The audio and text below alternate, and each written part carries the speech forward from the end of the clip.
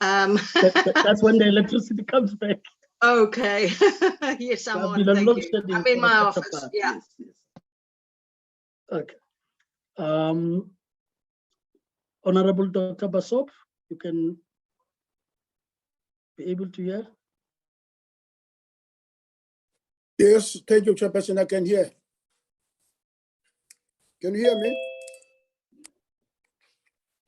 I see you're muted. Just wanted to check if you are able to hear. Yes, I can hear, Chair. Thank you. I have heard Honorable Tembu. Honorable Mlala spoke and lost connection immediately.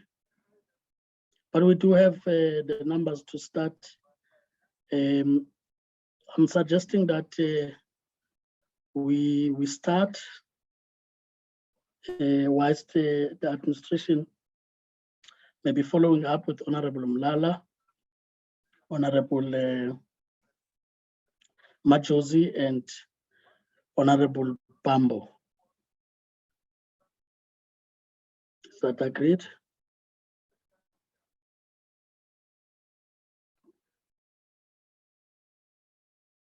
Can I get your agreement on that? Or you would want us to probably wait for another 5-10 minutes? No, let's not run over time, Chair. We're already late. Let's start, please. Okay. Yeah, I don't want to look like pushing ahead against the will of members. But I think as we start, we have the duty in ourselves, honorable members, to manage the time. But I do understand the candidates that came before us, we needed to really cover the ground, also showing to the public that we do take the concerns if they raise them with the committee and need to test them. Of course, honorable members, as we're going to start, you'd remember that we had scheduled 5 candidates earlier on, which we couldn't do all, and we did about 3. And then we had to negotiate to take 4 and 5 into the evening. So we'll try and run until we complete the race. But of course, I do want, before we get the candidate 4 to come in, so that in between we can then get the administrator to do the work of getting the other candidates online to be ready to come in. Whilst we took the break, there would have been a development with regards to one of the candidates. And I would ask Ms. Davin to report on that candidate number 5, so that at least it's placed on record before we even call candidate 4, so that we know we can then move instead of taking a break in between to clarify the matter I want to clarify now. Ms. Ndabeni?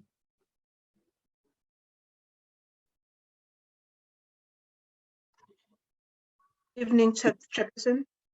Yes. One of the candidates, candidate number 5, Ms. Sandika Daya, has written to the committee to say she is withdrawing from the process, and I read her email to the committee, Chair. Yes, please. She said, yes, sir. She says, I am so sorry, but I unfortunately have to decline the interview. Apologies for the late response. I currently work at MultiChoice, which is a direct competitor to the SABC. I've consulted with my line manager and it is deemed to be a conflict of interest. So I will not be proceeding with the interview. Thank you for the opportunity, Sandika. Okay. Honorable members, you've heard that. It's been read on record, and therefore it is the candidate herself who has withdrawn, or not out of any making of the committee, as the committee is not cited as a reason for the withdrawal of the candidate. So which therefore means that 5 would be out, will then be taking the next one that would have come before the committee to then also come in after the candidate will be seen now. So the committee support will have to work on that. Is that clear, honorable members?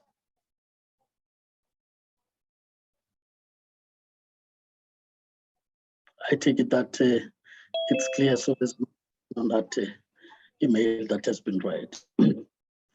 Like I said, honorable members, this will then be the continuation of the interviews that we started this morning at 9, where I agreed to reconvene at 6 after plenary, but as you know, plenary still continuing. We will have other members connecting, but we do have the required number to proceed. With that, I will just check with Ms. Ndabeni if the other candidate is on the platform and indicate for record. Yes, Chairperson, the candidate is on the platform at Dr. Renee Horn. She's on the platform now. Thank you, Chair. Welcome, Dr. Renee Horn. Good day, Chair. Good day, honourable members. Okay. Thank you. Let's start by appreciating the fact that you would have agreed to the shifting of the times, given the engagements that the committee had with the candidates that came before it, and of course, the other pressing parliamentary program that we also needed to attend to as members. In particular, this committee, because also had an item to present to the House. I'll just say quickly, Ms. Ndabeni, just ensure that I'm muted so that there's not many mics. Ms. Ndabeni, yes, thank you. We are here as the subcommittee of the Committee on Communications and Digital Technologies, as it is named now. And as we know, the subcommittee would also be subjected to the rules of the National Assembly, but we report to the committee. Our purpose is simply the appointment process for the SABC board, for which you have been nominated, and hence you are before the committee after the shortlisting process. So please feel welcomed. We are taking this indeed as just an engagement more than an interview, so that you are able to share your experiences with the members of the committee, and you can learn from also the questions that members would engage you on. And I must say that this committee, in its constitution, it's based on proportional representation as per the 2019 election outcomes, and therefore would mean that it's fairly represented in terms of different members of parliament coming from different political parties. Of course, just to outline how we are going to proceed from here, we have put 45 minutes all in all, but as you know, it can be less depending on the answers and how the members engage, and sometimes slightly over, not out of our making, but probably because we need to get answers, we need to get the members maybe following up. So in that 45 minutes, I'll briefly introduce the members of the committee as to who is in the committee. Some of them may still be connecting because the House is still dealing with some few items, so others would have attended physically, but they do connect to the meeting. After that introduction, would give you 5 minutes to briefly introduce yourself, which will also give you an opportunity to talk to your expertise and the skills that you'll bring on board if you were to be considered for the SABC board recommendation. So in that score, what that means is the members have had an opportunity of looking at your detailed CV, and therefore in asking or interacting with you, they will not be limited to the brief introduction that you do in the 5 minutes. They will take everything into account. Immediately after that brief introduction, we'll then take members who would want to pose questions as a way of interacting with you. We allocate about 5 minutes for that, which will be question and your responses at the same time. So once members are done, if there are questions to really just get clarity on, that's when the chair actually asks some questions. Otherwise, if members have covered the ground, there would be no need for the chair to raise up any point. We'll then come back to you and give you an opportunity for 3 minutes to say your last points to the committee before we wrap up. So that's how we are going to proceed from now on. I'll just then indicate members from parties, as I said, were constituted as such. We do have from the African National Congress of members, of course, starting with the Honorable Tembu. I'm not sure if she has already, yes, I see on the platform, she's there. Not sure if she's in a position to indicate. Honorable Tembu, you are on the platform. Thank you, Honorable Chair. I'm here. Okay, Honorable Tembu from the African National Congress. We also have Honorable Dr. Basop from the African National Congress. Dr. Basop, can you? Good evening, Chair. Good evening to you, Doc, as well. Thank you. Okay, thank you. We have Honorable Mlala from the African National Congress. Honorable Mlala, can you hear us now? I know yes, good evening, Chair, and good evening to Renai. All right, thank you. That's Honorable Mlala. Myself, Honorable Maneli, the chair, but also from the ANC, as you can see. We then have Honorable Kola Barnett from the Democratic Alliance, who's been on the platform. Good evening, Chair. I saw her video switched on, yes, but I couldn't see. There's Honorable Kola Barnett, she's on the platform. Thank you, Honorable Kola Barnett. We, from the IFP, we have the Honorable Majosi. I've seen her presenting in Parliament not long ago, but she should be able to join us anytime soon. We also have Honorable Pambo from the EFF. But as I said, with the numbers we have, we are able to proceed accordingly, and they'll be able to join at the time of being able. So we are proceeding in that scope. So that's a brief introduction of the members. We are now coming to you. You can only say relax and engage with the members, starting with your brief introduction in the 5 minutes from now. Over to you, Dr. Reneho.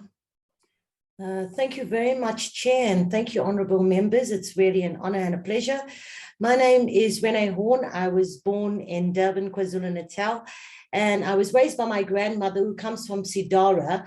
She was a housekeeper who had no formal education. Along with my parents and my grandmother, I was taught that education is the key to success and also helping the broader society. So I've 5 degrees, 3 of them from the University of KwaZulu-Natal, 2 from the University of London. I'm also a Ford as well as Sheffning Scholar.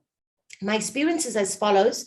In my early years at the University of KwaZulu-Natal, I was a tutor and administrative assistant. I then moved on to the SABC as a young journalist, and subsequently I put up my hand to go to the Middle East, where I interviewed Yasser Arafat and Shimon Peres. This was the first time that I've ever went beyond the borders of South Africa.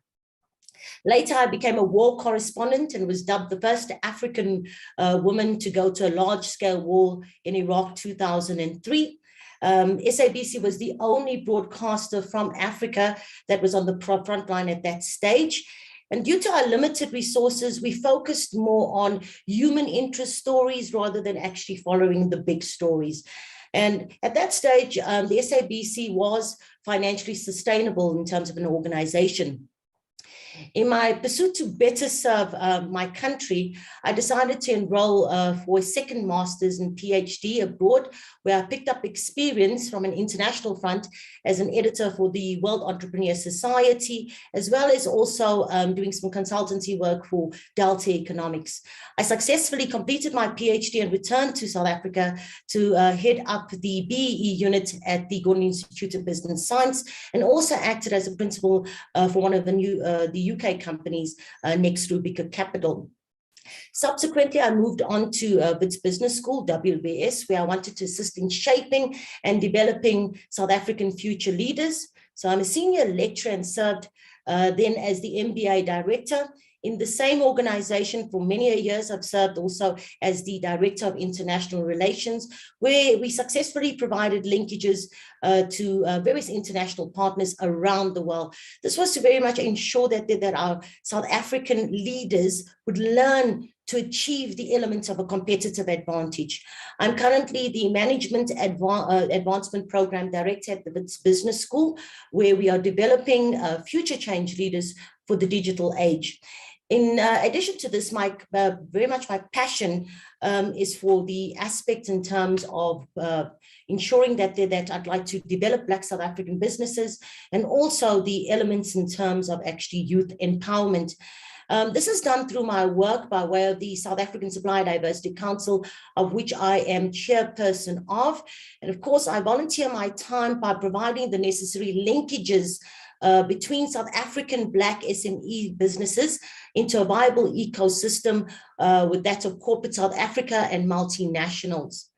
Further to this, I'm also the divisional chairperson for the Academy, where I founded the ILED program, which hones in on skills development for Black SMMEs, which has been a great success so far. I'm also currently the SABC non-executive director, serving since June of this year. It seems like a long time ago, as I've hit the ground running, and probably I've left some tire marks at the SABC. I serve on 3 committees in terms of the SABC board as well, and I believe these committees are the workhorses of the board. I currently serve on the Digital Technology Subcommittee, and of course I've selected that because I do believe that we have to take the SABC into the 4th Industrial Revolution, and that's mainly by OTT. In tandem with that, I've also been part, and very much actually part of at this moment in time, the Finance, Investment and Procurement Committee, and that's also to strategize on the financial viability and the future growth of the organization. Due to my journalism experience, I was also appointed on the News and Editorial Committee to ensure editorial oversight, independence, and the preservation of the public news service, which I'm extremely passionate about. I believe that by way of my leadership style, it's a fail forward quickly strategy. We have to learn from our setbacks quickly. And of course, ladies and gentlemen, honorable members, we have to use that as a stepping stone to success. Thus, I consider myself as an agile and collaborative leader that adapts to change quickly and moves an organization through change quickly. I would be honored to be of service to the SABC and the public. And of course, ladies and gentlemen, taking actually the SABC into the digital age, and of course, passing this on to ensure that we have actually a growth trajectory for the SABC. And of course, it will benefit us for generations to come. Chair, I hope that my 5 minutes is, I'm within my 5 minutes, or shall I proceed? I'm trying not to be too tedious. So 5 minutes, yes, once I switch on the video camera, it's not intimidation, just a reminder. Thank you. Okay. So we'll now take honorable members who would want to engage at this point. So if you can raise your hands for those that are experiencing challenges would indicate in case I leave them out. Was it you who was indicating chair, or was it a member? I'm trying to check if there's a member who was calling me in case I do not see the hand. My hand is up, Chair. Yes. So that's that was Honorable Mthembu, Honorable Kola-Barnett. Those are the two hands for now that I see.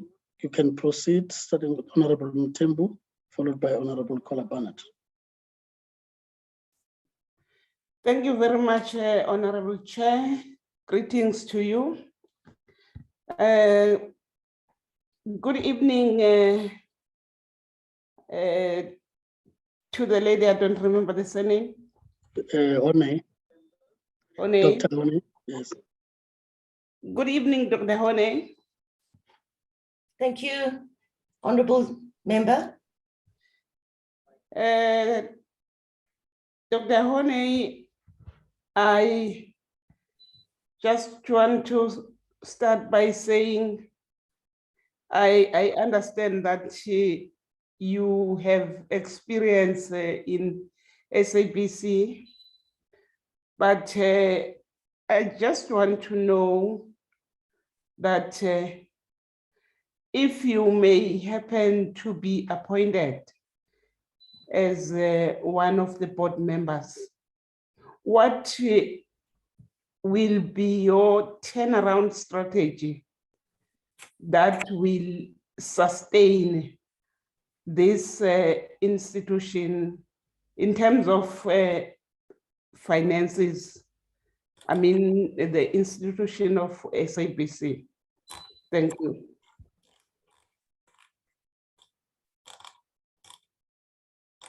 Chair. Yes, you can proceed. The intention is not to come in between so that we leave it to be quite interactive. Okay, thank you so much, Honorable Chair, and thank you very much, Honorable Mthembu, for that particular question regarding turnaround strategy. And of course, by way of this, I think, serving on the board since June 2022, we've seen some good tracks by way of the particular aspect in terms of your austerity measures. Those austerity measures, of course, have been the reduction by way of your costs from possibly about 1 billion to that of 200 million.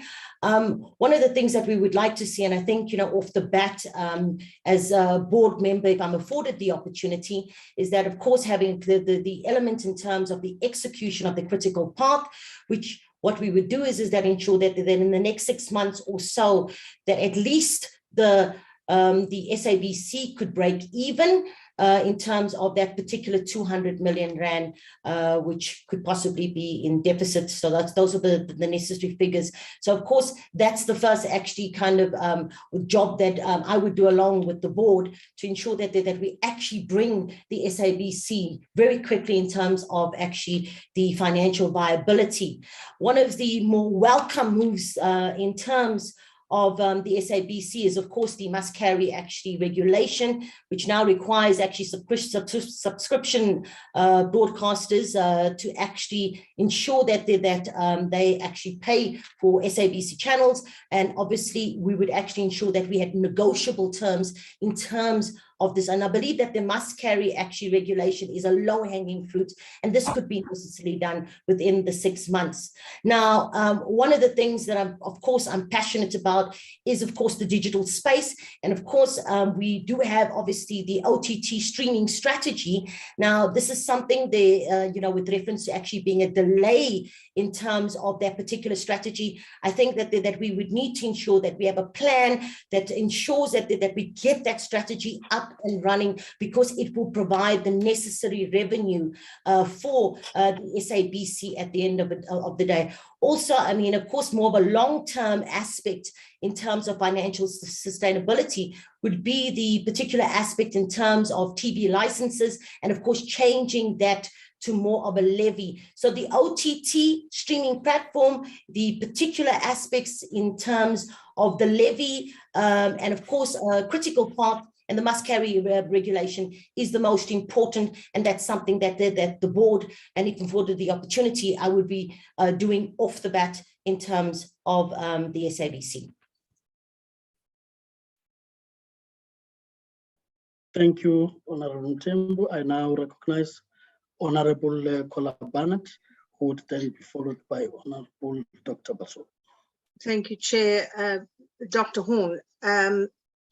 Yeah, I mean, I did listen to some of the innovations, but if one had to rank them, what changes would you look for almost immediately? I'm very interested in this concept of the SABC licenses being a levy, because I think you're going to hit a brick wall with that proposal. But you know, what changes would you prevent? What would you look for, especially now? And I suppose I'm talking more of content in the run up to the 2024 national election. What are you going to keep your eye out for and try to prevent, etc.?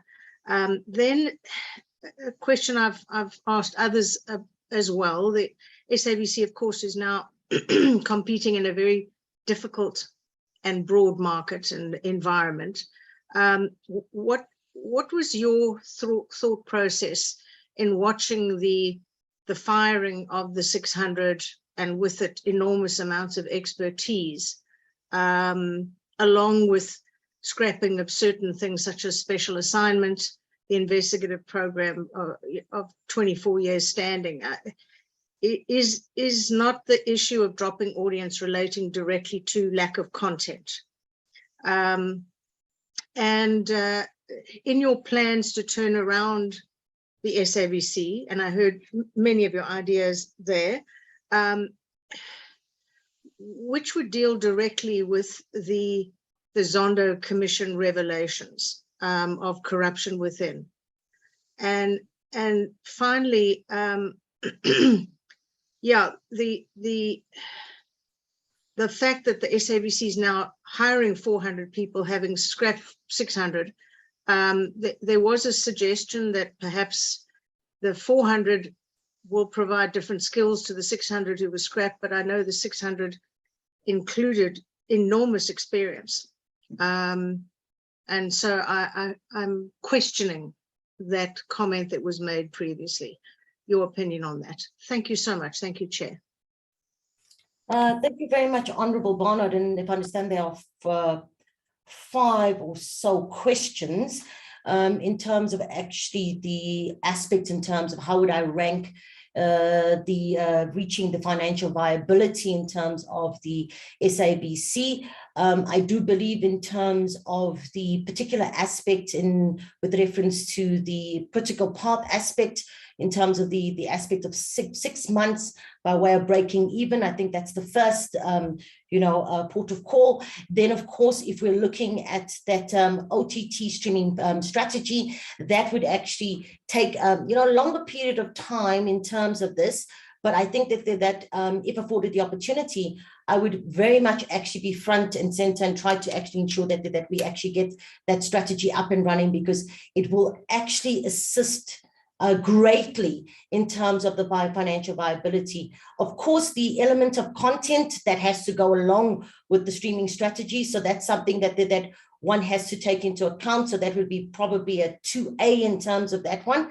And then the must carry regulation, which I also believe is actually a low hanging fruit with reference to actually what would happen in the first so-called here in terms of those particular kind of commercial actually negotiable terms. Then, of course, in relation to the 2024 elections, one of the fundamentals is that SABC is a public broadcaster. It is not a state broadcaster. So the elements of impartiality are very important. And of course, one as a board member has got to keep an eye in terms of ensuring the elements of impartiality, that everybody has a fair opportunity to voice their particular opinions, of course, in line with the elements of nation building as well. Regarding the broad market environment, I've asked this many a times in terms of our board meetings about doing a competitive analysis about other broadcasters, like the BBC, those in South Korea in terms of public broadcasters, so that we can actually get a competitive analysis of how they're actually dealing with the competitive environment, like that of your Netflixes, your Disney channels, etc. So this is something that in terms of strategy, because that's the board's job, is to deal with the elements in terms of strategy, is to ensure that we have a defined competitive analysis from an international perspective, and that's something that I'm pretty good at by way of that. Relating to the next point in terms of the content, I do believe that by way of our content, we've got to be ready to meet the demands of our youth, of the broader South Africa. And when I say meet the demands, it has to be, of course, by way of actually fulfilling our mandate in terms of actually dealing with all the languages that we have in the country, and all basically in terms of the cultures in terms of the country. Now, I was not present in terms of the particular aspects of special assignment. I do actually believe that special assignment was a very, very good current affairs program, but that is something that I would not know the finer details of by way of this. But my personal opinion is that by way of special assignment, I do believe that there was actually a very good current affairs program. I mentioned the lack of content, and that's something that we have to remain relevant and meet the demands in terms of South Africans. And then, of course, the elements by way of corruption. I have sat for many years on audit and risk. Unfortunately, couldn't sit an audit and risk on this particular occasion, but this is something that the board and I believe that they've afforded the opportunity, would need to keep a very close eye on. One of the things about actually the current board is that of course there has been particular elements where they've tried to deal with the necessary irregularities in terms of spending, etc. And that's something that as a board member, I will certainly be ensuring that there is zero tolerance towards corruption. So also by way of the which you've mentioned, the firing, in terms of your Section 189, was not actually part of that particular process, but one of the fundamentals is in terms of that we were given assurances, and this obviously will be coming to HR and REMCO, and then of course to the SABC board, that the hiring of people is going to be very much in terms of newer skills and very much actually designed for the digital space. So this is something as a new board member that I would be looking closely at and ensuring that this is something that we take forward, and not a particular issue where we actually fire and then have a situation where there's a problem by way of what we actually, the quality in terms of what we're hiring, and that's very, very important. Close to my heart, I must say, Honourable Barnard, is the element of youth development, and I do believe that in that particular space, especially because of the mandate, that we need to ensure that we actually have more youth dealing with the digital space, because they are the future of South Africa. Honourable Barnard. Thank you. Sorry, I just didn't unmute myself. Thank you very much for that input. Thank you. Thank you, Honourable Barnard. I will now recognize Honourable Dr. Basop, who will then be followed by Honourable Mulala. Thank you very much, Honourable Chairperson. Good evening, Doctor. Once again, I've just got two questions for you. The first one, in your presentation, you indicated that you once joined this SABC as a young journalist at the time, but at the end of the day, you resigned or you left the institution. Can you tell us why did you leave the organization? What were the reasons? Then again, all of a sudden, you want to go back now as a board member. Why are you so interested to go back to SABC? That's one question. The second one, in the state capture report findings, there is a glaring mismanagement of funds as well as corrupt practices. You have partly covered this question by indicating that you will ensure that there is zero tolerance on corruption. But the area that I'm interested in, how are you going to do that? In practical terms, how are you going to do that there's a zero tolerance? Then on the same question, what mechanism would you put in place to ensure that you recover the monies that have been squandered already? Because there are lots of money that have been squandered in that organization, according to this report. But if you happen to be appointed, what is it that you are going to do to ensure that those funds are being covered back to the organization? Thank you very much, Chairperson. Those are the two questions. Thank you so much, Honorable Basop, in terms of this. So your first question is about, I've joined the SABC, and then, of course, and this was some time ago. I recall it was maybe possibly around about, actually about 20 years ago, if I recall. So I stand to be corrected. I must actually just kind of recollect that one. But one of the things that I think as an individual that you need to ensure is the element of growth, and that has been mentioned in terms of my introduction. So there are times where you believe that if you would like to actually assist the broader South Africa, deal with particular elements in terms of the development of SMEs, deal with particular elements in terms of youth development, you yourself will have to go through an element in terms of growth. And by way of this, you would need to, of course, ensure that you would actually educate yourself. And specifically, if I'm talking about myself, one of the fundamentals is that I believed at that stage that I needed international experience.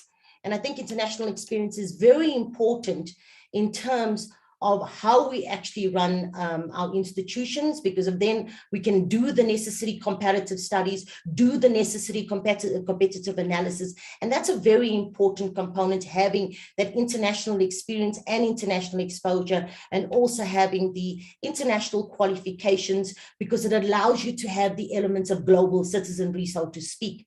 So that's actually the point A in terms of your particular question. So the elements of why would I like to become a board member now that I have the necessary experience, I don't believe as a young journalist that I would have had the necessary experience to be actually a board member at that particular moment in time. So I believe that in terms of my experience, I do have an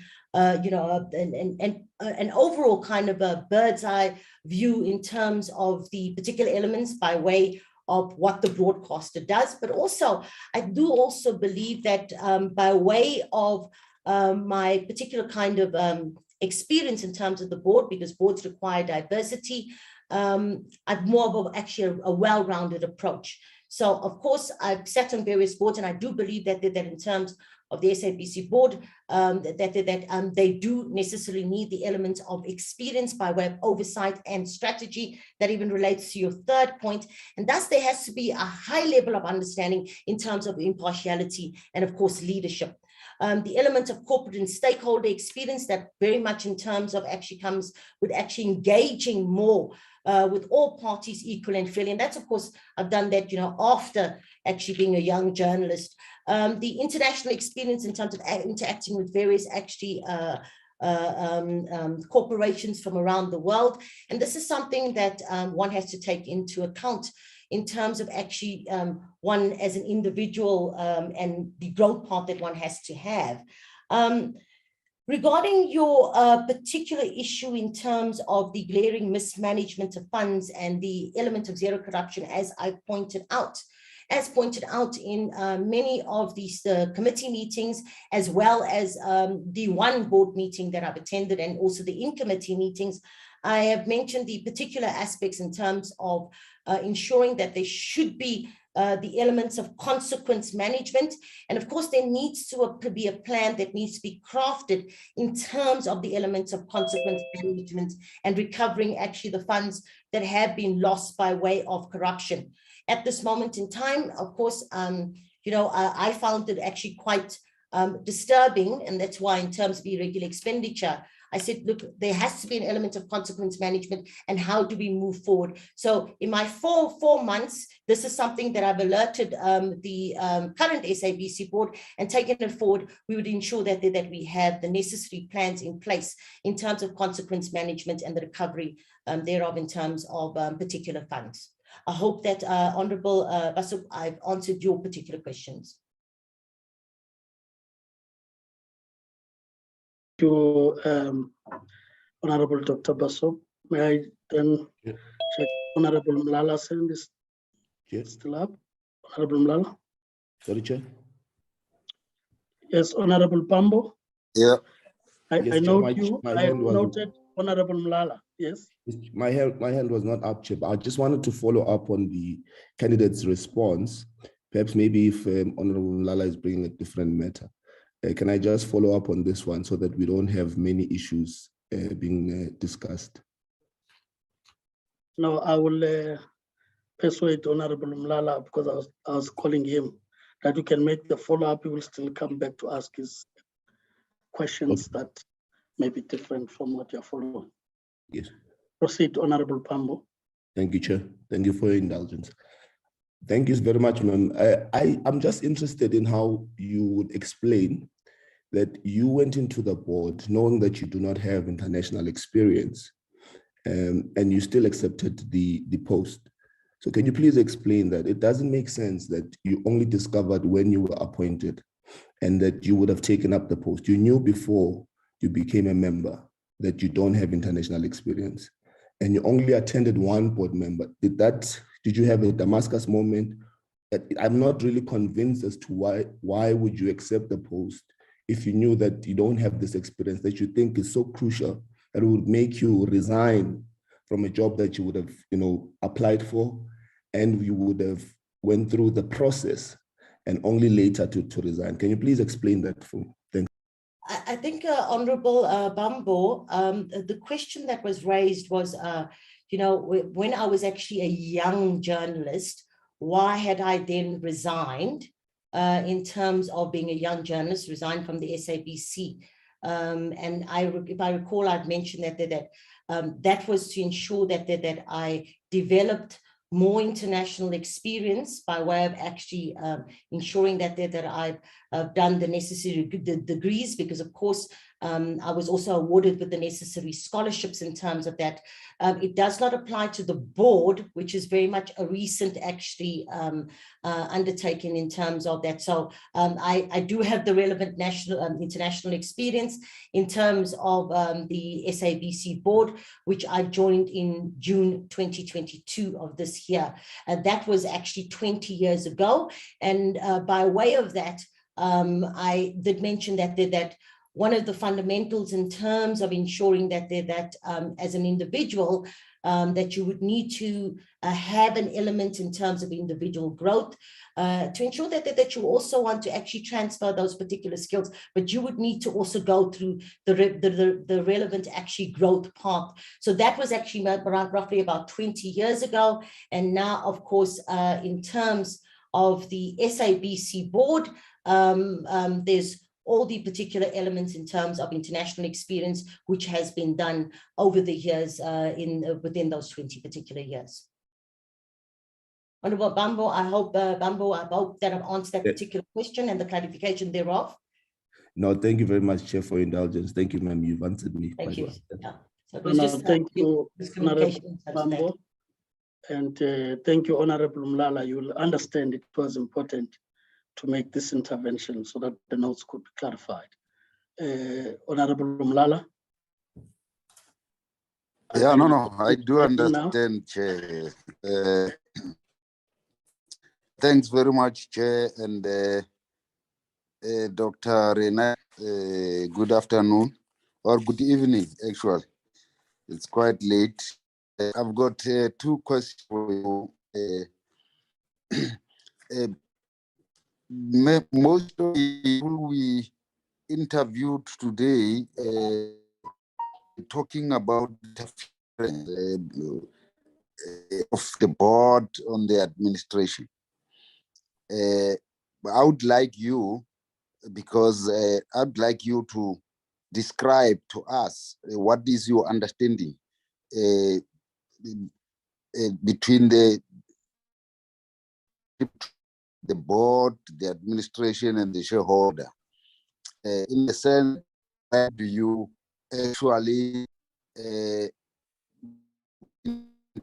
when you did interference? If you could just describe that for the committee, so that what is your understanding? We understand the board's role is oversight, but sometimes oversight is called interference and so on. So if you could just clarify that, your understanding with regard to the interface relation between the three. That's my first question. The second one is, since you've been in the SABC board now since June, have you seen the contribution of the commercial arm of SABC as it relates to the public mandate? Or is just a purely commercial?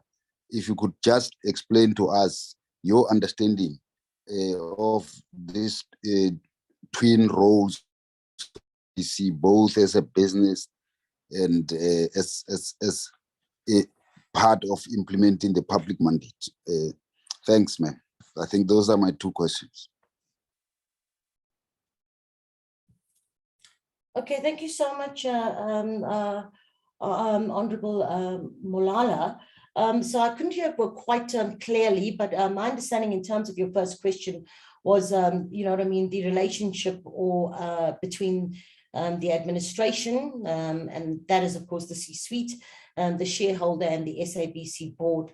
I will maintain that in terms of the SABC board, it is there to, of course, as mentioned, to provide oversight, but it's there to also provide the elements of strategy and, of course, actually kind of leading the necessary organization by way of strategy, and how we also need to ensure the financial sustainability of the board. And more actually broadly is to actually ensure by way of our stakeholders, the elements by way of diversity, ensuring that by way of actually the SABC, that it is according to the Broadcast Act, the aspect in terms of universal access.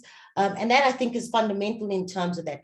By way of the shareholder, I do believe that there needs to be more work, and this was from the operation side of understanding what is it that our shareholder needs and requires.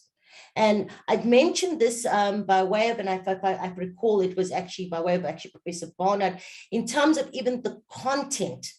That's a very important component in terms of ensuring that we drive the SABC forward. It has to be relevant content, relevant to actually our shareholders at the end of the day. And I think I'll stop there in terms of that, and perhaps maybe if you would like me to highlight anything further.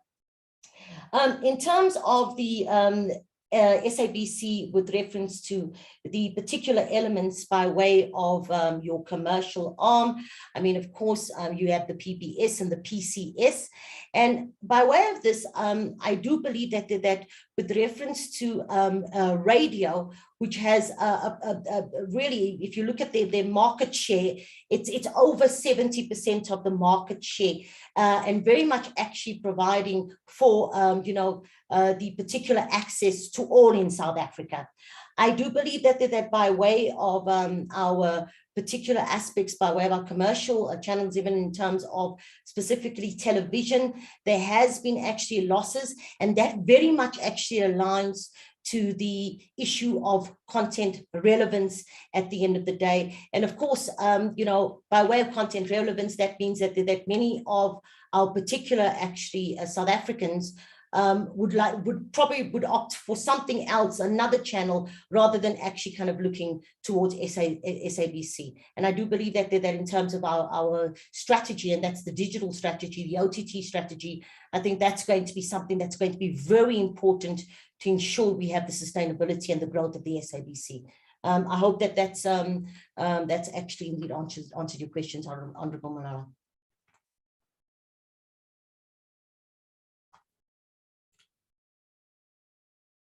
I take Just it on, that, on a follow-up, Chair.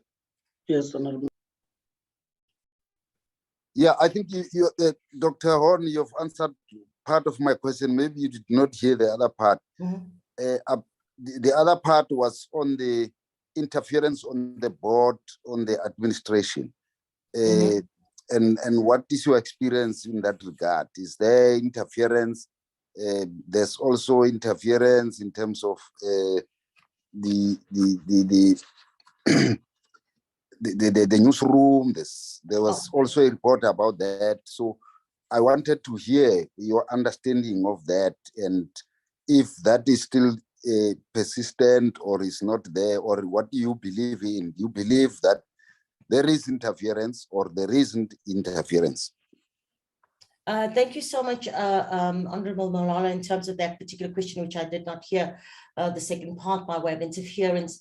So I do understand that before my time, that was before June, there may have been particular kind of elements in terms of interference, but I cannot actually account for that or, by way of that. But the one thing that I need to stress in terms of the current and the future board is that we have to have an element in terms of impartiality.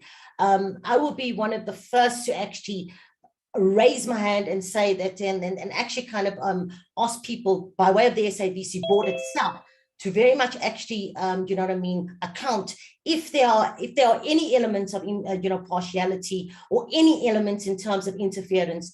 One has to take into account that as the public broadcaster, and we all are very much aware of this, that we have to give everybody an equal opportunity and universal access.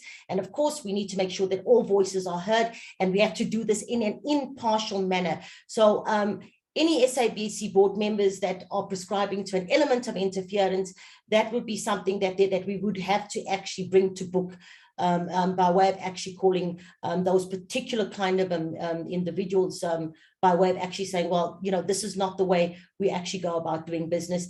On terms of actually by way of your operations, the SABC board, and this is what I've seen, does not get involved in terms of operations. This is what I've actually kind of, by way of actually my period since June, I have not actually seen any levels by way of interference in terms of this. And as mentioned, by way of, starting in June, with the various kind of meetings that one has had, there has been no elements so far in terms of interference. I do understand that the levels of governance are being worked out, and I think that of course that would necessarily be beefed up in terms of the SABC new board, which, if afforded opportunity, I'd like to also ensure that we work on that by way of impartiality. So thank you very much, Honourable Malala. Thank you, Honourable Malala. May I just check if there's any member may be leaving out before we get to wrap up on with the candidate? So if there's no other hand, just want to go back to the point raised by Honourable Malala in terms of the relationship, the management, the board, then the shareholder in this case, as represented by the minister. I think the point really is the word independence, and how do you locate these role players in the context of the independence of the SABC as a national broadcaster. The SABC as a public broadcaster at all times should be independent. And I think that that is something that is a non-negotiable by way of how the SABC board should run its business.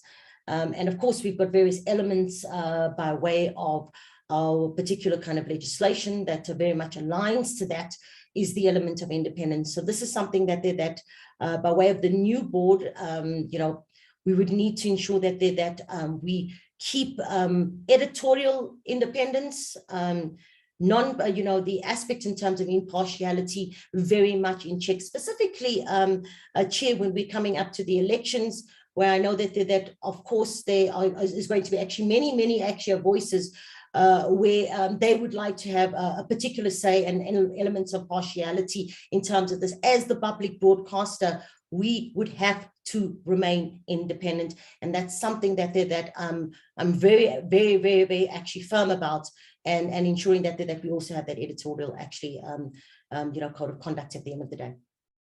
Chair. Thank you, Dr. Rene. We now come back to you in the 3 minutes to speak to the committee, and thereafter wrap up. Thank you. Okay. Thank you so much, Chair and honourable members. It's really been actually an absolute privilege, to afford me this particular opportunity. As stated, that I've started in June 2022, and of course, I do believe by way of the necessary experience that one has, that I would be able to provide, because of course I'm also part of the SABC handover task team. I would actually ensure that by way of a proper handover, that we have a clear vision so we can hit the ground running. And of course, one of the fundamentals is that I would like to actually ensure that I make a viable contribution, not only just to the SABC, but the public as a whole. And that obviously means that we would need to have financial viability. If afforded the opportunity, as mentioned in terms of some of the honourable members, in terms of how would we do a turnaround strategy. And I believe that in terms of this, we're looking at that must carry a regulation. We're looking at particular aspects in terms of a critical part, and of course the Ltt streaming strategy, the elements of providing actually better content for our viewers at the end of the day, so that we meet their particular demands. And of course, I'm very passionate about the elements of youth development. So hoping that by way of the broader South Africa, that we can actually see by way of many of the honourable members that have spoken about this, as in terms of also, 400 people have left. And what are we going to see in the near future? So that would be actually something that we would need to keep a close eye on, and ensure that we have the various skills, but also ensuring the elements of youth development. Perhaps maybe, and you don't fail, you fell forward quickly. So of course, in terms of the media levy, this is something that we'll still try to actually pursue. And of course, ladies and gentlemen, fundamental is the growth of the organization and taking it into 4IR, so that it can actually better serve the broader South Africa. So I thank you for your time, and it has been an absolute privilege. Thank you very much. Thank you, Dr. Wan. As I said, we have come to the conclusion of this engagement, and I'm sure you'd have drawn some lessons from the questions that honourable members would have raised, and surely your responses, they would have also learned from that. As I said, beyond the interview and how we need to interact with the SABC going forward.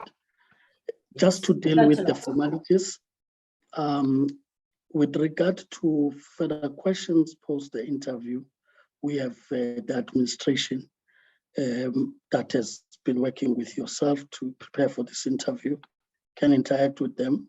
But as far as the decision making and the political process, you can be guaranteed that our meetings are open to the public. You can follow through until the end of the processes we're engaged in. And therefore, once it gets to the other side of decision making, our task would have come to an end once we get to the House. So I thought it's important that I clarify that, so that if you have got further questions on the process, you can interact with the administration, or at least follow the proceedings until the end. So that's how transparent our processes are. Thanks once again for making time to come before the committee and agreeing to be rescheduled last year. You expected to be earlier on. Thank you. As we offload you, we would be asking the committee support to just ensure the other candidate is also put on the platform. Thank you. Thank you for your time, Chair. Thank you, honourable members. All the best. Thank you. Mr. Ndabeni? Thank you, Chairperson. The following candidate is Mr. Dinkwanyane Mohuba. He's on the platform at the moment, Chair. Thank you. Come on. Mohuba, Mr. Mohuba, can you hear us? I see you're muted, your camera is still off, so I just want to be sure that you can hear us and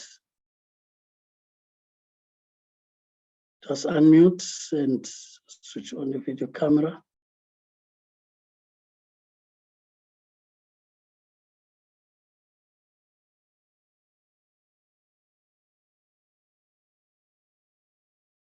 Mr. Mohuba?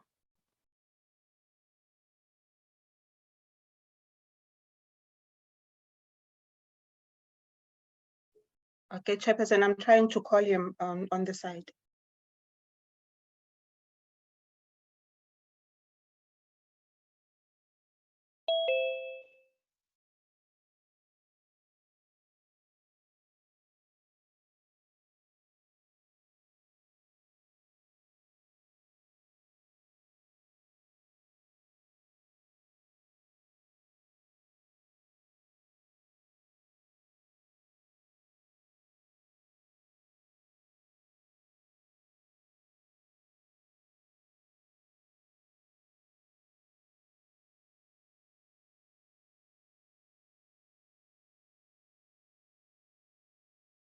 Chairperson?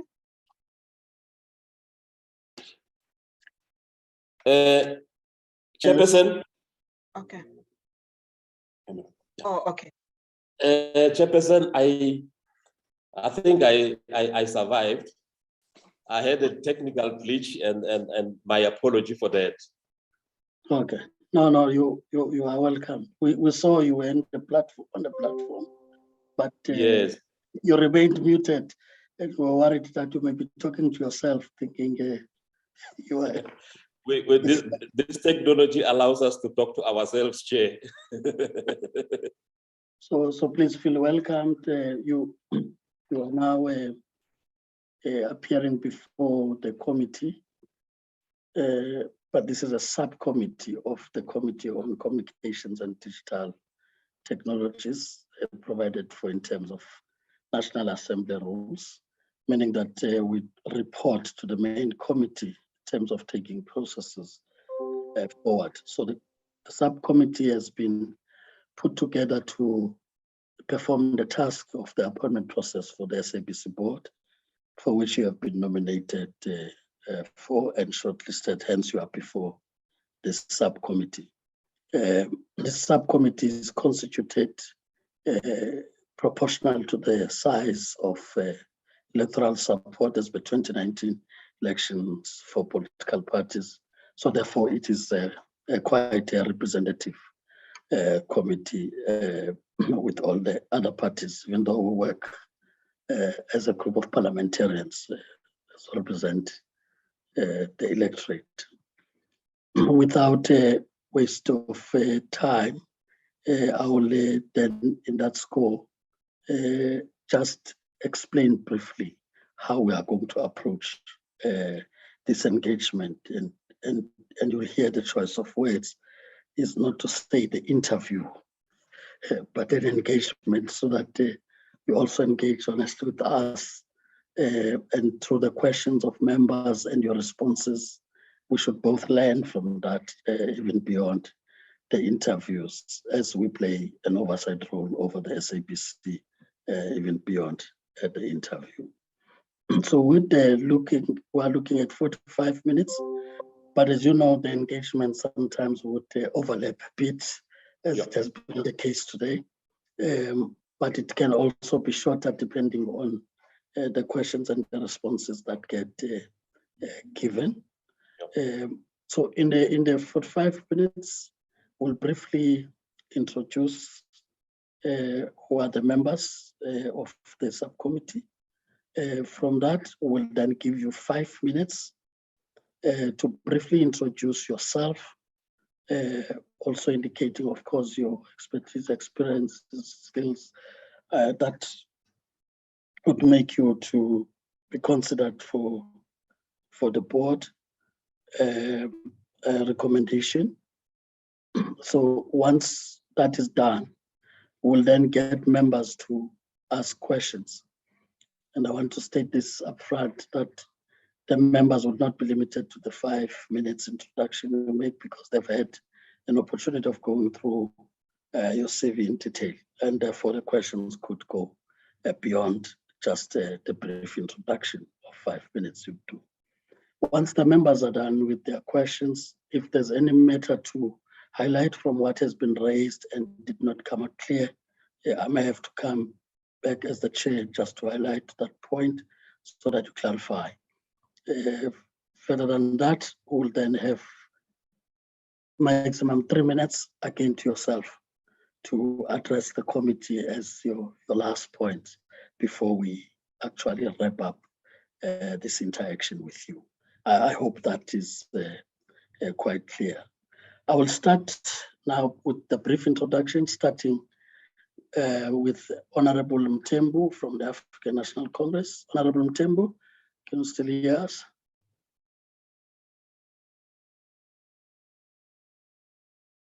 Honorable Mthembu,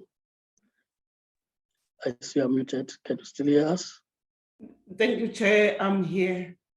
Okay, Honorable Mthembu from the African National Congress, followed by Honorable Dr. Basop.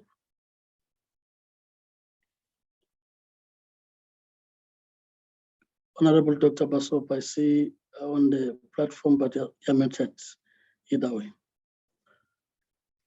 But can you see that? Thank you, Comrade Chair. I'm available, but I've got a problem of network. Yes, Yeah. we hear you, Honorable Basop, and I can confirm it's not a robot. It's Honorable Dr. Basop throughout. So we will now move to Honorable Mlala from the African National Congress. Honorable Mlala. There's Honorable Mlala. Good evening, Chair. Good evening, Bonyani. I'm available. Myself, Honorable Maneli, who's also the chair from the African National Congress. We have Honorable Bambo from the EFF. I see you coming in and out. Are you in now? Yeah, Chair, thank you. Thank you. We have Honorable Kola Barnett from the Democratic Alliance. I see your video is on, but I don't see you. I hope you that's are not interesting. out. Yes, Okay, it says the Kola virtual Barnett. background is still loading. I think my laptop's getting tired. There I am. Thank you, Chair. I'm here Thank you. and serving. Thank you, Honorable Kola Barnett from the Democratic Alliance. Honorable Majosi from the IFP, can you now hear? Yes, Chair, I'm here.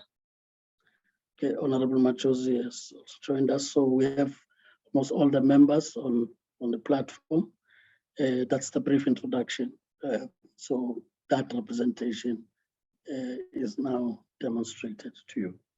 We'll now give you the 5 minutes, Mr. Huba, to briefly introduce yourself. Over to you. Thank you very much. Let me put a disclaimer. Due to the technicalities that we are facing, I'm using facilities which do not belong to me, but they belong to my brother. In case you see a name that is not appearing on my CV, my apologies, Chairperson and honorable members. I will not go into the details of the CV and qualifications, and as there's a verification process that is going on, and given the limited time, I will focus on my board experiences and why I should be considered for this board membership. Recording in progress. I was fortunate to be appointed to the SABC board in 2017, and I would have served 5-year term by the 15th of October 2022, and by God's grace, I will still be alive to complete this tenure.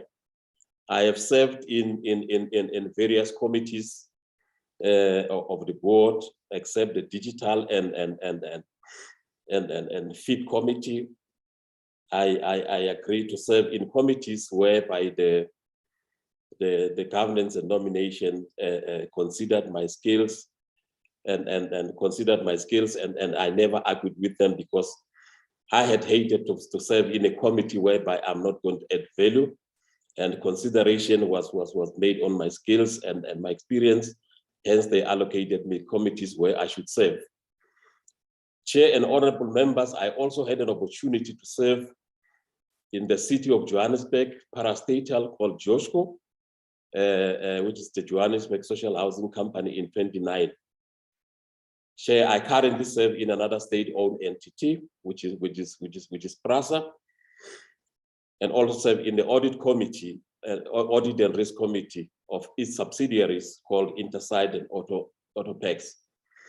In brief, Chair, I gain a requisite experience in corporate governance, compliance, HR, news, marketing, social and ethics, and the SOE experience and various legislative frameworks as they are appearing on my CV, and also ethical leadership and strategy. I just want to share with members briefly in terms of what was expected when one joined the board in 2017, which is the period transcending from the 2017 to the 2019, whereby it was a stabilizing phase after the occurrence of the ad hoc committee, which look into the operations of the SABC, and I'll call that a stabilizing phase. You recall, Chairperson, that there was that ad hoc committee, and that ad hoc committee came up with some recommendations, and the committee had to deal with those recommendations, and they were held accountable by this very same committee which you spoke about. And one of the things that the committee had to develop, the board had to develop, together with the assistance of the GTEC and the National Treasury and the oversight of the Department of Communications by then, was to stabilize the business and also to come up with the development of a turnaround plan. And thanks to the expertise that we're getting from the National Treasury and also from the GTEC, and board members played a critical role. And in that period, Chair, we dealt with legacy governance issues, and you would recall, Chair and members, that we had to implement the public protector recommendations, and we also had to implement the Auditor General recommendations. And also, we had to deal with the SIU, Special Investigative Unit, findings, and those findings are still continuing as I'm speaking to you now. And also had to deal with the implementation of the forensic investigations. It was quite a difficult time, hence I'm referring to it as a stabilizing period. Chair, I had an opportunity of being a member of the IOD, which is the Institute of Directors, and I've retained their membership. Chair, I went through some corporate governance exposure in terms of training at the IODSA. I think they are very clearly in my CV. I also had to expose myself to further governance experiences and practices somewhere, and hence I participated in the webinars of the Good Governance Academy, and also my attendance, the participation, copies of my participations are therefore attached for your ease of reference. Chair, I also participated in some programs, training programs at the PRASA level, at the board induction level, and I never undermined any training opportunity that was given by either of the two bodies, which is the SABC and PRASA, and also the JOSCO that I'd mentioned, and reputable organizations which are specialists in corporate governance were able to be invited to share their experiences. Just in brief, Chair, I did part, Chair. Can hear you. Can hear me? Thank you very much, Chair. Just that once I appear, it's about the wrapping up part. Okay, okay. No. I thought maybe there is something wrong that I had done on my side. No. Yeah, I just want to touch on the board evaluation which was conducted in the two organizations where I served. And the board of evaluation at the SABC, which was conducted recently, rated me a 3.7 out of 4, which is the confidence that my fellow board members have shown, not because of favoritism, but because of the role that I played in the board. I regarded that as a fair evaluation, and I believe that at your level, you would be able to make further assessments in terms of that report. And I believe that it is actually sitting with the shareholder. And I don't know what the processes must be followed in terms of you having access to that, but I did perform very well. Same applies to my participation in the BRASA board evaluation. It was very outstanding, and because I take my responsibility very serious as a board member. I therefore want to appreciate the fairness that was given in that regard in terms of those evaluations. And Chair, I possess various qualifications, as we have seen, and I did indicate in my CV, which is there for public consumption and which has been circulated in your platforms, and then members are able to scrutinize.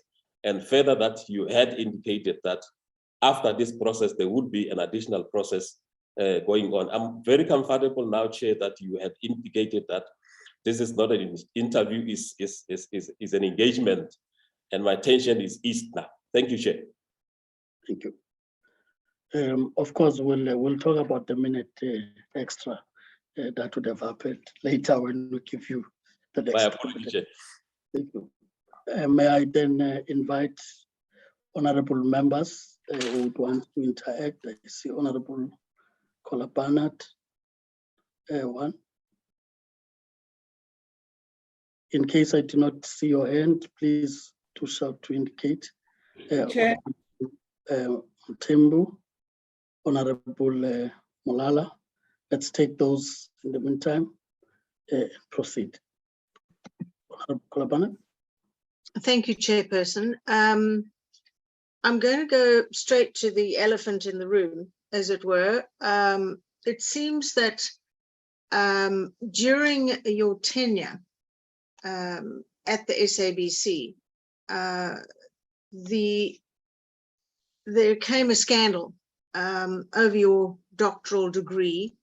Indeed, the University of Limpopo, which institution you took to court and lost, refused to award you your doctoral degree.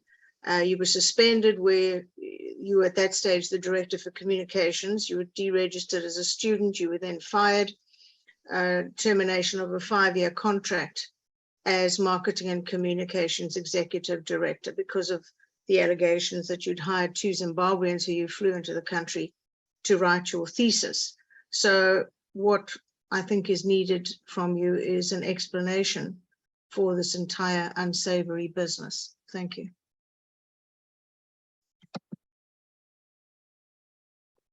Thank you very much, Honorable Member. I just want to put it on record that I've never been suspended from the University of Limpopo. That's the first thing. The second part is that I was never fired. And let me put the matters into context. I did, for a fact, that I took the matter to court on agency basis, and I did lose on agency basis, but not on the facts as they were put.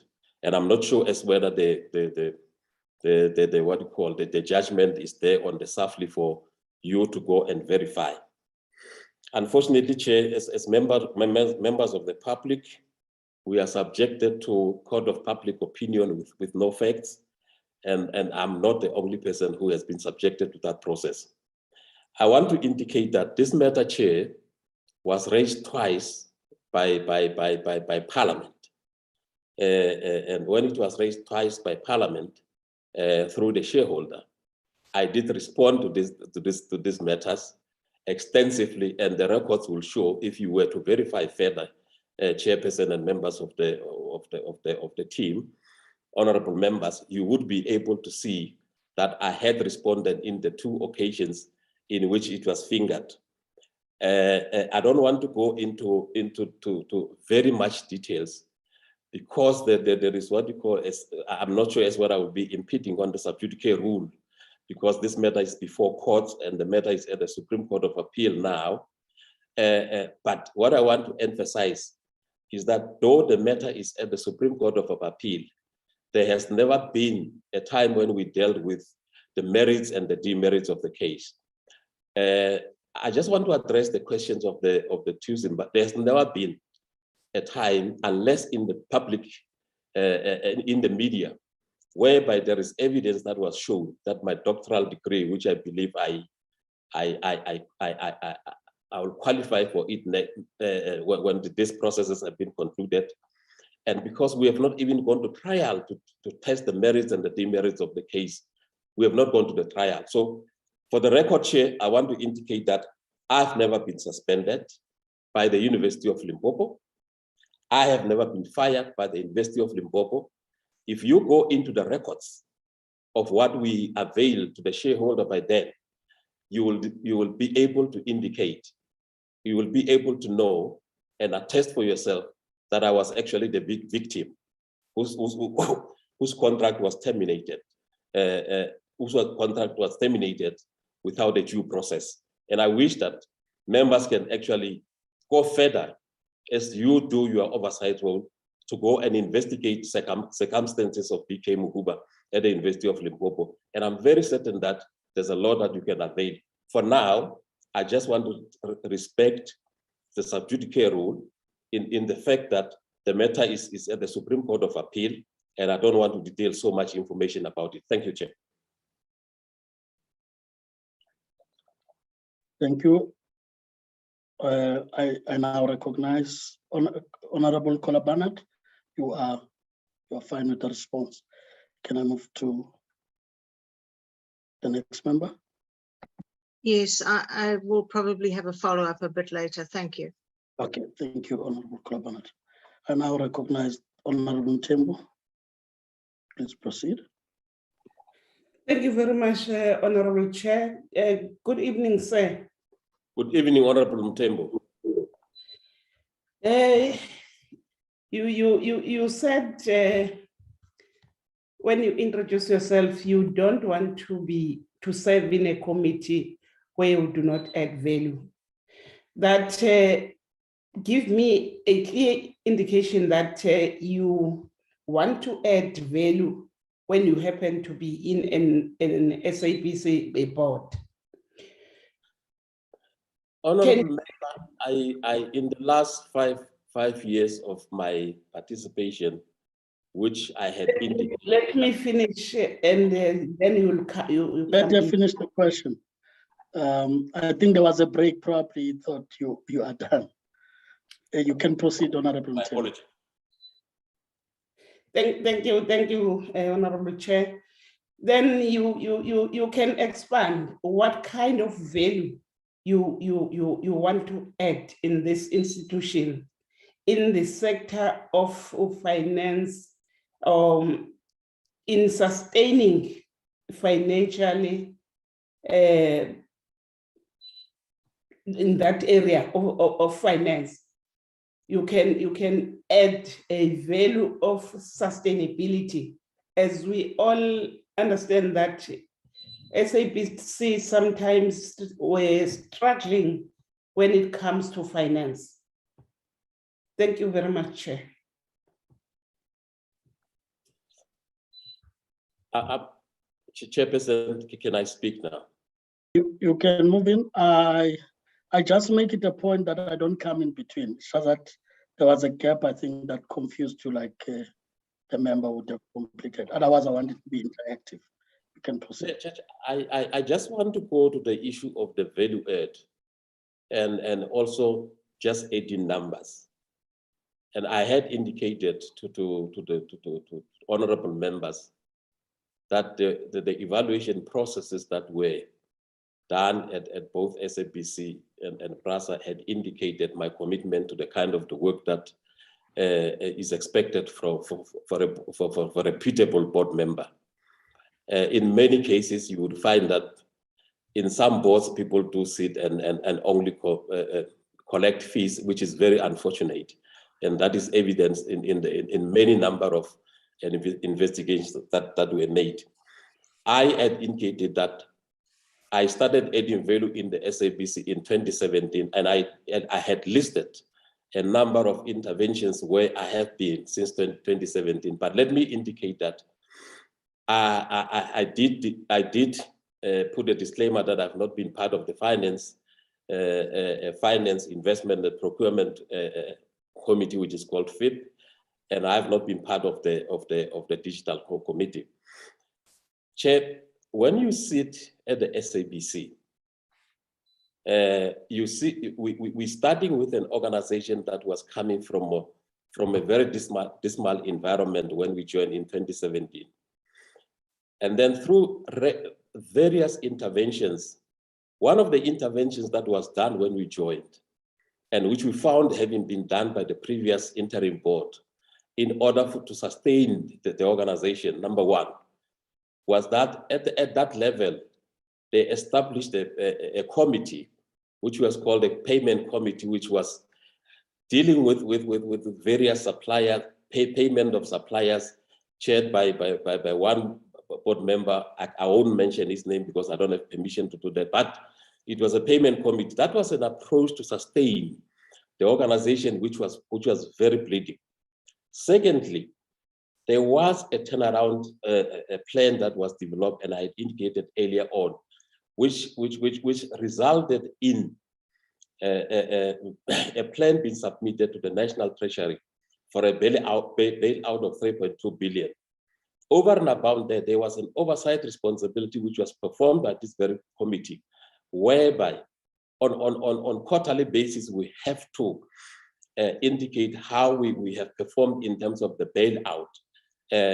Since that bailout, and I really want to make a commitment that with the strategies that are there now, it would not be possible for the SABC to go back to where it was prior to the interim board tenure and prior to this board tenure, because there are measures in place that are put, and austerity measures is one of the things that we proudly say we have put in, and which it will make you very unpopular if you put austerity measures in the organization, especially maybe from the employees, because you cut certain things that they might have enjoyed, like conferences, like seminars, and all these other things, in order for the sustainability of the organization. We went through that, and I think at the level where we are now,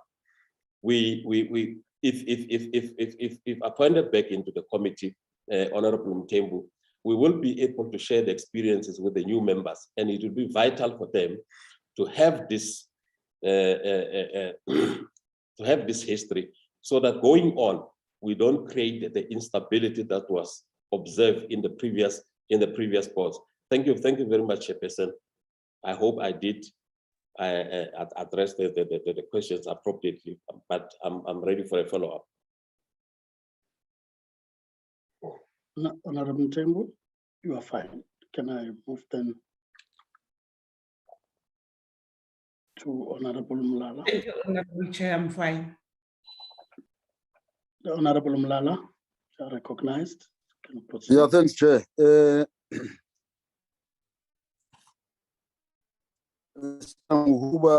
You have been there, the SABC, during the turbulent tsunamis in the SABC. Can you briefly tell us what key lessons have you learned in terms of, you've been there before, during the interim and so on? What are the key lessons that you would want to take over to the new board, heavy with that experience? And maybe just a follow-up on one question that was raised in your response. You spoke about the payment committee, which in my literal understanding might mean a supply chain sort of at the level of the board. Now, my question would be, what is your understanding of the interface between the board, the administration, and the shareholder? Because that committee might have been an intervention sort of, but I would want you to extrapolate on this interface between the board, the shareholder, and the administration. And in your assessment, what is the relationship now? Are you comfortable with both the shareholder, the administration, as a board member? And maybe the last question would be on the role of the commercial arm of SABC vis-a-vis the public. Do you see the commercial arm contributing to the public mandate? And if that is not the case, why? Thanks. Thanks, Honorable Mlala. And let me start with the key lessons that I have learned.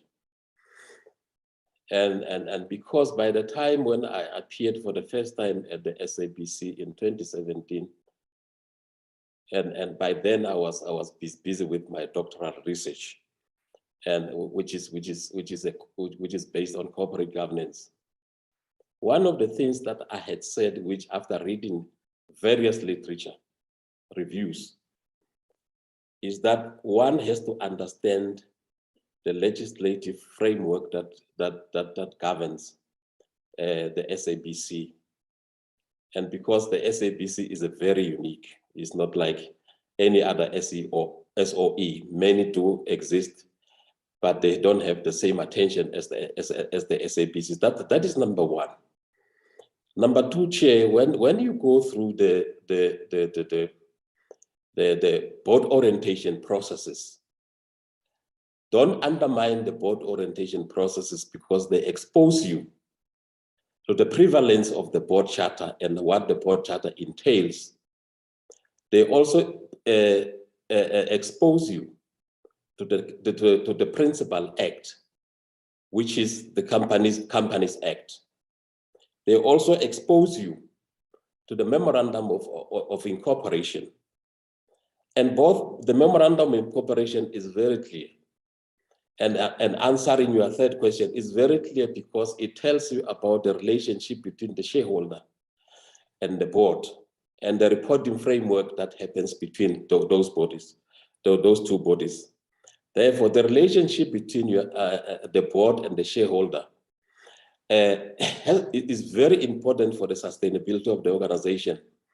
And I can mention, having gone through various literature, that if you don't have that relationship and you don't respect your boundaries, you will not be able to sustain that kind of a relationship. And members of the board would know that there is what you call a Matojanita judgment. And that Matojanita judgment affirms what I'm speaking about, which gives clearly what is the role of the board, what is the role of the shareholder, and that space must be respected. And also, one of the critical stakeholders in this environment, which also must be respected in terms of the legislative framework, is this committee, the Parliamentary Committee on Communication and Digital Technologies. Number two is also the SCOPA must also, because we appear through the SCOPA, and we are accountable also in terms of the quarterly reports that we make on quarterly basis to this very same committee, whereby we ask questions, but those are processed through the board prior to them being presented at yourselves as members of the committee, and we are equally accountable to these committees. So the relationship between the shareholder and the board is very much important. And then, as I indicated, the Matojan judgment is very clear in terms of what is the role of the shareholder and the role of the board. When you are in the board, one of the lessons that I've learned, Honorable Lala, is when you sit in the committees, one of the things that you must understand is the terms of reference of that committee. Because if you don't understand the terms of references of the committee, you will find yourself meddling into the operational issues which are delegated to the group ESCO, although you are supposed to play an oversight role. So that gives you guidance in terms of how you should operate at the committee level. I had an opportunity of participating in various committees, and I have read the terms of reference very clear, and I know that at times certain matters have been raised, and when the matters are raised, you should be able to know at the oversight level what is your role and what is the executive role. But that does not mean that you do not you don't hold the executive accountable. You do hold the executive accountable when they report to the committees, and you are entitled to ask as many questions as possible for the sake of clarity and for the sake of your fiduciary duties. My apology, Chair. I think I dealt with that issue of the interface, and let me clarify the issue of the payment committee, which was introduced by the then interim board, the then interim board that we joined in 2017. The reason for the interim for the payment committee was not usurp the responsibility of the supply chain, and I had indicated that the organization was bleeding, and there had to be a financial viability of the organization. And if you recall, when we come into the parliamentary committee, we're indicating that we have got so many number of lawyers that are, so many number of summons. And what we found very wanting, hence the interim board and subsequently ourselves until we appointed the GCEO and the chief financial officer and the chief operating officer. This committee existed to look at what is available in the kitty in order to pay suppliers. And one of the things that we have seen is that small business people during that time were suffering, and only bigger people were being paid. And there was a level of favoritism that was observed by the interim board and also shared with us when we came into substantive board. So the committee was not there to usurp the responsibility of supply chain of the SCN or any other procurement process, but to control what was available in the kitty. And we were not paying, at the end of the day, the acting GCEO by then, the acting CFO by then, were going through that process. And hence I'm saying, I don't want to indicate the name of the person where I don't have permission to mention, but I will only mention the committee. Thank you, Chair. Thank you. I just check if I'm leaving any member now. Honorable who has spoken, Honorable Dala has spoken. Honorable Pambo. Yeah, I think let me just have a bite because it seems like the candidate is having it easy now. There are no questions coming his way. How should the SABC balance, the public mandate, essential to ensure that everyone has access to information, and that the competitive nature of media, rather the media space, especially with the emergence of online platforms, challenging the traditional broadcasting? Thank you very much, honorable member. And I just noticed now when you were asking the question that there was one question that was asked by Honorable Molala that I had not tackled, which speaks to the commercial arm of the organization vis-a-vis the public mandate. And I think I'll coin them together. The SAB is a public broadcaster and has got a certain responsibility that goes into the public. And then there is a greater expectation for SABC to carry a public mandate, which is not funded. And we expect to borrow from the commercial arm of the organization in order to sponsor for that kind of a mandate. And Honorable Bambo, the online platforms and the SABC is part of the competitive edge in terms of those online platforms. And if we are not able to change, we will not be able to participate. There are so many experiences in the sector, and it is important that we, each and every time when we review our strategy, we must also look at the competition and look at the kind of the public that we are serving. The youth of today might not necessarily be interested into what the middle age or the older age are looking at. But how do we then make sure that we accommodate all sectors in order to subscribe to the public mandate as outlined? It is also very important to look into the kind of the funding that exists. Hence, I had indicated that the commercial arm, to a certain degree, has to sponsor the public mandate, resources permitting. And it is important that we don't lose the confidence of the public by not coming back to like funerals, for an example. During the funerals, for an example, there is an expectation that certain funerals need to be covered, and those are not catered for in terms of the resources, but it's something that has to be done in the interest of the public. And I don't want to mention quite a number of activities, but it's very important. But the SABC has to, and it has attempted to do that, to respond to the online in order to cater for the various categories of the audiences, either at the youth level, either at the middle age level, either at the older level, at the older level.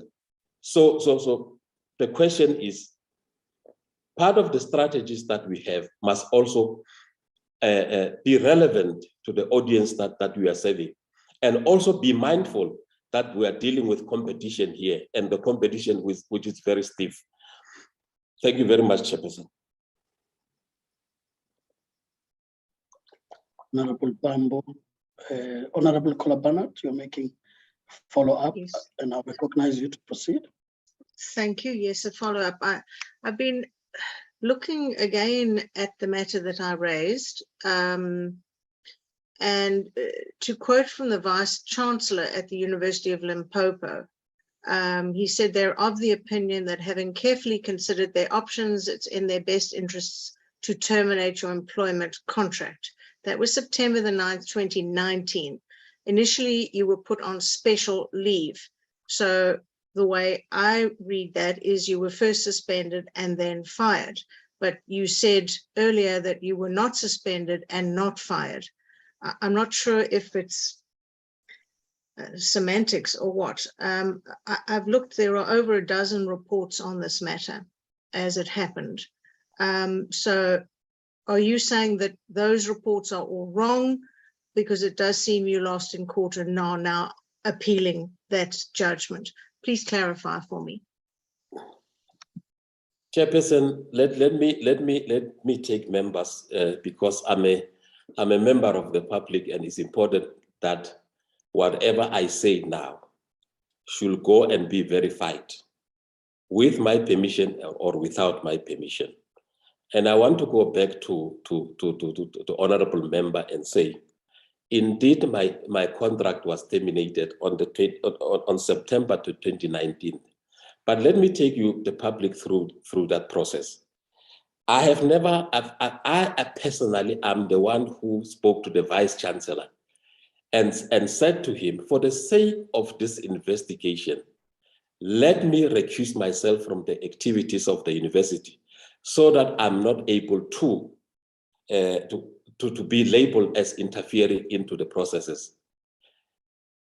And I cannot contest the veracity of the letter of the Vice Chancellor because it was not written by me, it was written by him. And in that letter, I think there is a portion whereby he indicated that he had consulted with me, and I can put it very clear and under a lie detector and indicate that I had never had that interaction with him before issuing that letter. Number one, there were charges that were preferred against me. And when the charges were preferred against me, I was going through a DC process. And as I was going through a DC process, that's where I would prove my innocence in terms of the allegations that were put to me. Unfortunately, the initiator, may his soul rest in peace, unfortunately passed on. And the process was delayed by the university appointing a new initiator. And in the process of the exchange between lawyers, in terms of the days, when I was expecting to appear before a DC, unfortunately, I was to appear on the 2nd, the 3rd, and the 4th of December in 2019. In the September that the honorable member is mentioning, that is when I received a letter of termination of my contract, and not through a messenger, through an email. And I request members to go and investigate these processes, because in the report that I sent to the shareholder through a parliamentary question, I did indicate, and I'll reveal the number of pages together with the annexures that were given to the parliamentary committee, is 335 pages of a report, which was very detailed. And I wish members, honorable chairperson and members, go back into that report and then acquaint yourself with that. And hence I had indicated earlier on, I regard myself as a victim who was going through a process and who, without a fair process, his contract was terminated when this person was suspected to appear on the 2nd, the 3rd, and the 4th. My lawyer can confirm that. And the details are contained in the report that I had indicated. I want to go back to the issue of the court. And the records are very clear, and they're there on Safely. And I want to indicate that I don't want to impede on the subjudicate processes. I did indicate that I took the university to court in 2018, and I lost on agency, and I did not lose on facts, because there has never been a time whereby I was able to be given an opportunity. So that process I lost on agency, not on facts. The details are contained in the 335 pages report that was submitted to the shareholder and many others. And the process now, which is through the SCA, it is not something that was initiated by myself. It was initiated by the university.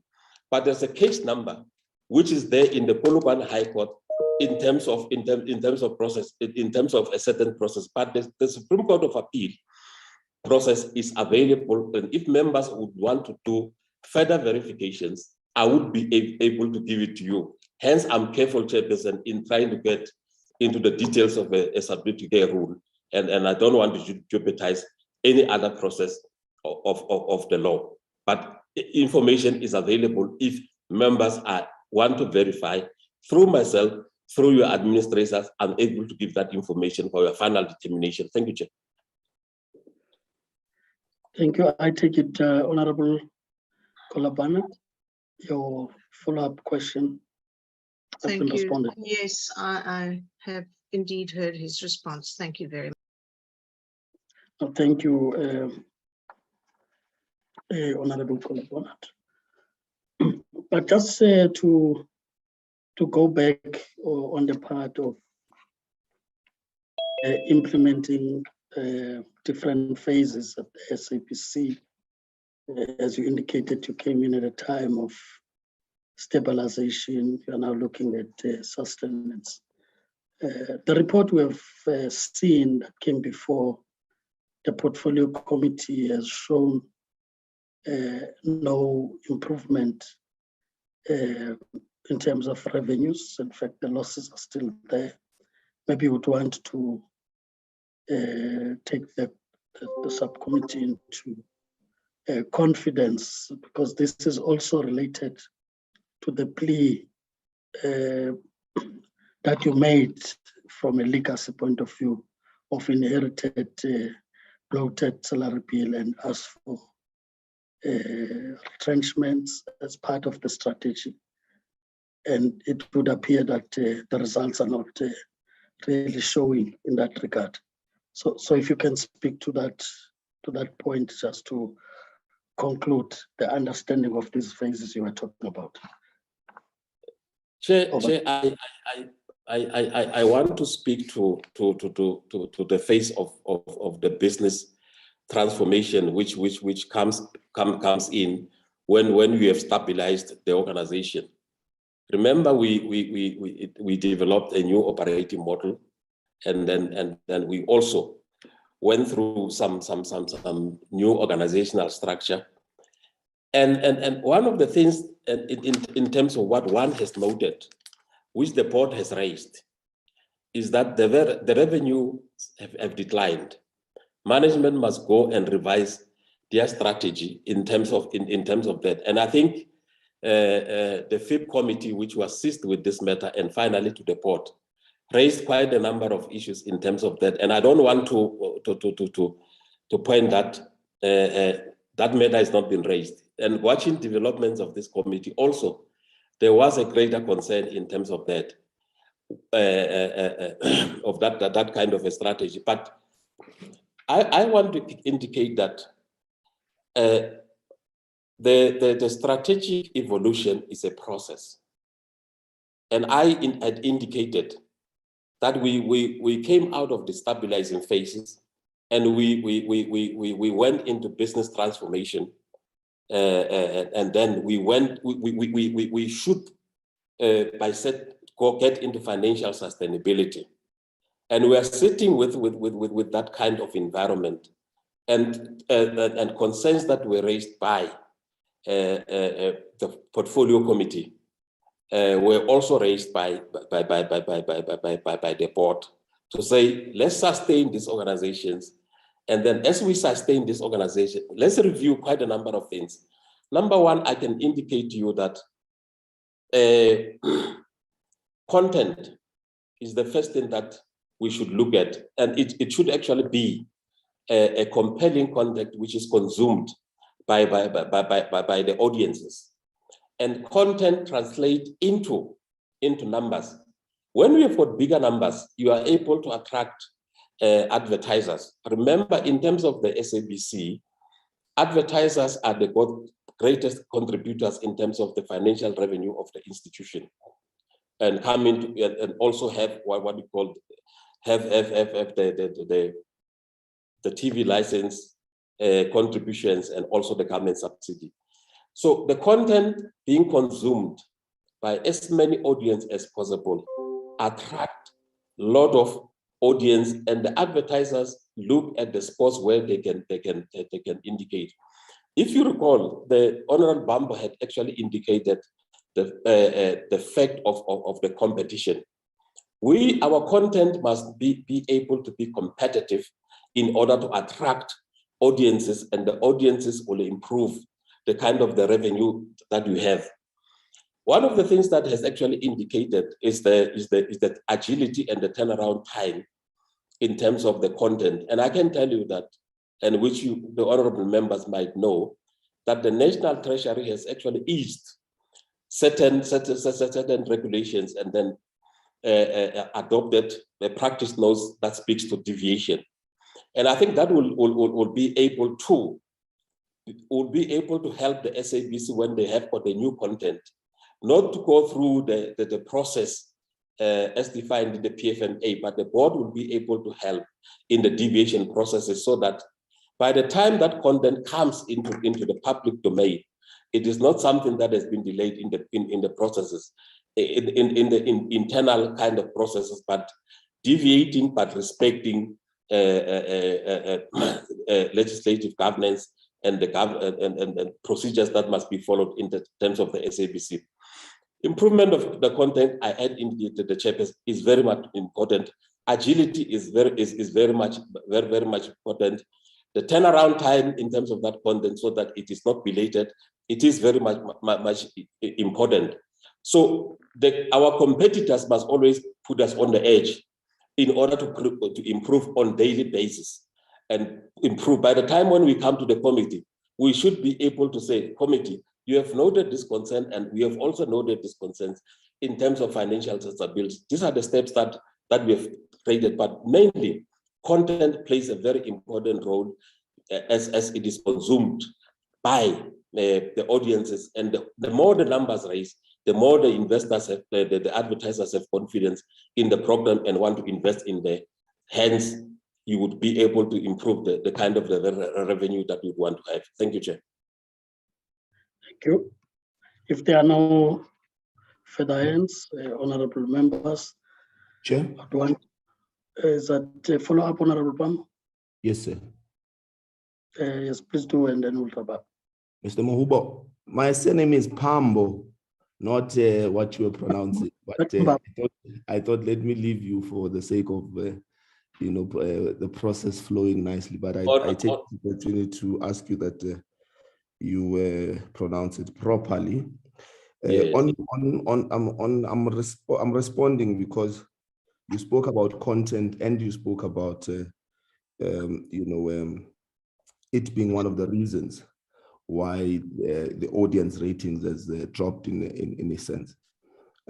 There's about 800 million that has not been spent, that was set aside purely for content. We had this, I think three meetings ago, from the report that we received as a committee. Why would an entity that is struggling with content sit with so much money, not use it? And don't you think that is almost deliberate or tantamount to sabotage, to self-sabotage? Chairperson, Honorable Bambo Vuyani, my apology for mispronouncing your surname. Chair, I think you must help him, Chair.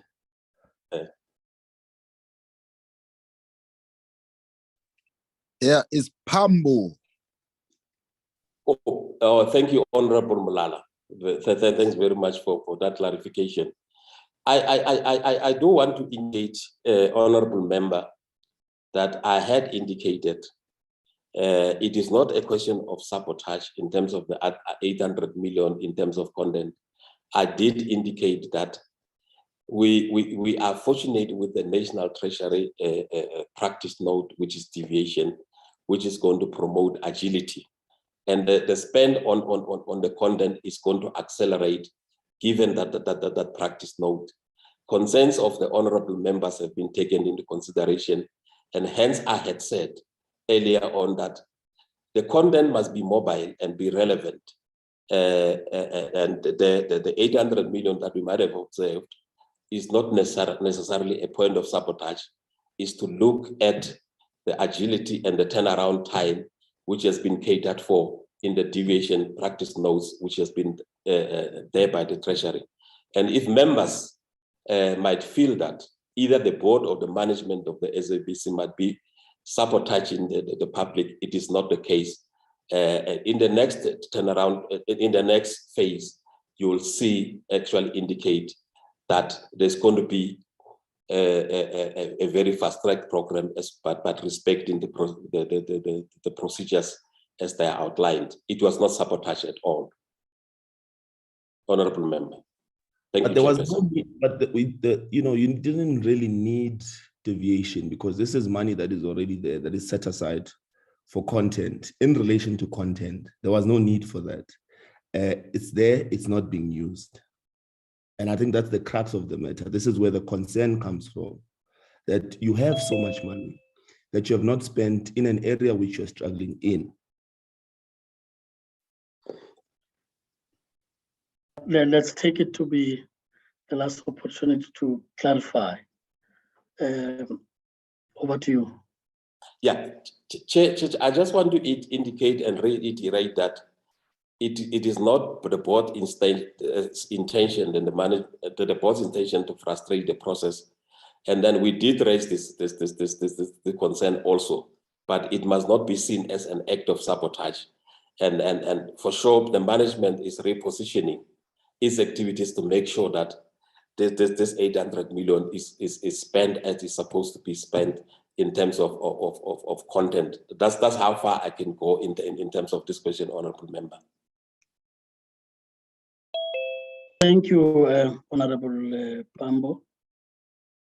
And we are now at a point where we get back to you. Like I said, would recover the 1 minute here. So would now look at 2 minutes for you to address the committee for the last before we close formally. Yes. No, thanks very much, Chairperson. I'll utilize these 2 minutes very effectively. I am committed to be reappointed to the PRASA board because I've got the requisite experience and the love for the organization. It is very, very, very crucial, Chair, to indicate that the SOEs, as pointed out in many reports, have attracted wrong candidates in terms of the board experience, in terms of the interest that must drive the organization. And hence you have seen in many cases that there were interferences and into the operational issues and many other issues that are flagged in various number of reports. And I did in one of the things that I thought I'll talk about is the question of the irregular and fruitless expenditure is one of the matters that has been seriously looked at, and then and the board has raised, and if you go into the record, there has been a substantial reduction in terms of that. I commit my time to the board, and the board evaluation is very evident to that. Many of our people today do not want to serve in the SOEs for fear of being declared PED, politically exposed persons. The banks do that. Hence, many of the people do not even want to get into the SOEs. But I'm brave enough because I'm an ethical person, a corrupt-free person who is able to stand by himself and by aspirations of the organization in respect of what I had indicated, the frameworks that are governing the organizations. I'm serving in current 2 SOEs and I served in another one in the city of Johannesburg. And that experience that I have, Chair, I believe that the new members can benefit from it so that there is continuity. Like we have benefited from the interim board and members who joined in 2019, I believe they also benefited from the 4 members who never resigned from the board. And I believe that we have to believe in continuity and also make sure that the mandate of the public is adhered to and the respect of the bounds between the shareholder and also and the board is also respected. And also the so many other things that had happened does not mean that there's a huge difference. There would have been some misunderstanding, and we are accountable to yourselves, Chair, and we are accountable to the country. And I'm one of those people who respect the laws of the country. Hence, I go to the extent of clarifying myself in terms of the processes at the university. And I'm very open. And I want to lastly say, go and do your thorough investigation into my activities at the universities, and the truth shall prevail. And I thank you very much, Chair.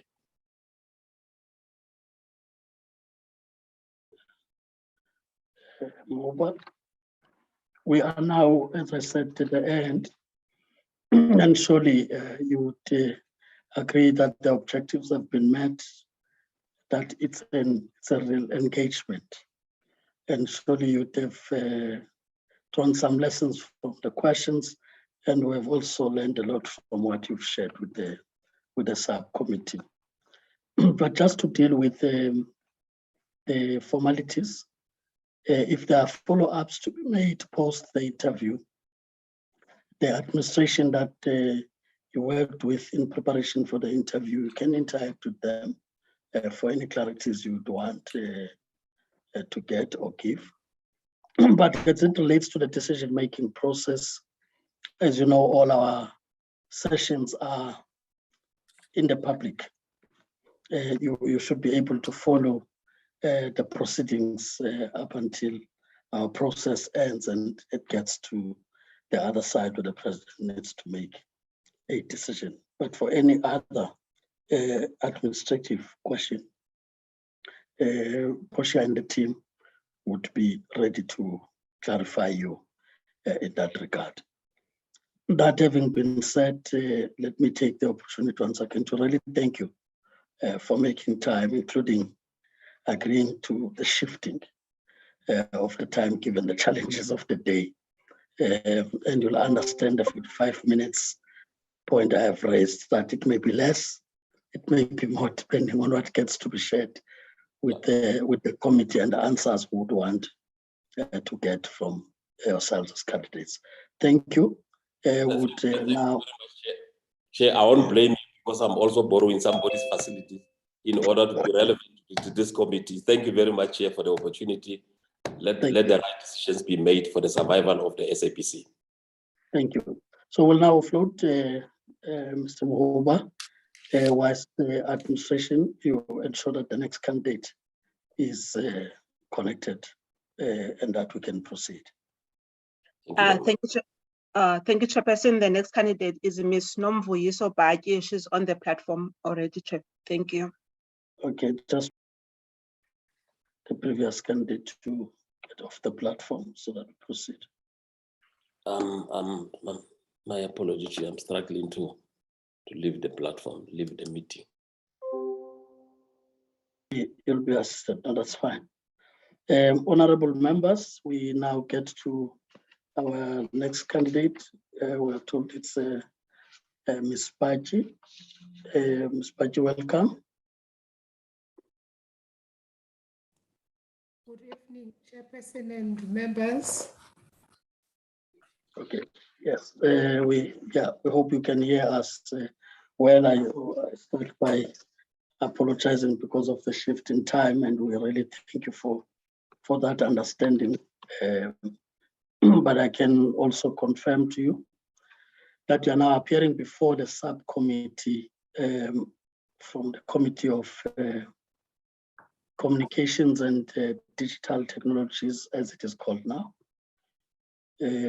So the subcommittee is set in terms of the rules and reports to the main committee. In that score, it means decisions would have to be going back to the committee and take the process forward. The committee is constituted by members of parliament proportional to the electoral support as per 2019 elections. So in that score, it is quite representative. And you will hear as we introduce members. So we have that in proportional terms.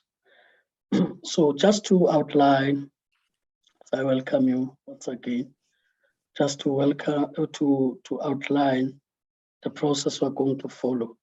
We have allocated 45 minutes. You know, this 45 minutes rule is, it can be less or it can be a little bit more. We call it overlap on the basis of the interaction that members would have and the answers they seek to get to satisfy themselves. So in this regard, we will just do the brief introduction of the members, thereafter give you 5 minutes to briefly introduce yourself, talk to your experiences and how that would help the SABC if you were to be considered. Of course, thereafter we'll get members to ask questions. So members may go beyond your 5 minutes introduction because they've gone through the detailed CV, and then they will ask the questions in that regard. So it's important to just keep that in mind. For each member, we'll have 5 minutes, which is for the questions, as well as your responses to the questions. Once members are done, if there's any matter outstanding from what has been raised or needs clarity, that's the only time the chairperson will probably ask a question. Just to clarify that point, if covered, there would be no reason to ask a question.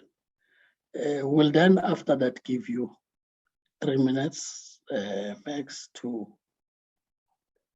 say your last inputs you'd want to leave the committee with, and then thereafter formally close the interaction. So we call it an engagement, not really in the strict sense of interviewing, that you must be honest in the way you engage, get to relax, engage, so that we share the experiences, learn from your responses, whilst you also learn from the questions or the interaction with the members. We do this not only for the this interaction we have now, but beyond this, as we continue to play oversight over the SABC.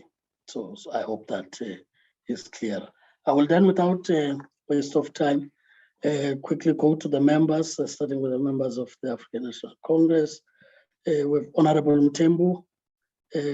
Honorable Mthembu, can you still hear us? Good evening, sir. Chair, I'm here.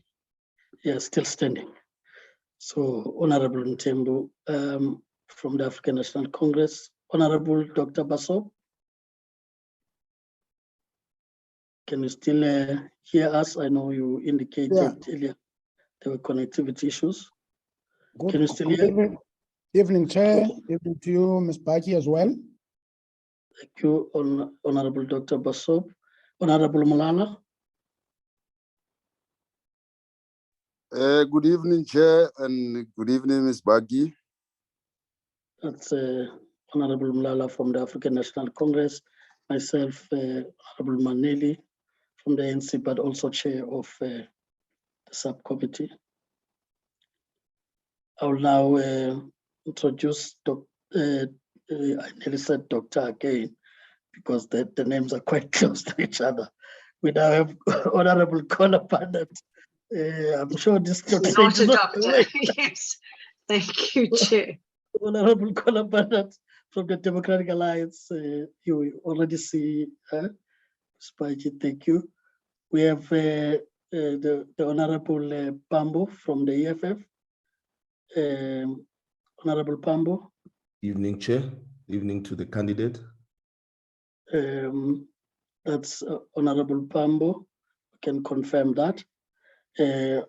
Honorable Majosi, are you now able to hear us? Yes, finally, Chairperson, I can now engage. I think I've sorted out my gadget. Yeah, no, I'm only happy that you can't blame Soweto this time. I know you're in Western Cape. Welcome, Majosi.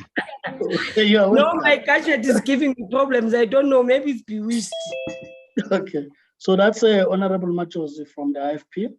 Like I said, you have 5 minutes to briefly introduce yourself, and thereafter we'll get members to interact.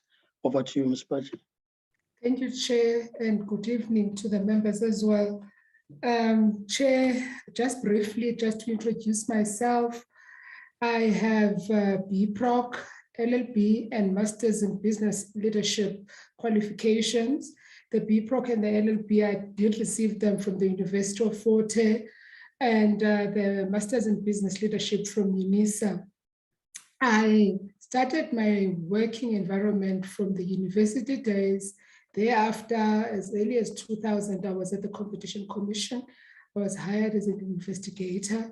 I moved to ICASA for the period 2003 up until 2017. I served in various roles at ICASA, one of which was manager competition, acting senior manager, policy analysis and development. I was a councillor as well for 2 terms. I then proceeded and worked at Prime Media Broadcasting, wherein I was the head for regulatory affairs and human capital at Prime Media Broadcasting. I then left. I joined the Department of Telecommunications, as it was at the time, as the special advisor to the Minister, Minister Stelanda Abrahams at the time. As you recall, there were 2 departments at that particular point. Then I was tasked to head in the Department of Communications.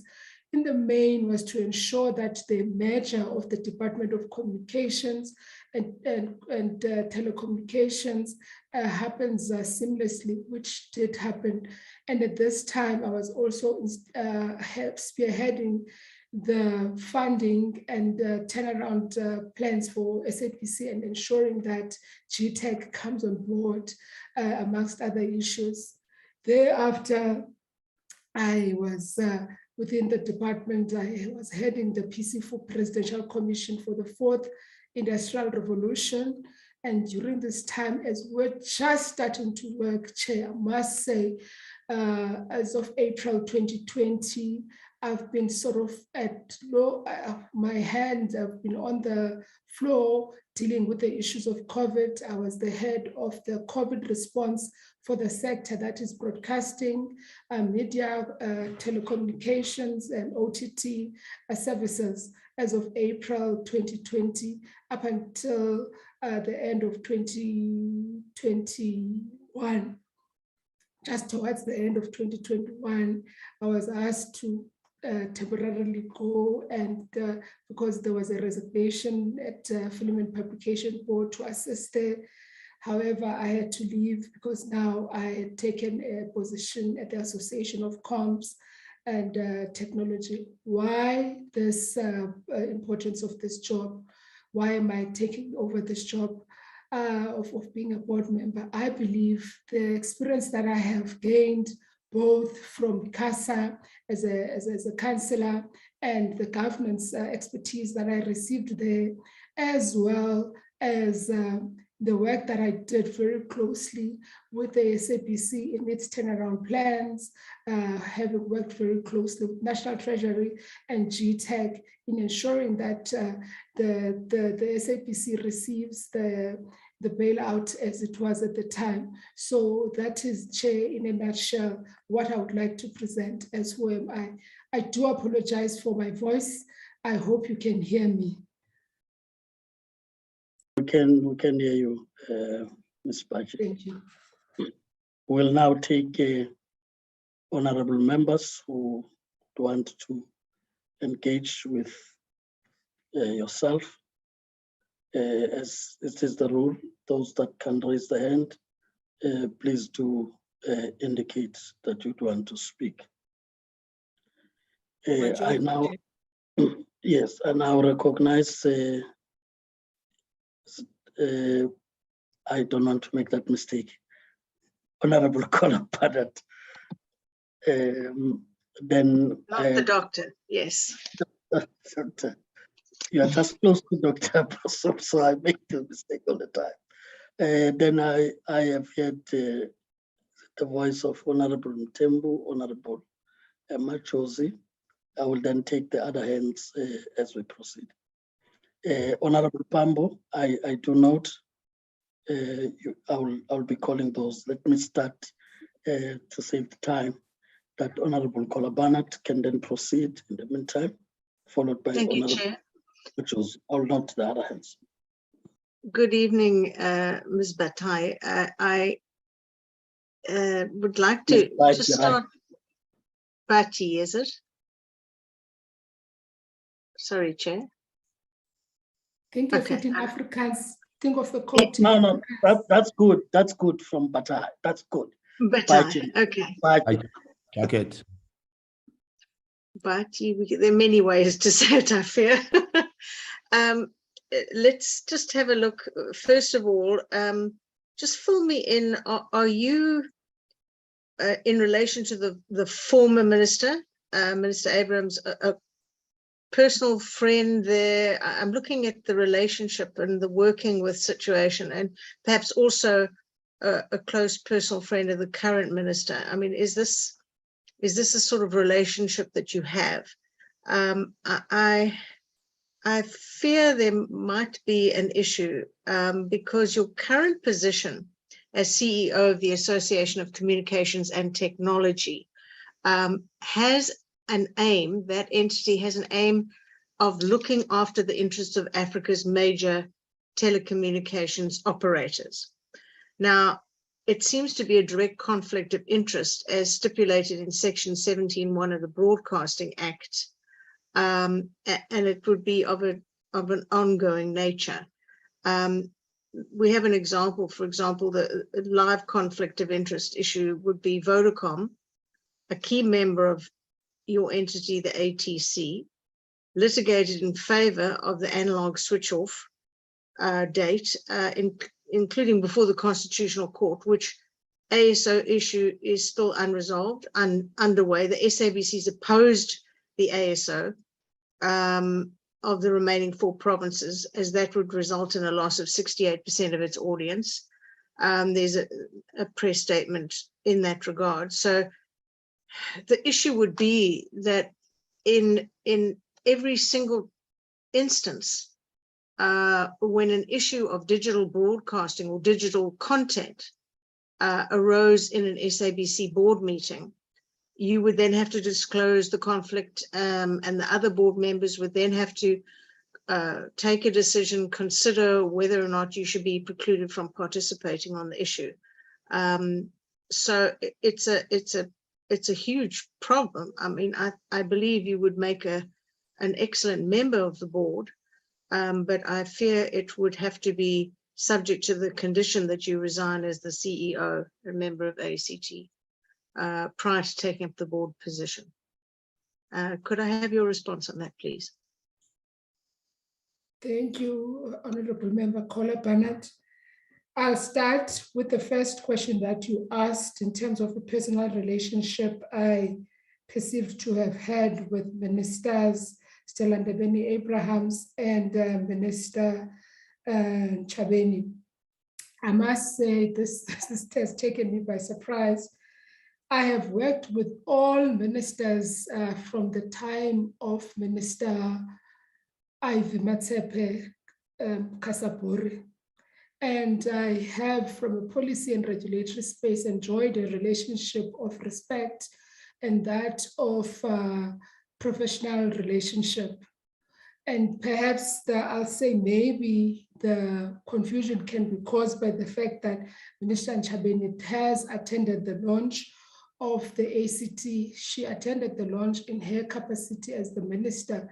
A number of stakeholders were invited to the launch, and other ministers as well were invited. However, she is the one that made it. So as to having a personal relationship with her, I do not have. For example, I do not know where she stays. I've never been out with her even for coffee. I don't drink coffee. That's just by an example. I have met her a number of times, but in a professional relationship, insofar as the work that I've been dealing with. Insofar as the association itself, the relationship of the association steers away from commercial activities of the entities. So for example, we have the 6 members. As you know, these are competitors. They have diverse interest in the sector. Just as a matter of principle, before every board meeting, before any meeting, make sure that the competition law statement is read out, make sure that there is no issues of commercial interest that may be advanced, and make sure that those are not affected. So in the main, what the ACT does is to focus on making sure that we have research in the telecommunications sector. As you would know, for example, in the broadcasting sector, you have what is called the Broadcasting Research Council. We don't have an equivalent body within the telecommunications sector. And in the main is to make sure that the infrastructure providers in South Africa have a reliable source insofar as ensuring that there is credible data out there. Then lastly, the other thing that is linked to that is the issue of the analog switch off. This is, as I think it's linked to the part that says this is an individual stake that the licensee would have, and it does not necessarily mean that it is a collective decision of the ACT members to make sure that it advances the telecommunications sector. Then lastly, it would be foolish of anyone in South Africa to actually try and block, actually globally, to block any progress insofar as the digital era that we're in. Because even if, let's say, by some miracle, I possessed such powers that I would be able to attempt to block people from, especially the board, from having a digital strategy, which is near impossible because the turnaround strategy directs the SABC to actually follow that. This then becomes a strategic pillar that the SABC has. Over and above, management has the responsibility then to implement such, and those commercial arrangements are not entered into by the board. The commercial arrangements, which will be an anomaly, the commercial arrangements will be made on an individual basis or by the management of the SABC. I hope that answers you, Honorable Member. Thank you. Thank you very much. Thank you, Honorable Kolabanet. Like I said, the hands will be as I recognize them, and I recognize Honorable Mthembu. Thank you very much, Honorable Chair. Good evening, Ms. Faki. Spagi or Faki? Good evening. Faki. How are you doing this evening? I'm good, Honorable Member. If you know Afrikaans, think of a jacket in Afrikaans, then you'll be good. Okay. Listening to your wide experience, Ms. Nomvoyesu, I just want to know if it happened to be, if you happen to be considered as one of the board members, SABC board members, what will be your turnaround strategy in terms of sustaining finances in this institution? Thank you. Thank you very much, Honorable Mthembu. So this is one of the critical pillars of the turnaround strategy of the SABC. And I do understand that the SABC has been trying to fix this pillar. Insofar as the finances of the SABC, one of the things that has not been done effectively is the issue of revenue generation. So by revenue generation, we think about it this way, because I worked at a commercial radio station, right? SABC has 19 radio stations, has 6 television channels. That's the offering that they can, that they have at their disposal. And it's how they sell those. However, I've noted that, and not only me, even the turnaround strategy says so, that the focus has always been to sort of bundle their services and not complement them. By that, I mean, so for instance, if you're looking at a radio station such as your SAFM, which is a proper national radio station, looking at your Radio Sondergrenze, which is a proper national radio station, SABC does not sell these radio stations as at their own right in terms of their marketability within the demographics that they belong to. They tend to bundle them with other services that do not necessarily attract the revenue that it requires. So they will say, if you say they're selling SAFM, they will club SAFM, with a radio station such as True FM. True FM, I'm sure only 5 people would know True FM nationally because it belongs in some obscure region within the Eastern Cape. So it's how you package the sales within the SABC, which is something that SABC has not been able to do effectively for the last couple of years. That's the one thing.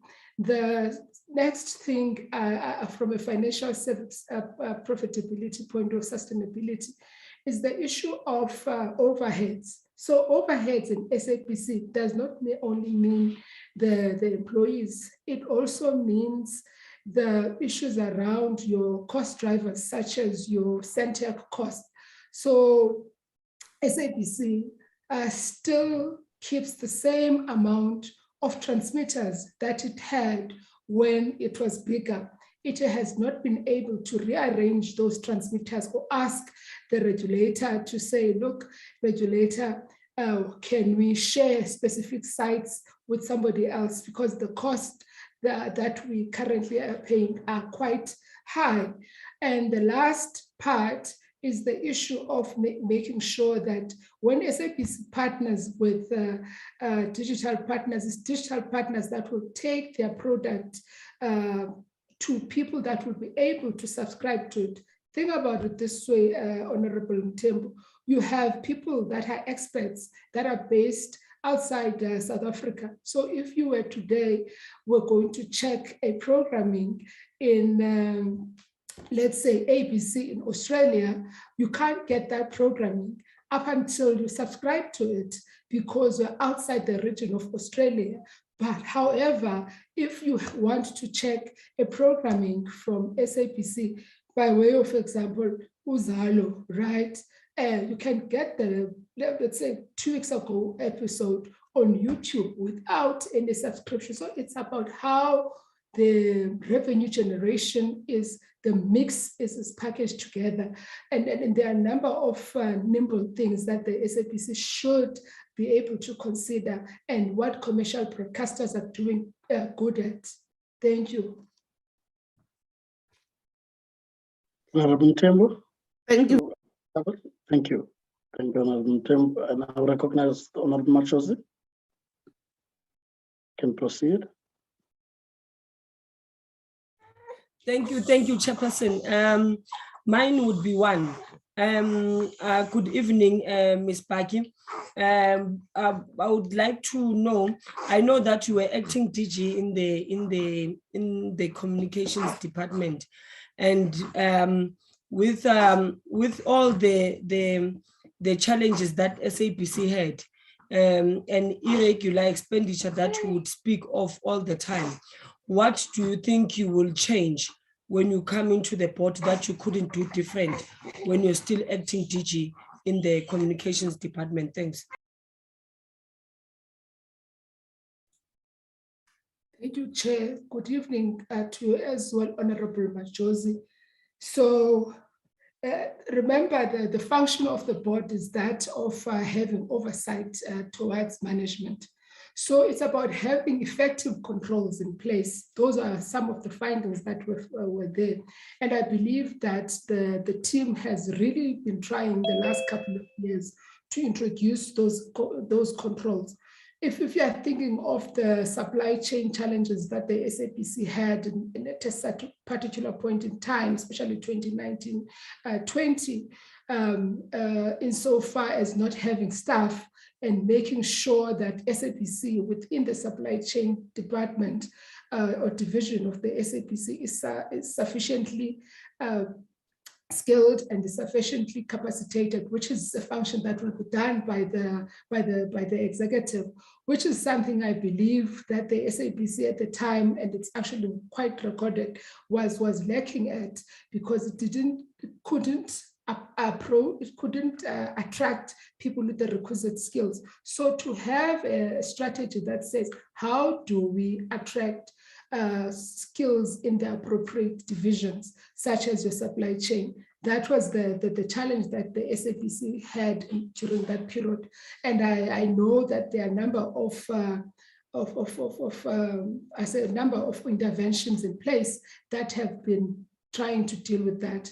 and then slowly but surely they're getting there. But the issue, that is what needs to be done differently, is the issue of internal controls, which I know they have been really trying to do. And it's not an event, it's more of a journey to get them to the right level. And I think I've seen last year that the CFO and then the team have hired new people that are responsible for supply chain. So there is a hope. So I don't think it's a matter of interference from a board. It's a matter of making sure that those pillars that have been introduced, especially those that have been identified by both the Auditor General and the GTEC study, are implemented by management. Thank you. Machozi, covered. Thank you, Honorable Machozi. May I just check if I'm not leaving any member who wanted to pose questions? Yeah. Honorable Pambo. A quick Yeah, one, I'm just checking. I noted you, Honorable Pambo, but I just wanted to check if there are further hands so as to manage the timing also. Okay, no further hands at this point. Honorable Pambo, can proceed. Oh, thank you very much, Chair. Ms. Paji, what's your view of the credibility of the SABC, as a public broadcaster, and what needs to be done to ensure that it is an institution trusted by the majority of our people in the country? Another one, I think maybe I would like to hear your thoughts. What do you think is the role of the SABC in dealing with the challenges of xenophobia, gender-based violence, and general social ills?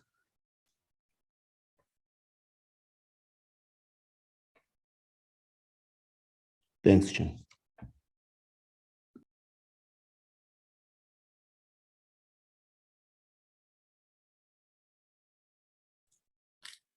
Thank you. Good evening to yourself as well, Honorable Pambo.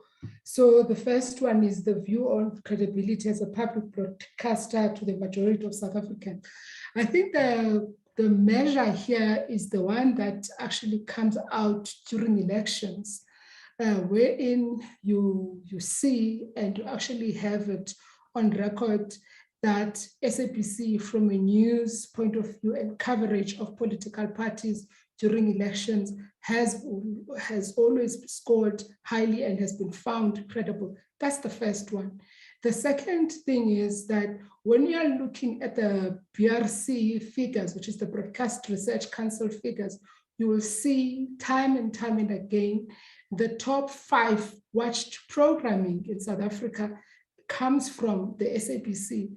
If that is not a measure of somebody's credibility, I don't know what is, because it shows and illustrates that viewers keep coming back for the content because the content is compelling.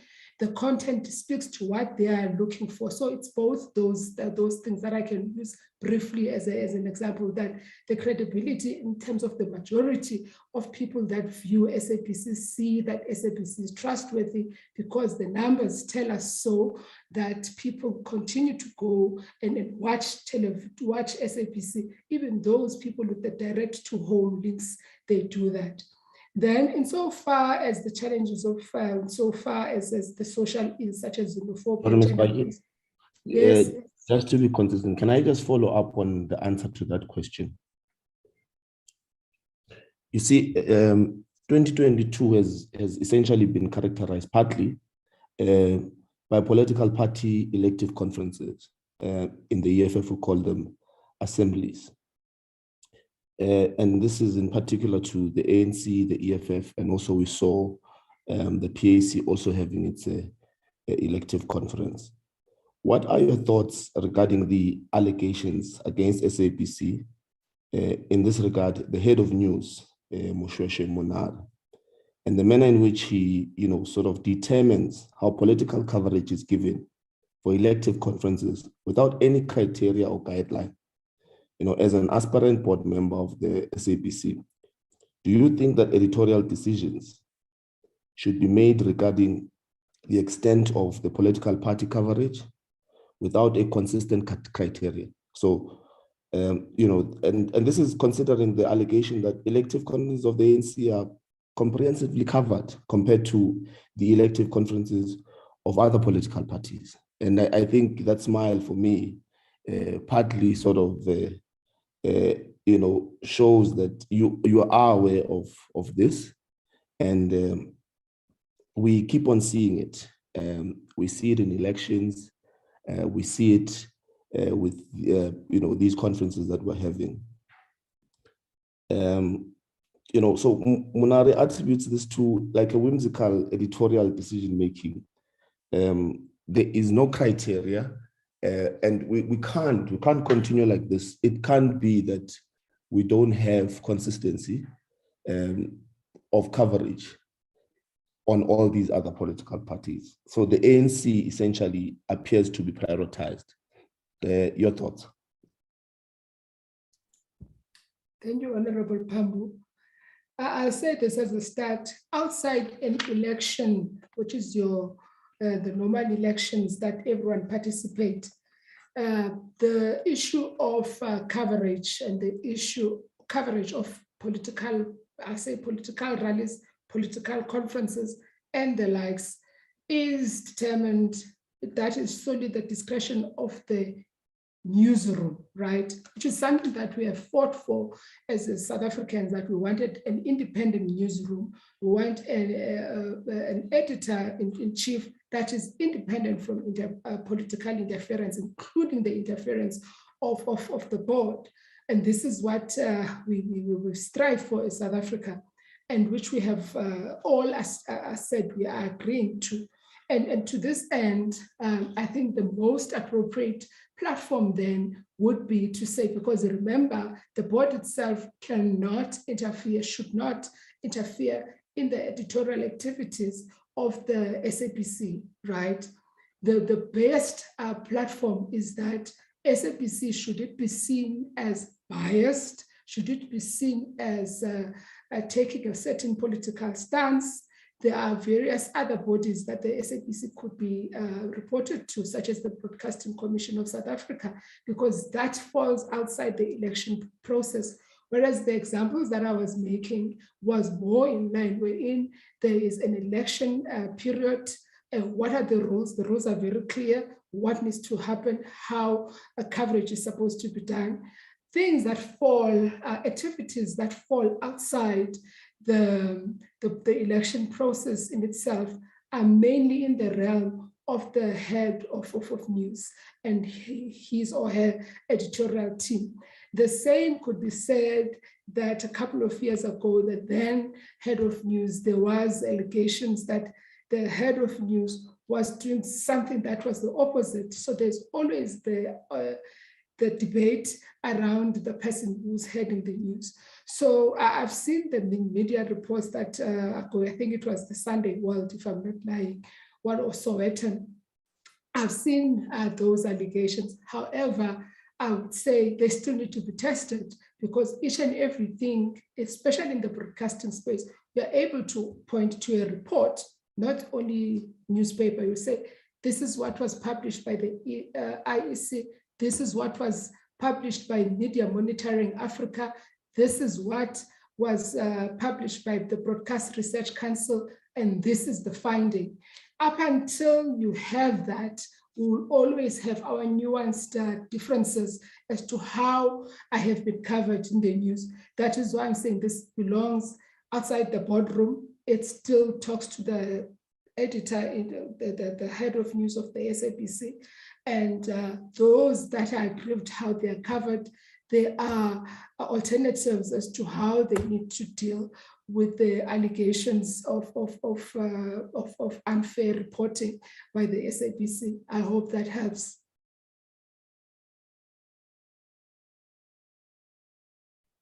That's fine. That's fine. We can leave it. Thanks, Honorable Pambo. Thanks, Ms. Pachi.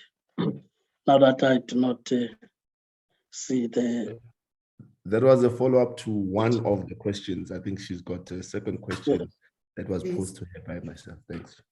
Yes, so you can then proceed to respond so that we get to some wrapping up if there are no further hands to come in. Thank you. Thank you, Chair. The second question was in respect to the challenges of xenophobia, gender-based violence, and other social ills. What role does the SABC play, if any, and what role should it play? I think in any manner or form wherein we're having social ills, that is why we have a public broadcaster. The public broadcaster then, through its programming, such as documentaries, such as your news, covers those social ills in a manner that is responsible, in a manner that does not seem to offend. I know the issue of gender-based violence has been covered in at least one programming on SABC. I think it's SABC 2, it's not one, it's SABC 2 on a Thursday, wherein they really try to balance it out, but it happens, it's very late, it's at 10 p.m. They try to balance the views of, they call it femicide, the issue of gender-based violence and what people, women especially, face in our society. And there is a repeat of it on a Saturday as well. So SABC, like any other broadcaster, but specifically because it's a public broadcaster, it has that role. I know, for instance, that in some radio stations, ironically, the ones that are traditional, it's not the English radio stations, do have programming during the week that especially touches on issues of especially the gender-based violence. And you would not believe this, it's covered around 4 or 5 a.m. in the morning, the time that people are rushing for work. You will hardly see it. I've never heard it on SAFM, for example, or on Radio 2000. So there seems to be that delineation for me that I see as a listener, that gender-based violence belongs to certain groupings within the viewership of the SABC. So they have that responsibility, but over and above, you see other news channel doing the same, because it is a scourge that is facing us as a country, especially there's so many things that we're faced with, but in the main, they will touch on issues such as the use of drugs, the use of the prostitution that is out there of underage girls. And I've seen this, that SABC has played an active role. However, the programming, I guess it's how it is because of the type of content that is played very late for some of the people to even catch on it. Thank you. Honorable Pambo, I covered now. Can move to. Thank you. In the absence of further questions, maybe we can just get back to the question you've responded to about the independence. You talked to the newsroom, you talked to the separation between the board and other decisions that get made by the executive management. Coming also from being a former acting DG. Locate the independence from a relationship that the shareholder would have, the board, and that executive management. Just to take us through in your understanding of how best to also manage the unavoidable tensions that get to arise sometimes. Which may either have interference or no interference. Yes. Yeah, I think that's just to lift up that point, which has already been asked anyway. Thank you. Thank you, Chairperson. I like how you're saying the tension. Indeed, it is the tension. So, Chair, because I've been on almost every side, the regulator, the department, private sector. So that helps. So Chair, one of the things that I've noted in my experience, especially when I was in the department, it's the lack of communication. It's ironic for people who are in the communication space that the next thing that you see, something that was not even a disagreement, somebody goes and has a press conference or writes a letter with a misunderstanding. Ironically, this does not happen within the operations environment. So, for example, I would have a difference of opinion with the CFO or with the CEO or the COO during our engagements. We'll fight tooth and nail in the boardroom and we'll even say, and then, however, we'll find each other, right? But no one sees this. Let's say on the issues of the preconditions when we're dealing with the bailout. One of the things that, for instance, the SABC wanted to fund was for abolition facilities in KZN office for 2 million. It's like a toilet for 2 million, you know, I just went like that. So, and we fought and fought up until to see that this was not, somebody had a finger error, it was 200,000. It was not meant to be 2 million. And it's those kind of small misunderstandings that people have. So as a person that comes from the regulator, as a person that has worked at the department, I have demonstrated the ability to manage those relationships between the shareholder, between the management of the SABC, recalling that at my level, as there's an acting DG, I did not interact with the board. I only interacted with the CEO. And despite whatever things that differences would have at that particular point, you will not see us having a tiff outside. So it's very important how you manage relations. It's very important that you always keep the lines of communication open, which I think is something that we have yet to master within our space, as I'll say, within our communication space, that we like fighting. I'll say this, we like fighting and disagreeing on TV and making ourselves news. Whereas you can disagree with a person and perhaps within that disagreement still find each other within the boardroom. And I think that's the one thing that is missing between all these disagreements, because we would have found time and again, all these disagreements at the end, they find each other in no time. It wasn't a real disagreement. It was just a misunderstanding between these two people. I can go back to the issue of the bailout, how the preconditions, the differences, you remember the fights online, the fights on TV, and at the end of the day, it was nothing. People got what they were looking for, and us were part of the talks with National Treasury, we just didn't understand what was the big deal about, but we find that it's more the misunderstanding and not understanding where the other person is coming from and what role does the person enjoy. Lastly, Chair, it is important to understand why the public broadcaster exists, right?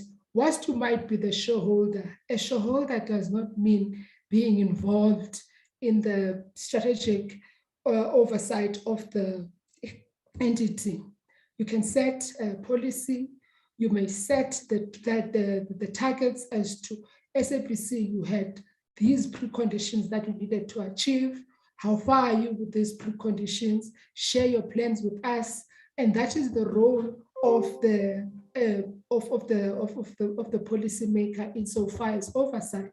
So it's just, I think for me, I don't know, but we have a word that we use in my language that we just need to grow up, for lack of a better word. Thank you, Ms. Baji. We are now back to you in the 3 minutes to speak to the committee for the last time in the engagement. and then we can wrap up to release you. Such. Over to you. Thank you very much, Chair. I must say, Chair, I'm quite encouraged by the conversation that we just had. I was expecting, you must know what I prepared. I was even looking at the Broadcasting Act at the time that I was there. And I must say, Chair, just having this conversation with yourselves and the other honorable members, I can only wish everyone the best, and may the best people go forward and steer the SABC in the right direction, because SABC exists not only for us as individuals, but as South Africans in totality.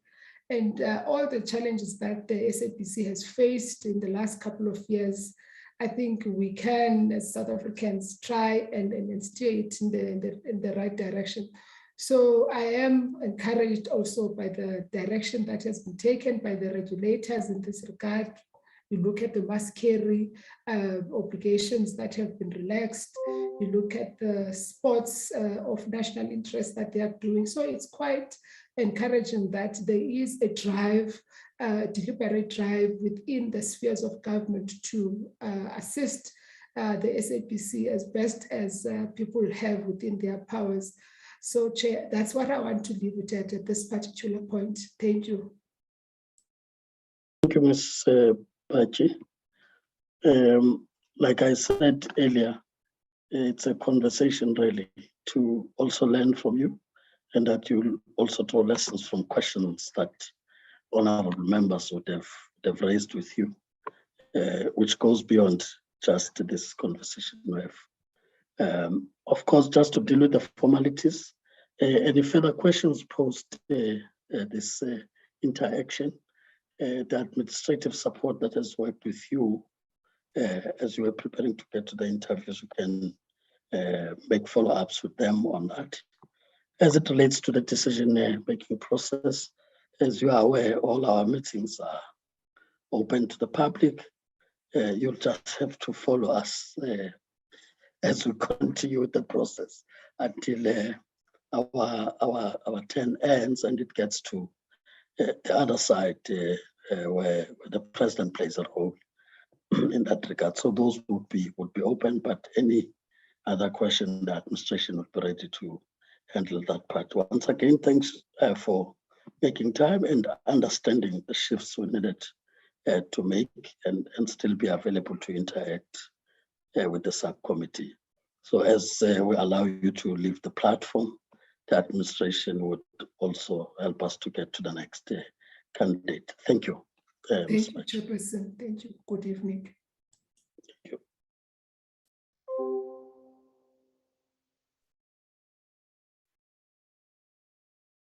Ms. Ndaveni, you will indicate and officially tell us if the candidate is.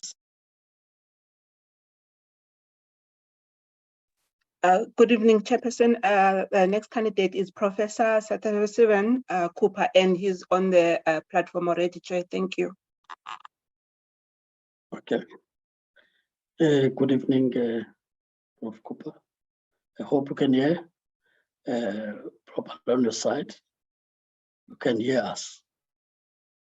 Yes, I can, although it's a little patchy given load shedding and connectivity issues.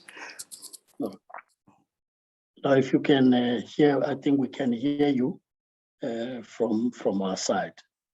So if you do experience problems, you'll indicate that you're Yes, I will. Sure. Yeah. But let's take the opportunity to welcome you.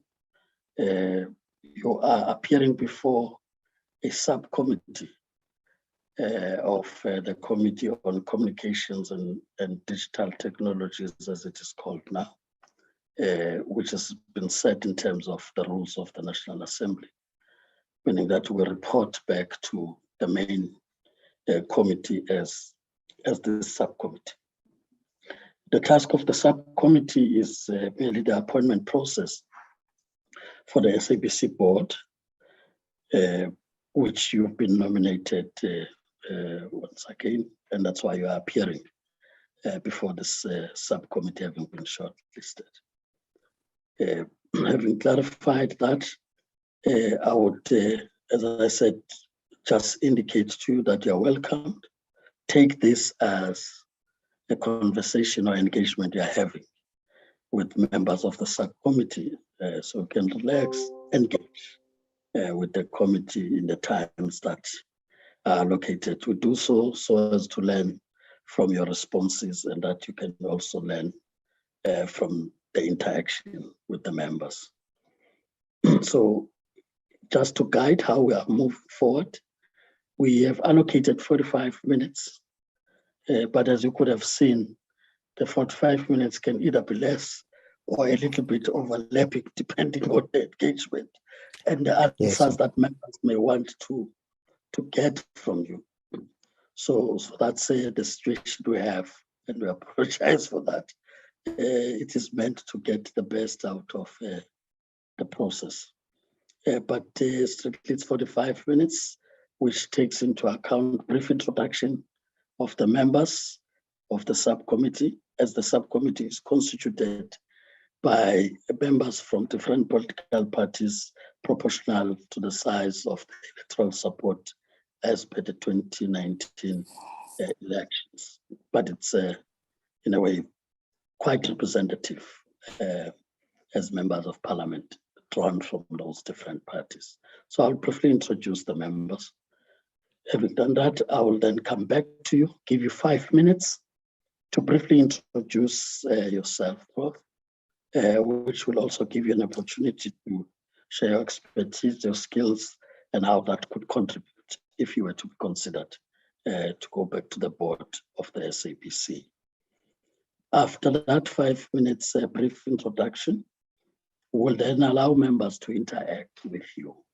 5 minutes per member, which takes into account both the question and the response from your side.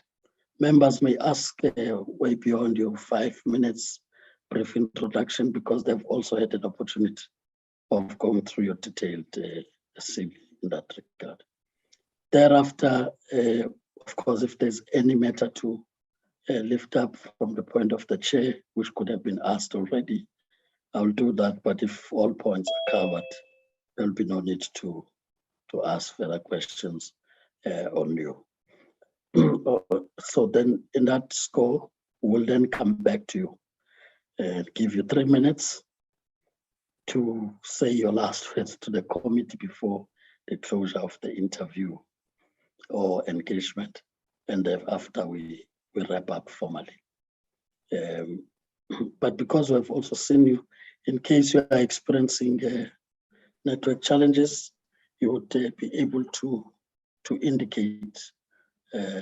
But for now, I think we still hear each other, even though I see that from the side I'm looking at, it does say that your bandwidth is low.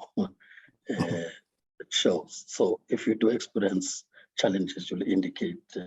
I think members would have seen you in any way. So that's how we're going to approach this 45 minutes discussion. So I will then, without waste of time, as I said, please feel welcomed, and that take this as a conversation. I'll start with the African National Congress, quickly run the members of Honorable Mtembu. Honorable Mtembu can indicate if you're still on the platform and be able to hear us properly. Good evening, Honorable Chair. I'm still here. Still standing, Honorable Mtembu. We have also from the African National Congress, the Honorable Dr. Basop. Is still. Evening, Honorable Chair, to you, Prof, as well. Thank you. Thank you, Honorable Dr. Basop.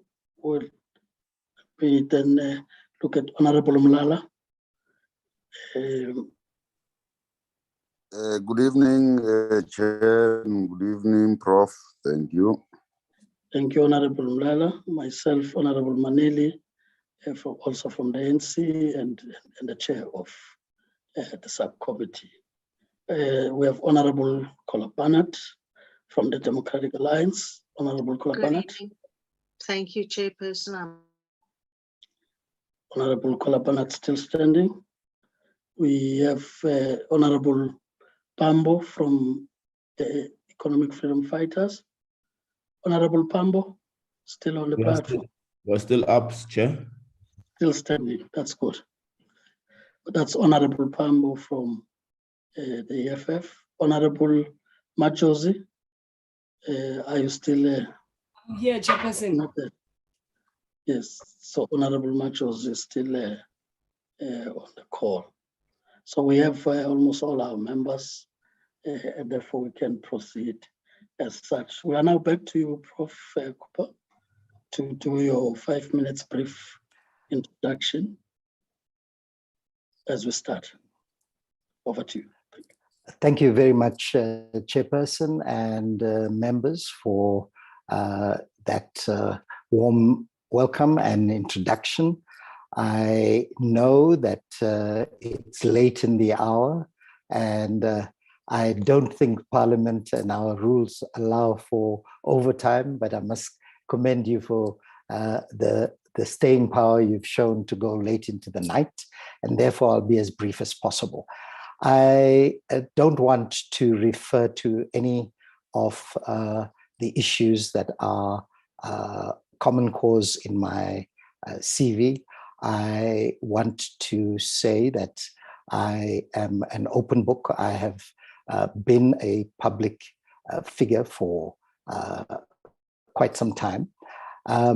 And I have decided to make myself available because I was approached by the groups I was approached by, and I want to thank them for the nomination. I considered it very carefully and felt that having served a truncated term in the current board, that it would behove some of us to continue to offer our availability to the SABC at perhaps one of its most trying times.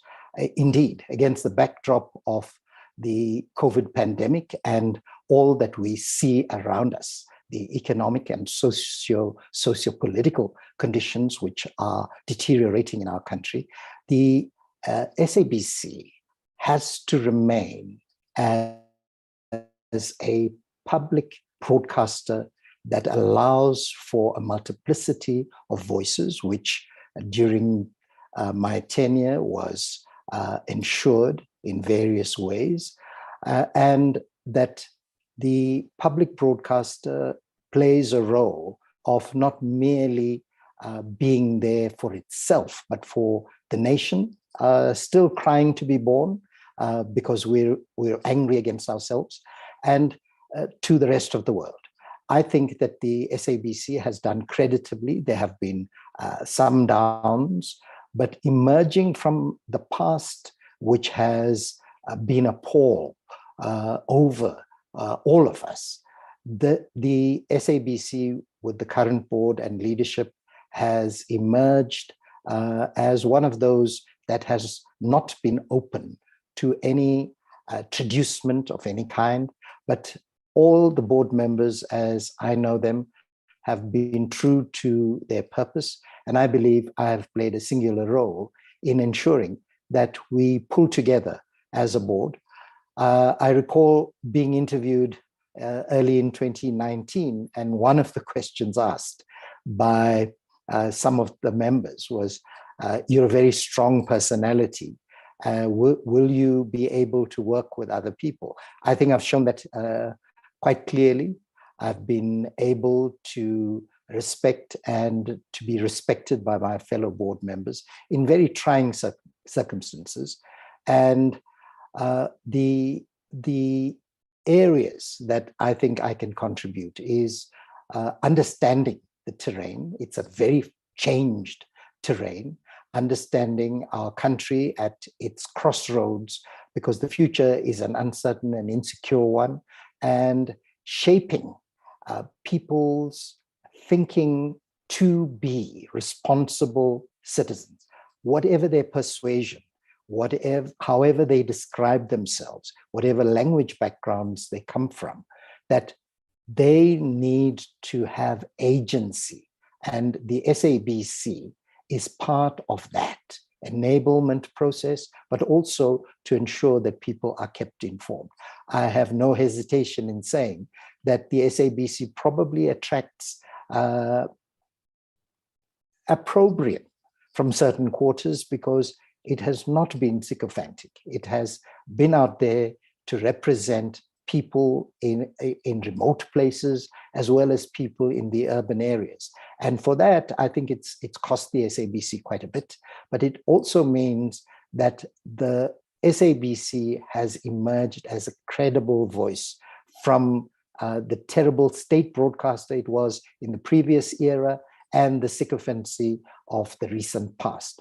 All of that go to commendations by Chief Justice Zondo in his report, mentioning the SABC very creditably, because we got down to doing certain things, which I must commend my fellow board members for. I'll pause there, Chairperson. I don't want to bore you. Thank you. Thank you, Prof. As I said, would now get to members asking questions. I already see Honorable Kola Barnett raising her hand. May I just get other members just to note whilst we look for other members as we proceed. Honorable Dr. Basop follows. Machozi. Okay, Honorable Machozi. We'll take the other hands as we proceed. Let me start with Honorable Kolabana, followed by Honorable Dr. Basop. Thank you, Chairperson. Good evening, Professor. Professor, talk to me about the losses at the SABC and the lack of saleable content. As you've been chairing or co-chairing the PBS-PCS committee, I thought that was most relevant to that committee.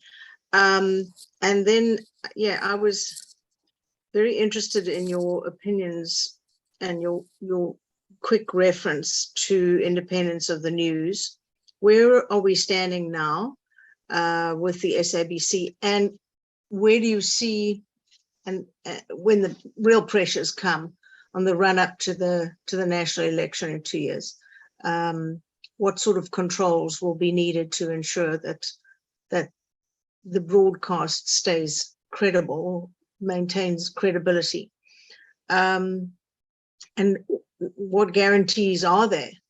And I'm not actually sure if there are any guarantees that there will not be political interference, as was raised in the Zondo Commission in great detail. I think I'll stop there for the moment. Thank you, Chair. You can proceed, Prof. We are making it interactive so that. Oh, all right. Okay. Okay. So yes, I ended up being co-chair of the PBS and PCS committee. It's a joint committee, and my responsibility was overwhelmingly for PBS, but we actually did look at revenue, and that has been a leitmotif since I went into that committee. Prior to that, I was chair of the Social and Ethics Committee, and felt that because the deputy chairperson did not have any other leadership role, I forewent that role in her favor and decided to make myself available for anything else. And lo and behold, I ended up in the PBS PCS. The challenges are many, and you'll hear all the usual excuses. I think the problems are that we've had a very serious change in how people consume media. In fact, a significant and rising percentage of people consume alternative media, especially during the pandemic. There's been an increase in that kind of electronic, painfully slow to respond to that. I see it says my connectivity is unstable, but I'll continue. And there are plans which have not really materialized and ought to materialize. Some of the problems are that we have persons who have been appointed, and as you know, we as the board play no role in appointing anybody except the executive directors who those of us who joined the board found there.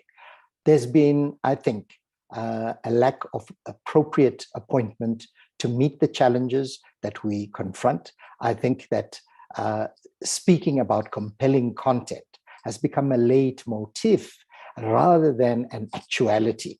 The SABC in many ways still functions as a monolith, and more recently, there has been a change in commissioning procedures occasioned by some new persons that have come onto staff, and that speeded up the process. The catch-up is immense.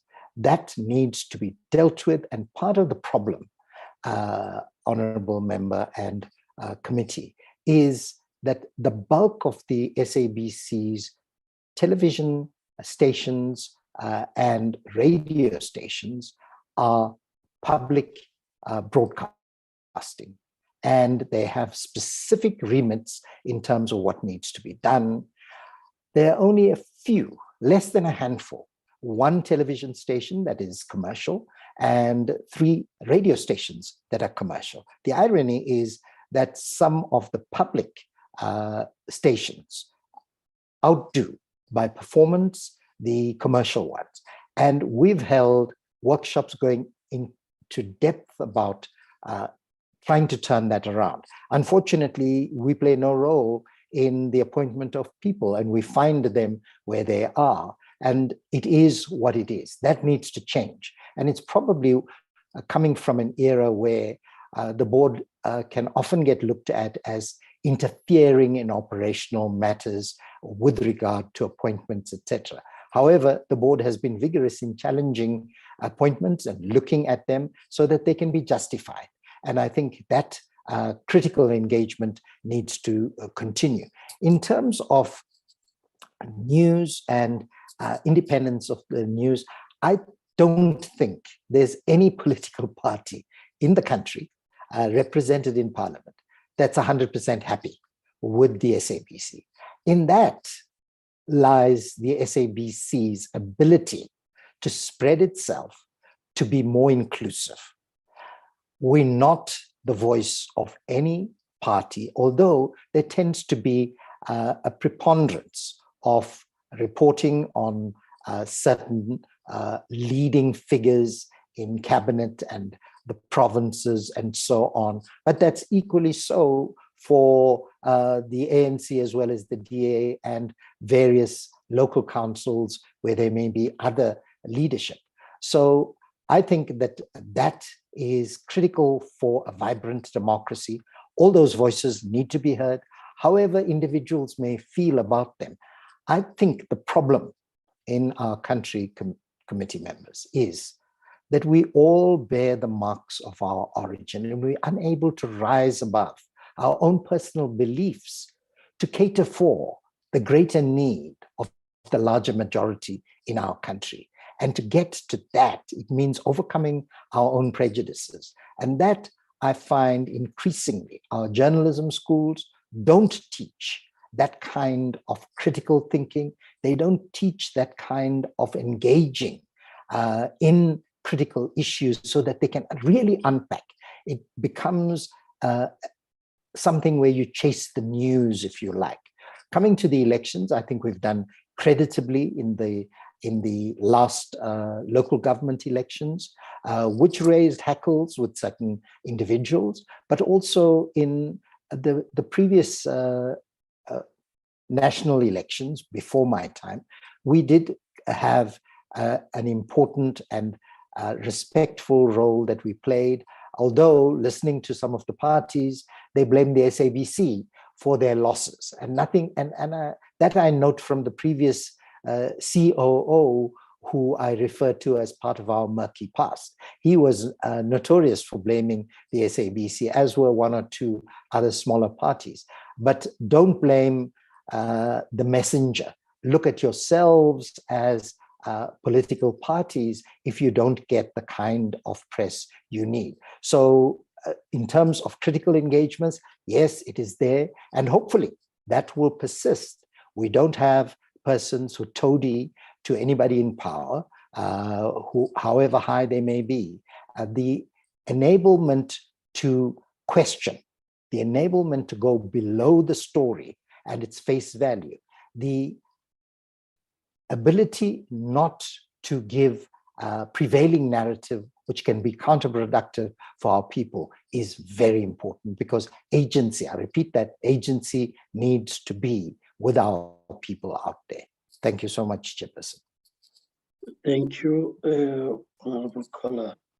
I now recognize Honorable Dr. Basop. Can move in. Thank you very much, Chairperson, and the Prof.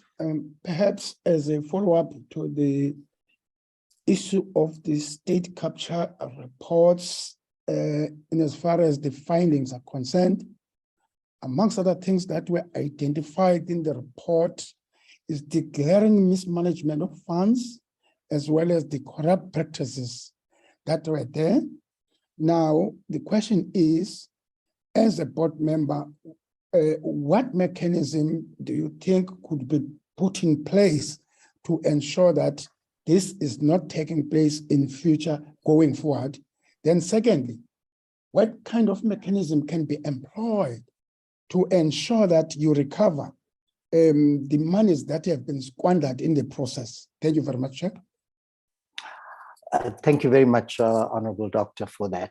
I want to just point out that during my tenure, there has not been a hint of any mismanagement.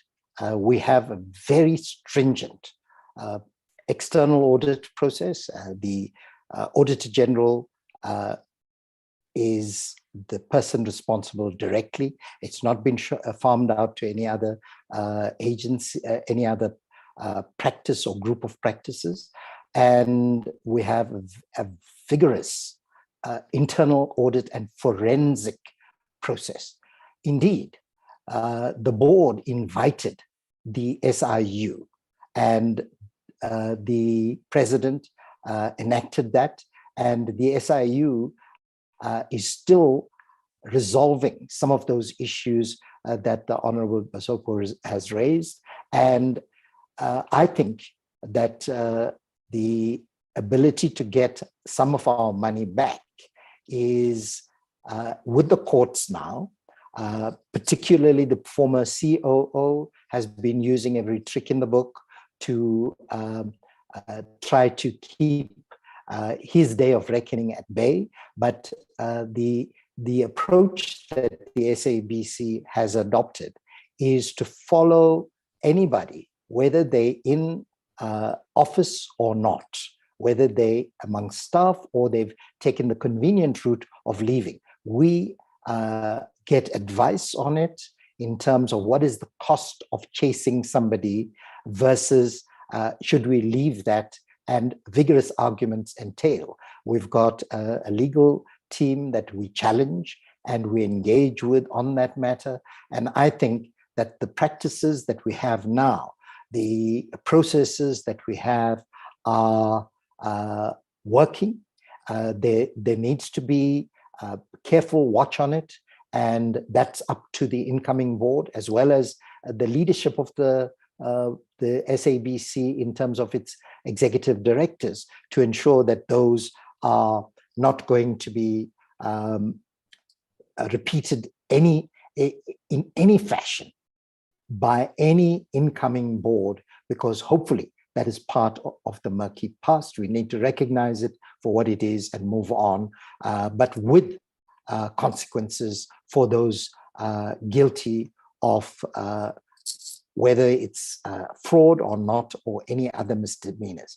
In terms of recovery, that is something that I think it's appropriate to raise with this committee, which is a subcommittee, but also with the bigger parliamentary portfolio committee, and that is that a large part of what ought to be the public mandate, as I pointed out, there are just 4 stations, one television station, and that's S3, and 3 radio stations that are commercial. The rest of our properties are all PBS, they're public.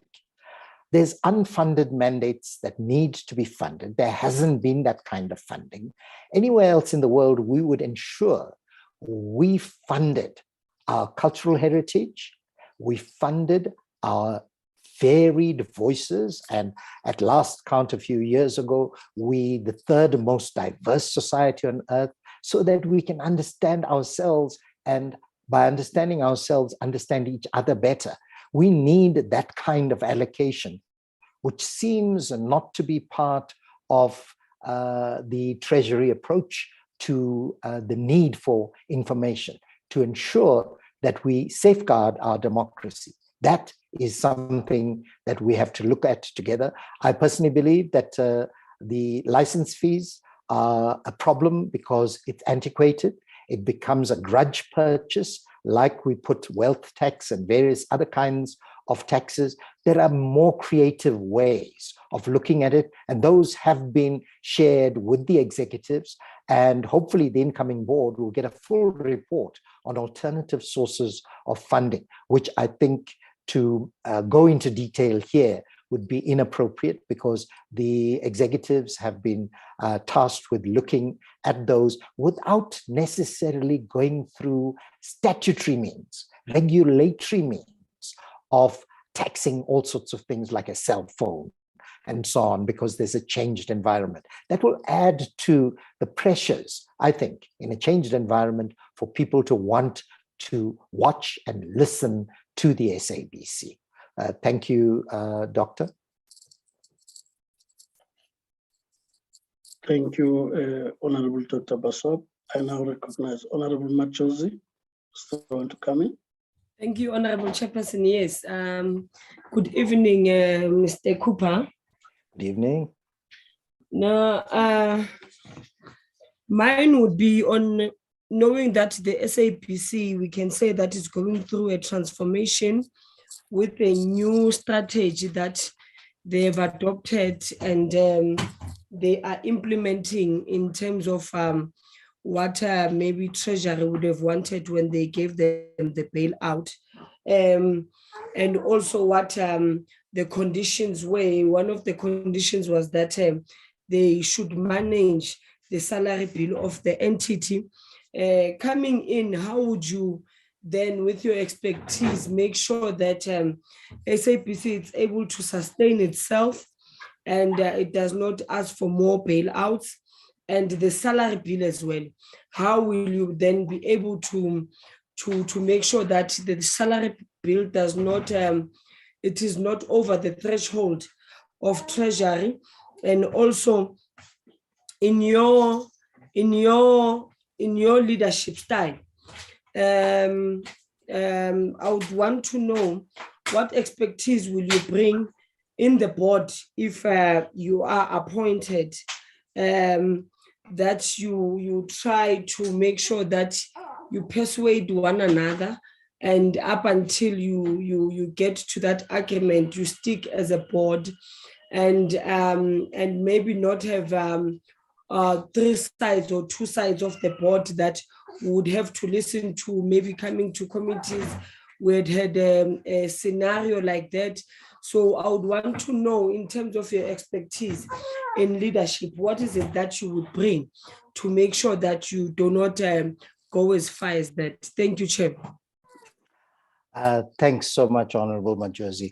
I want to say straight out that it's not only Treasury's threshold that we have a high salary bill, but the SABC has been paying traditionally way above the going rate. In the marketplace, we still are the highest payer. And that is something that has to be reckoned with. And if the incoming board does not deal with that, that it will constitute a further drain. It needs to be dealt with very sensitively, because the issue of what persons have as expectation is going to rear itself. We have very strong unions, and always there's a clamor that people are barely managing to survive. But I'd like to say that I think if we look at the SABC as a public broadcaster relying on taxpayers' money to do certain things, we also, like part of, and I'm not equating the SABC to the civil service. Heaven help us if we go back to the old days of being part of the post office and so on in Herzog and other eras. But during the last couple of years, and especially during the pandemic, the only persons guaranteed salaries have been people living on as public servants and in public service. The SABC is one. Various others have downsized. They've cut their cloth to suit where things are moving. And the SABC has battled because, I'll just quote an executive saying, we pay in the 75th percentile. That cannot be, that we pay outrageously. So we need to reevaluate that very sensitively, because it can create another set of circumstances that we don't want. We don't want to see loss of jobs, but we want to see retention of quality and creative, critical thinking people, rather than those who just collect a salary. So there's been enough comment on where the SABC has been overpaying, and I think that must stop. So let's be very clear about that. The area of looking at how, I'm just trying to remember here, how we would persuade one another. Honorable Majosi, that I have been doing in action, where there have been serious contestation. I've played a role to get persons to ignore their own narrow issues and look first and last at the SABC. Because if the SABC crumbles, we will not have a public opportunity for the multiplicity of voices and the expressions of culture that we ought to see. We're still not there yet, but we need that in a country as diverse as ours. I believe we probably need a few more television stations that are dedicated to particular language groups, because those will be a hit. I think that we've not looked at that, and it's been, we've been caught up in putting right what was wrong in the past and consolidating the gains. But we're in treacherous and unknown territory right now, and therefore we need to look at some of those areas that may go against some thinking, but we need to ensure that languages, especially those peculiar to our country, are underpinned. And that means probably opening up the airways, especially on television, to a couple of more voices than the enforced putting together that we have. So besides that, Honorable Majosi, my level of tolerance is exceedingly high, as my level of pain has been exceedingly high in the dark days of apartheid. The thing that gets me frustrated is when we don't cooperate for our own good, where my ego is so great that I think my view is superior to anybody else, whereas the majority can be wrong and an individual somewhere can be right. And we've seen that with so many other experiences, not necessarily political, not necessarily social, but in terms of what is good for humanity and in the science field where people have been shamed. So My role has been, and I didn't expect to play that kind of role, but to bring people together and keep them together. This board has not imploded, largely because I have lacerated my tongue and I have gone out of my way to ensure that people can vigorously engage. But when we cannot reach consensus, we go by majority vote and stay with that majority vote, even though we may dislike that. You see, there's a major difference between the politicians and political parties and an entity like the SABC. If each of us gave our own views on the SABC, it will be a Tower of Babel out there. We need to do what is in the best interest of the SABC, rather than my own predilections and my own biases, which I have. And the politicians, you see, there's a vote taken. Then you'll get leaders of different parties giving their own spin on it, and it's correct because they've disagreed and disagreed vigorously. Now that is very different to how the SABC should operate. When we take a decision, we need to abide by that decision, however much I may disagree with it, because each one of us has the opportunity to record our displeasure or note our objection in very strong terms on the record. And I'm glad to say that all board members have felt enabled, even though some of the discussions have been quite taxing. Thank you, Chairperson. Thank you, Honorable Machozi. I'm sure your points have been covered. Honorable Mlala, you are at the hand I saw. You can come in. Thanks, Honorable Chair. Thanks, Professor Satish Cooper. Prof, I just want two issues that I need you to.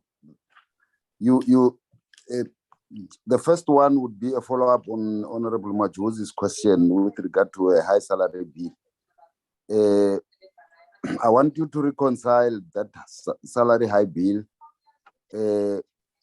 with the retrenchments of 600 people and the re-employment of others with the bailout. Because if you go back to the initial presentation of SABC on the bailout, it reflected a number of issues that include that if you get the bailout, you will turn around the SABC. But where I'm sitting, I don't think the SABC has been turned around. But it's a subject for another debate.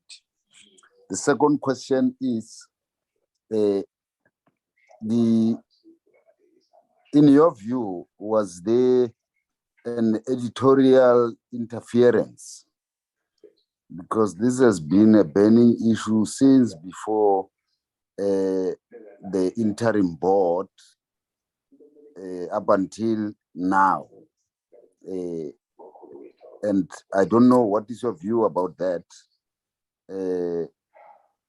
And maybe lastly, also deal with the interface between the board, the administration, the shareholder,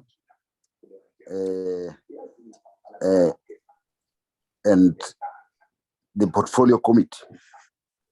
If we can deal with those issues, I think I'll be fine. Thanks. Thanks so much, Honorable Mulala. I want to acknowledge that the process of severance was the most painful and nerve-wracking for everybody involved. The portfolio committee, of course, because the portfolio committee called us, the minister, various others in office, various cabinet ministers, the president was seized with that issue. We had, it was what it was. It could have been done very differently. And in that regard, it's perhaps because the board has not been an operational board. The board has not interfered with executive positions, but holding them accountable for processes. Unfortunately, some of the appointments made, there are some excellent people that have history with the SABC. Those who took advantage of early retirement, I think should have been persuaded to remain, because when they left behind gaps. Appointments were made, and unfortunately, some of them were very good and some of them were middling. None of our institutions deserve mediocrity. We deserve the best in certain areas, particularly where it concerns all of us. We need the best that's available. Some of those persons come at a high cost. I think there needs to be a different way of looking at ensuring that people get their just rights, because naturally certain people who are in competitor commercial places raise the fact that they've got share options, etc., etc. Nevertheless, I think that it needs to be done in a different way by bringing together the shareholder, parliament, the board, as well as the SABC representatives to have a compact on the future of the public broadcaster. Otherwise, we're going to find what we found when we came there in April, I think, and subsequently in the subsequent months of 2019, a clear indication from those persons in Treasury saying they've had offers to buy certain stations. That still looms over us. If any of those get sold, the country will be at a loss. We may make an immediate profit on it, but in the short, not even medium term, we will lose out. The country will lose out. And interestingly, the offers have been for English language stations. So there needs to be a different way of dealing with that. I think that we've had the experience of two ministers, both with their different strengths and both with their different styles. The current minister, of course, has been championing the analog switch off, and we've seen some of the results of that. It was to be anticipated. And at the same time, we need to look at other ways of increasing our impact out there than because the analog switch off, when it's finalized, will result in the SABC having even a smaller share of the ARs that that advertisers rely on, because that's what we get from our administration. They go, they sell, they try to create an excitement about the SABC, and they're hit with falling numbers because of some of these things that have happened in a way that could have been done differently. And that's why I think it's important for exactly that point you have raised, Honorable Mulala, for an honest and critical searching by each of the critical stakeholders, from government, shareholder representation, through to the board, portfolio committee, the leadership in the SABC, including their unions, to understand the threat we commonly face. As far as interference is concerned, I am totally unaware of any interference. There have been attempts to impute that. But what we confronted when we came in and were inducted, soon after, we had the old committees, including a news committee, and we had the Tlolwe report. And the board unanimously accepted that report. It was presented to Parliament and we instituted it. My position was, do we need a news committee at all? Because the power lies with the editor, who's accountable then to the executive that is the supervisor. And that prevailed for a while until the news people came to the board via the executives and said, we need a news committee. So I think that that was from the newsroom. They wanted that. And I have not noticed anybody interfering with anything. Indeed, in my personal space, I've heard after about a year board, the group executive came to me and said, some of the stations are saying I'm commenting on certain issues in my other roles in other areas. And I said, well, I comment with those who invite me. I've not been invited, so I can't comment. So I don't see that interference. Indeed, the kinds of turnaround that have happened, I believe, should be entrenched so that we don't have a slide to the period we all want to move on from. Challenge for not only the executives, but also importantly for the board, because the board gets held responsible, and to be able to come to the relevant stakeholders, including Parliament, and be honest and say what is happening, why it's happening. And for some of those, there doesn't need to be a public hearing on it. Some of it can be in a closed session, but to save face and to actually problem solve. I think those approaches need to work. We need, as the SABC going forward, to be able to take all stakeholders into account, and importantly, the public and its ability to switch channels, to go elsewhere, to consume differently. If we ignore that, we'll be in serious trouble. So we need innovation. Everybody has been speaking until this year. I haven't heard it, but people speak about 4IR. 4IR has left us behind. We are below the crest on it. We are at the back end, and we need to do fast catch up. And to do that, it means investment. Indeed, one of the problems that the SABC has had, Honorable Malala and members, is that the other big expense has been Centec. Previously, as you know, the SABC was and Centec were all joined at the hip. But the Centec shows profit at the SABC's expense. So those kinds of things have not been able to be resolved. And I think it's about time that those kinds of issues get resolved so that there's a win-win. The Centec shouldn't lose, but neither should it be at the expense of the SABC. The SABC is vitally important for a vibrant democracy, particularly when we face the grave socioeconomic challenges, when we have the kinds of violence in word, deed, and otherwise. We need to have the kinds of engagement that only the SABC has the footprint for ability to engage all our population out there. Thank you, Chairperson. Thank you, Honorable Mlala. I take it that your points have been covered.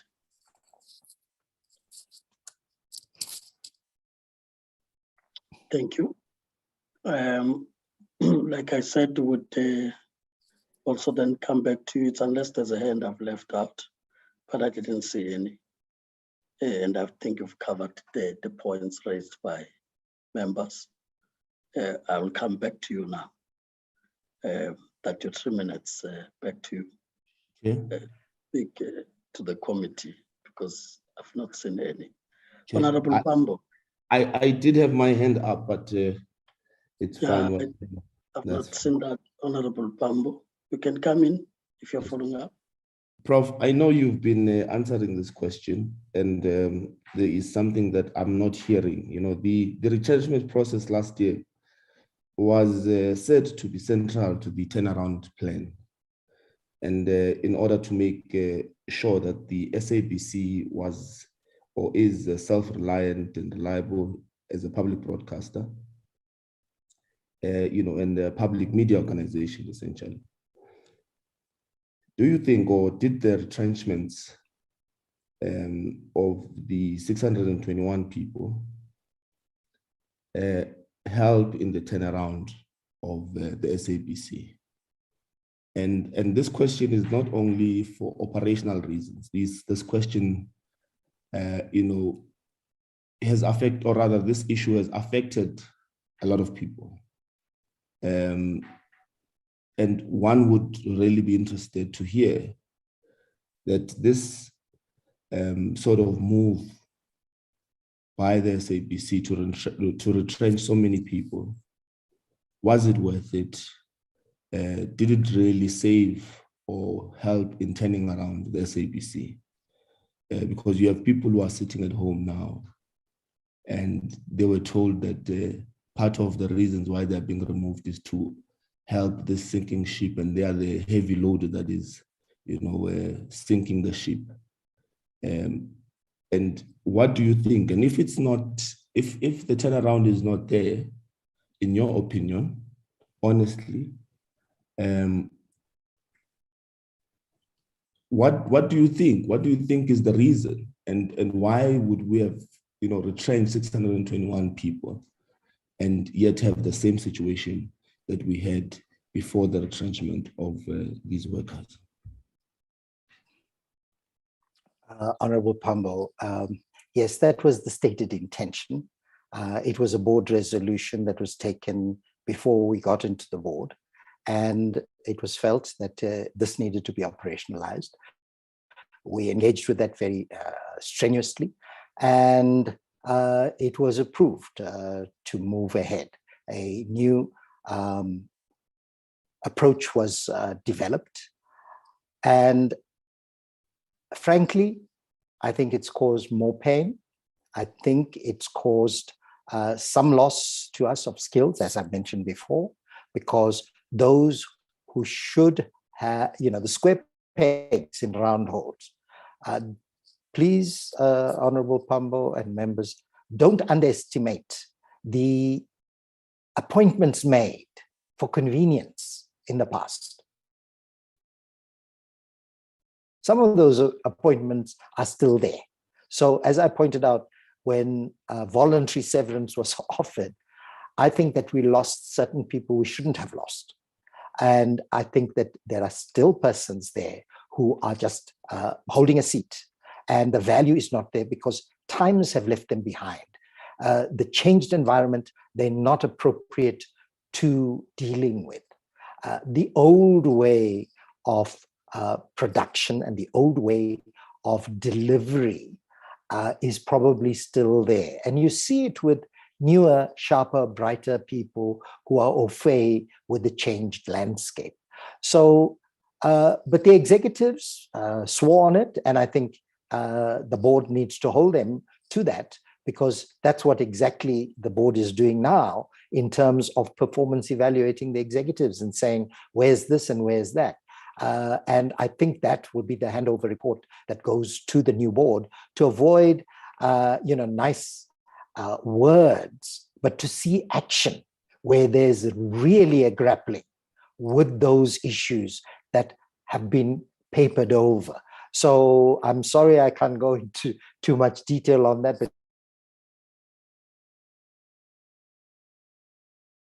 but you hear me loud and clear. Yes, it's worked, and we should have gained new ones who take us to the next level. Sadly, that is for the new board to ensure happens.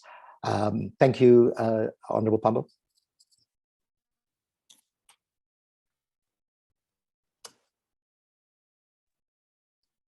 Chair, the last part, there was a glitch. I couldn't hear. Okay. Can I? Yes. Okay.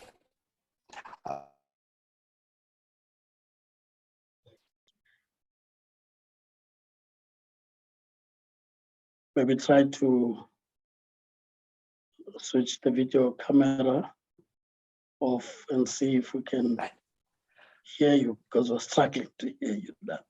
Okay, right. Better. Right. I say that we ought to actually ensure that we get better people. We got some good people, but in the main, it's sometimes like our police. You have excellent policemen and women, and then you have those who are just passing time. And if you get new blood in, they can often get socialized by old ways. We need people, and this is a creative space. This is a critical engagement space. We don't need, people to be compliant. We need people to push boundaries. And that creativity, that sense of buzz is simply not there. That is what this organization needs at this time when we're confronting all that we are confronting as a country.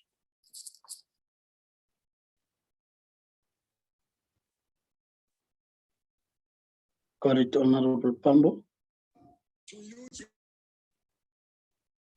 Thank you, Chair.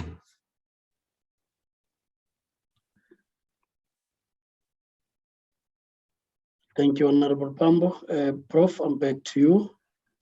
Chairperson, I won't belabor the issues. I've raised what I needed to say.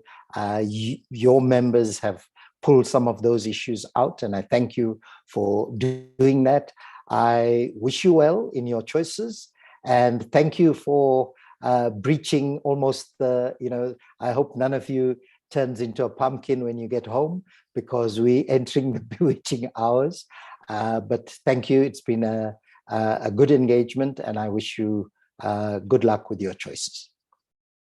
Thank you, Prof. Just to deal with the formalities as we get to closure.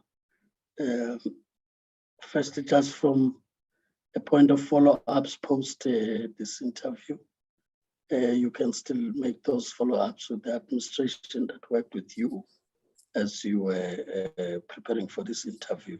As far as the decision-making process is concerned or are involved, as you are aware, all our meetings are open to the public. Surely you'll be able to follow as the proceedings proceed from a committee point of view to a point of presenting to the House. Otherwise, we really thank you for making up the time. Of course, we'll still be standing because there's another candidate waiting for us. We hope we'll not get to that level of the pumpkin, but I hope so, really, Chairperson. we'll still be standing. We only hope the candidate understands that sometimes we may be the last, and only to find that everybody's awake because yes. Some power depth in between. Now, thank you. As we float you from the platform, we'll ask the administration to indicate if we have the last. Thank you. Thank you, Chairperson. Thank you, members. Good evening, Chairperson. Yes, we have the last candidate, Ms. Cynthia Stimple, on the platform. Thank you, Chair.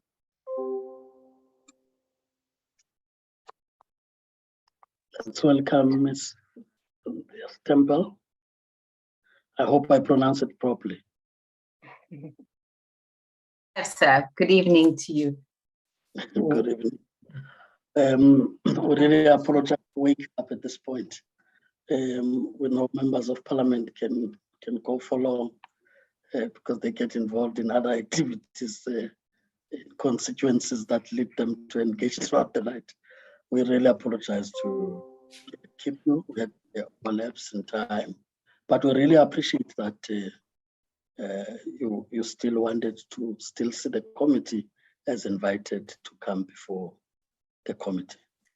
Thank you very much.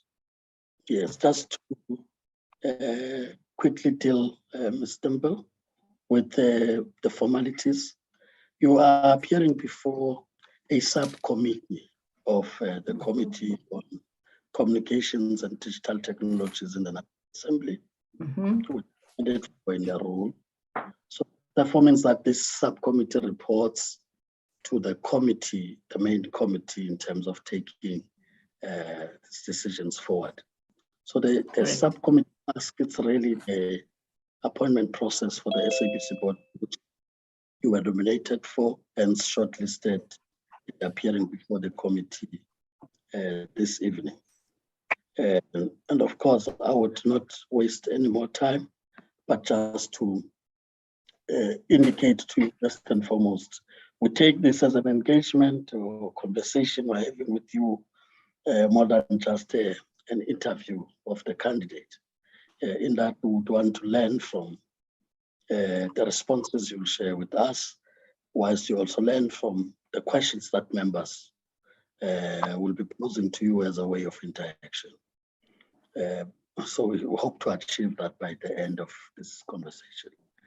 We have allocated 45 minutes of interaction, which takes into account a brief introduction of the members of the subcommittee who are drawn from political parties in Parliament proportional to the electoral support received in the 2019 election. So it's representative in nature. So it's not a one-party committee. It reflects the support that parties would have received. So it takes into account that 45 minutes, that introduction. After that, we'll then give you 5 minutes to briefly introduce yourself to the subcommittee members. Of course, you'd use that to also talk to your experiences, skills, and so on, and how it could contribute if you were to be considered for appointment in the board. We'll then, after the 5 minutes, allow members to interact with you. And in that interaction, it will be 5 minutes to a member, which is the question, as well as your responses in the 5 minutes. But we do know that the 45 minutes is dependent on the interaction. It may be less or a little bit more, depending on the answers that members may still follow up to try and get out from you. So in that score, it can be more. But once members have asked the questions, the chair can only ask the questions if the areas have not been covered adequately, just to go back to some of the questions that have been asked. But if not, we just proceed to you, giving you another 3 minutes to address the committee for the last, before we close the session officially. I hope that is clear.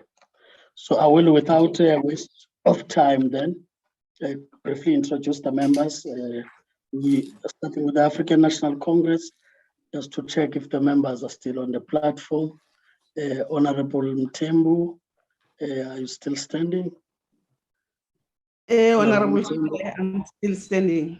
Thank you.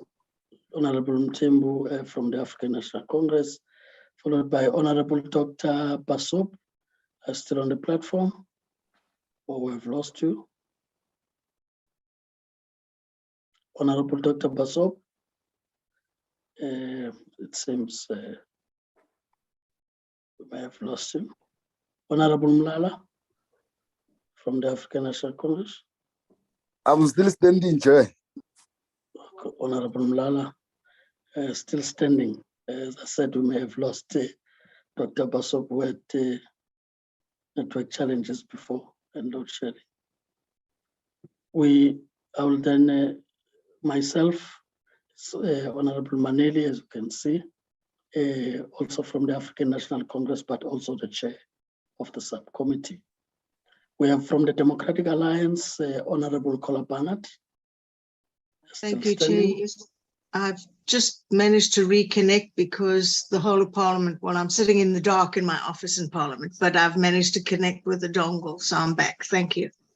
No, thank you, Honorable Kola Barnett from the Democratic Alliance. We have Honorable Pambo from the Economic Freedom Fighters, EFF. Honorable Pambo. Thank you, Chair. We're still here.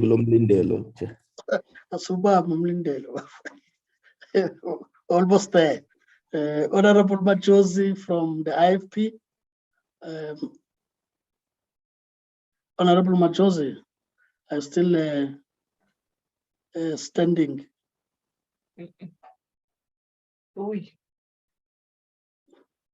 Honorable Majosi, but I see that I am here, Chairperson. I see that you're on the platform. Yes, I'm here. Yes, I know you are also multitasking, especially at this time of the. You know, my challenges are many right now, Chair. Yes, I know. So Honorable Majosi still standing. So we have most of the members. As I said, we do understand the challenges Honorable Basop was experiencing, probably like Honorable Kolabanat he will be able to get back. But we have got enough numbers to proceed with the interaction with you. So that's briefly the introduction of members. I would now go to the candidate, Ms. Temple. Is she still on the platform? Yes, I am. Can you Yeah. hear me? Yes, can hear you and can see you. Great. Your 5 minutes, we hand over to you now to briefly introduce yourself to the committee. Thank you. Thank you very much, Chairperson. I'm Cynthia Stimple. I applied for this position mainly because I feel that I would like to contribute towards ethical boards. My background, I've been in banking for my entire career, from 1975 right up to when I started at SABC, SAA in 2006. So in my banking career, I worked in a branch, the Barclays then, and later progressed to Citibank, where I learned from branch work into a commercial merchant type banking and corporate banking. And in that, I had my first experience working in a dealing room. And from Citibank, I went to work for various other banks. I've been in Nedbank for a short space, working with derivatives, foreign exchange. And thereafter, I went to work when Citibank and First National, the Barclays then merged to become First National because the major banks of Barclays and Citibank disinvested. In 1987, we became First Corp Merchant Bank, and I obviously stayed in my position. We just had a new title and a new naming of the bank at the time. And thereafter ran Merchant, bought over First Corp Bank, and we became part of First Derivatives. During that time, I still worked in a derivatives environment, purely banking.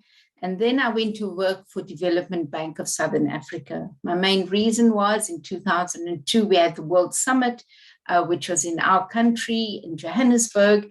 And I was quite impressed to try and find if I can assist our country.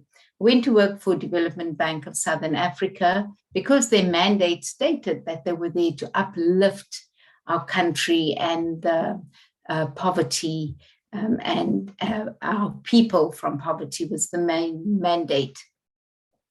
I worked for DBSA for 4 years. I was approached to work at SAA. At the time, I turned it down. I was approached a second time, I turned down the interview. The third time I went for an interview and I actually got the job. That was to work in the Treasury Division to take over and manage the finances, because at the time, SAA fell under Transnet and Transnet had the bigger treasury and SAA was a subsidiary of Transnet. SA was made its own Schedule 2 company and therefore needed its own treasury, and they needed people with banking experience, and that's how I joined SAA. So my last 10 years of my career was still a banking type career, working in treasury, which was the work that I've been trained to do in my entire career. Risk management, financial risk was my forte, and working in derivatives, we looked at our jet fuel hedging as well as our foreign exchange hedging. In my last 2 years, I acted as the group treasurer for SAA, and it was in that job and position and period that I literally disclosed on what had happened when our board interfered with the financing side of SAA. And I reported that internally first to two executives. I reported it to our chief risk officer at the time and the head of internal audit. Nothing happened. I then reported it to National Treasury, and from there with National Treasury, nothing still happened. I reported it outside the organization. I subsequently lost my job and am no longer working for SA. However, I decided then that I need to use my skills that I have gained in banking and the work ethic that I have and use it in boards, so boards can be more ethical. And so I went to study to be a certified director with the Institute of Directors, and I qualified in 2018. 2019, I applied for various boards. I started off with nonprofit organizations. So currently I'm on 4 boards. I'm on Johannesburg Children's Home board. I'm on the Health E-News board, which they report electronic news on health like HIV issues. And obviously in the last 2 years was on COVID. I'm also on the board of the Broadcasting Commission, the BCCSA, and recently also joined the Amnesty International for Human Rights. So I'm on those boards. They're all nonprofit, and they're interesting boards that for me to get involved in. What do I do currently on other issues? Because I love yoga, and I found that yoga was my health option that I chose, and life choice of the exercise that I do. I decided to also take on and become an instructor. So I studied it for 3 years. I studied for children's yoga as well as adult yoga, and I'm now an instructor for yoga. So also in the last 2 years, I made the decision that I would like to help whistleblowers. My role as a whistleblower has left me overwhelmed and left me trying to figure out what happened to me when all I was doing was my job. I did the right thing. I saved SA 256 million, yet I was the one that had to leave the organization. I was never compensated for it. If you look at what's happening in the States, if anyone saves an organization money, they get paid for it. And so, yeah, I was decided that I'm going to help whistleblowers. So at the moment, in 2020, I started my own organization called Citizens of Conscience, more helping whistleblowers on a one-to-one basis. How can we guide them, help them so that they make a protected disclosures? For those that lost their jobs, how can they find their feet, reinvent themselves, get jobs? For those that have suffered mental and physical health, was to find them guidance on how to get back into their physical health space. So I was teaching them yoga or giving them breathing exercises to lessen their anxiety. So this year, I joined the Whistleblower House. So I'm physically and fully full-time helping whistleblowers. We have currently 87 whistleblowers that come on board, and I'm helping them. So that's where I'm at the moment. Thank you. Thank you. That's a brief introduction, and I'm sure honorable members will now be ready to interact with you as I take hands. I see Honorable Kolabanat send it's up. Honorable Mtembu would follow. Any other hand? Because I'd want to recognize the hands so as to see how far we'll be able to go. Honorable Kolabanat, followed by Honorable Mtembu. You can proceed, Honorable Kolabanat, for now. Honorable Mlala, I've noted you. Thank you, Chairperson. Just a couple. I'm most interested in your interest in the SABC. Running through your CV, it doesn't seem as though you have any like experience, telecommunications, media sales, the sorts of things one would expect. So what do you think you would bring to the position on the board? Another question would be, the SABC fired 600 staff recently and is now advertising for 400, 480 odd. And many believe the SABC has been stripped of massive expertise and that content has suffered as a result. What's your take on what was done? Many consider it to have been a process which resulted in a loss of crucial skills and achieved almost nothing. Another one, what would you change at the SABC? And what changes would you perhaps prevent, especially in the run-up to the 2024 national election? And finally, what would you have a plan financially to turn the SABC around, especially in the light of the Zondo Commission revelations? Thank you very much. Good. Thank you for your question. So the first one is, what do my skill set obviously doesn't cover any ICT or any technological areas for that SABC requires. So for me, what do I bring as a board member? I bring is independent thinking, and I bring my risk management skills. The reason is that SAB has suffered over the years, and we've seen its financials declining. For this past financial year, SABC has lost 530 million. That's $500 million. The question I would rather have is, what is SABC? How do they intend to recoup that and recover it? So for me is not so much as having the skills of the technological side and the TV, radio, broadcasting, news, editing, etc. It's just having that independent mind, being able to question and challenge perhaps how we want SABC to recover and to look in the near future.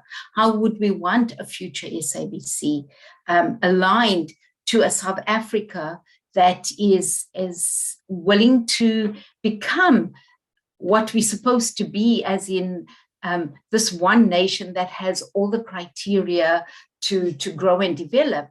We actually nowhere there at this point in time. SABC has been struggling over the past years.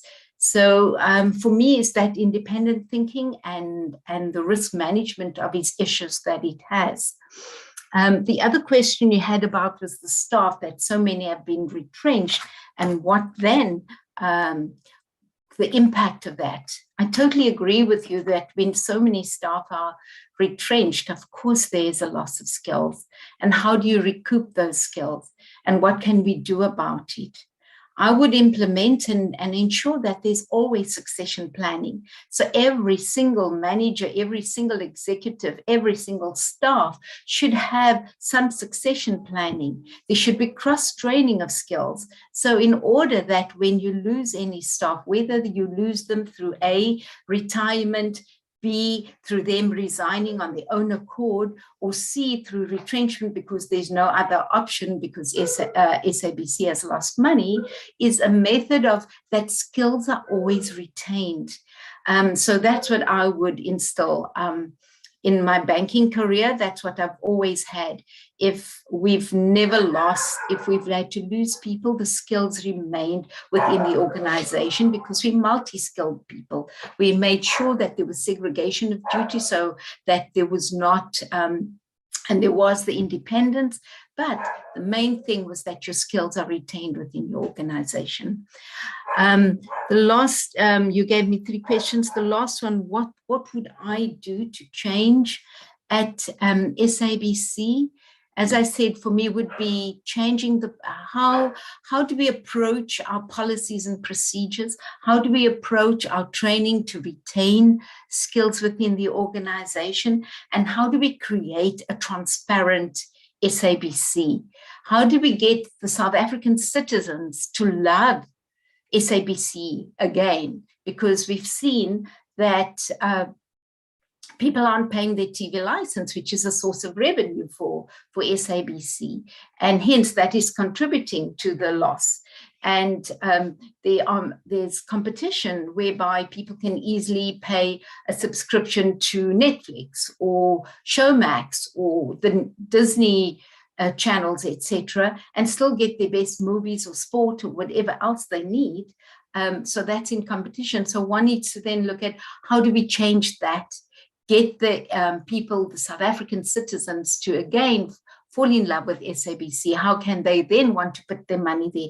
How innovative can we make SABC so that it's aligned with the easy way of a Netflix and a Showmax out there?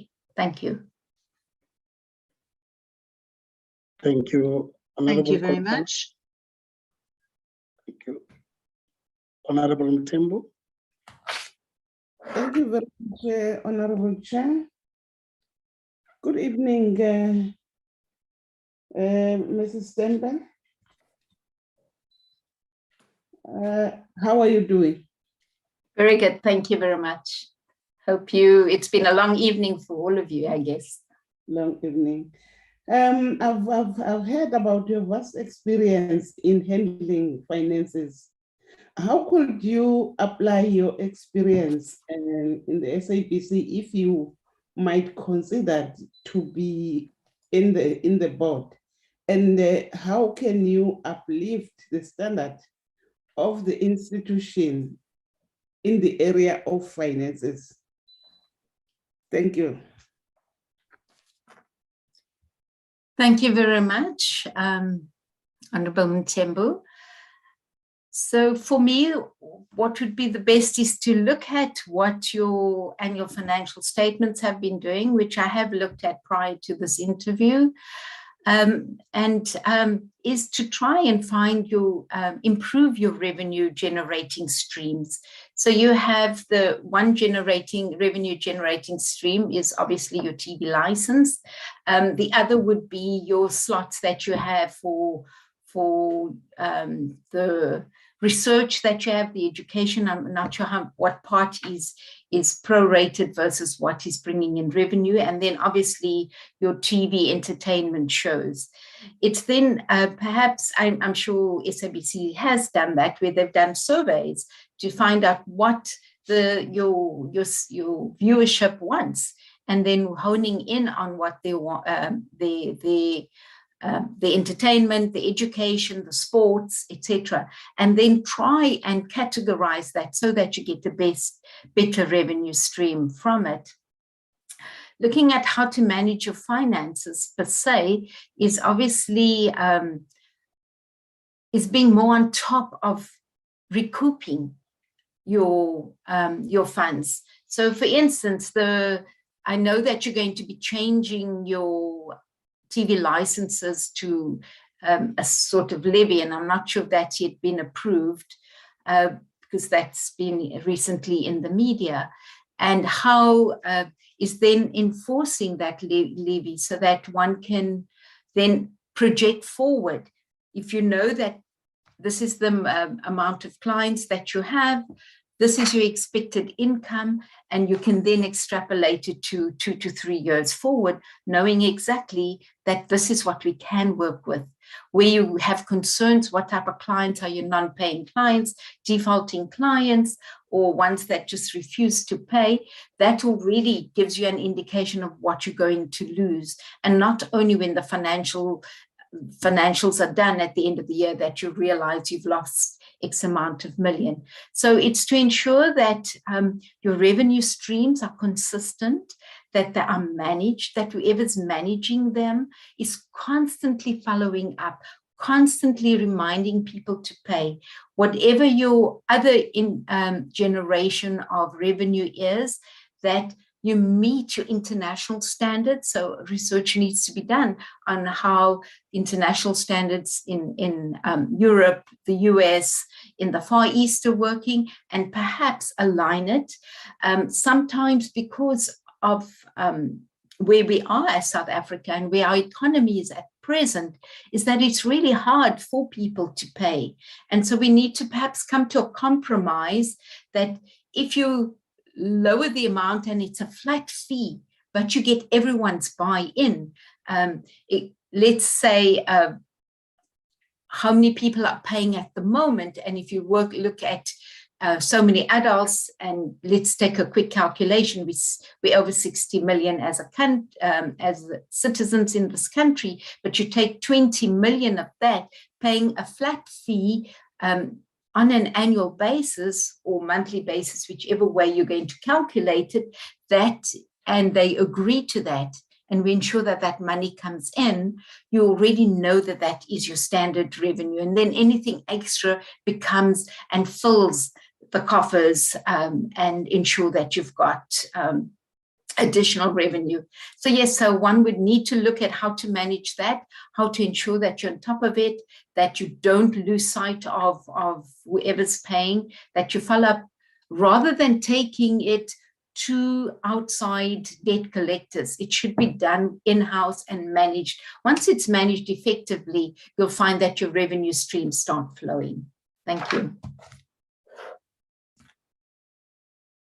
Thank you, Honorable Tembu. Thank you, Honorable Chair.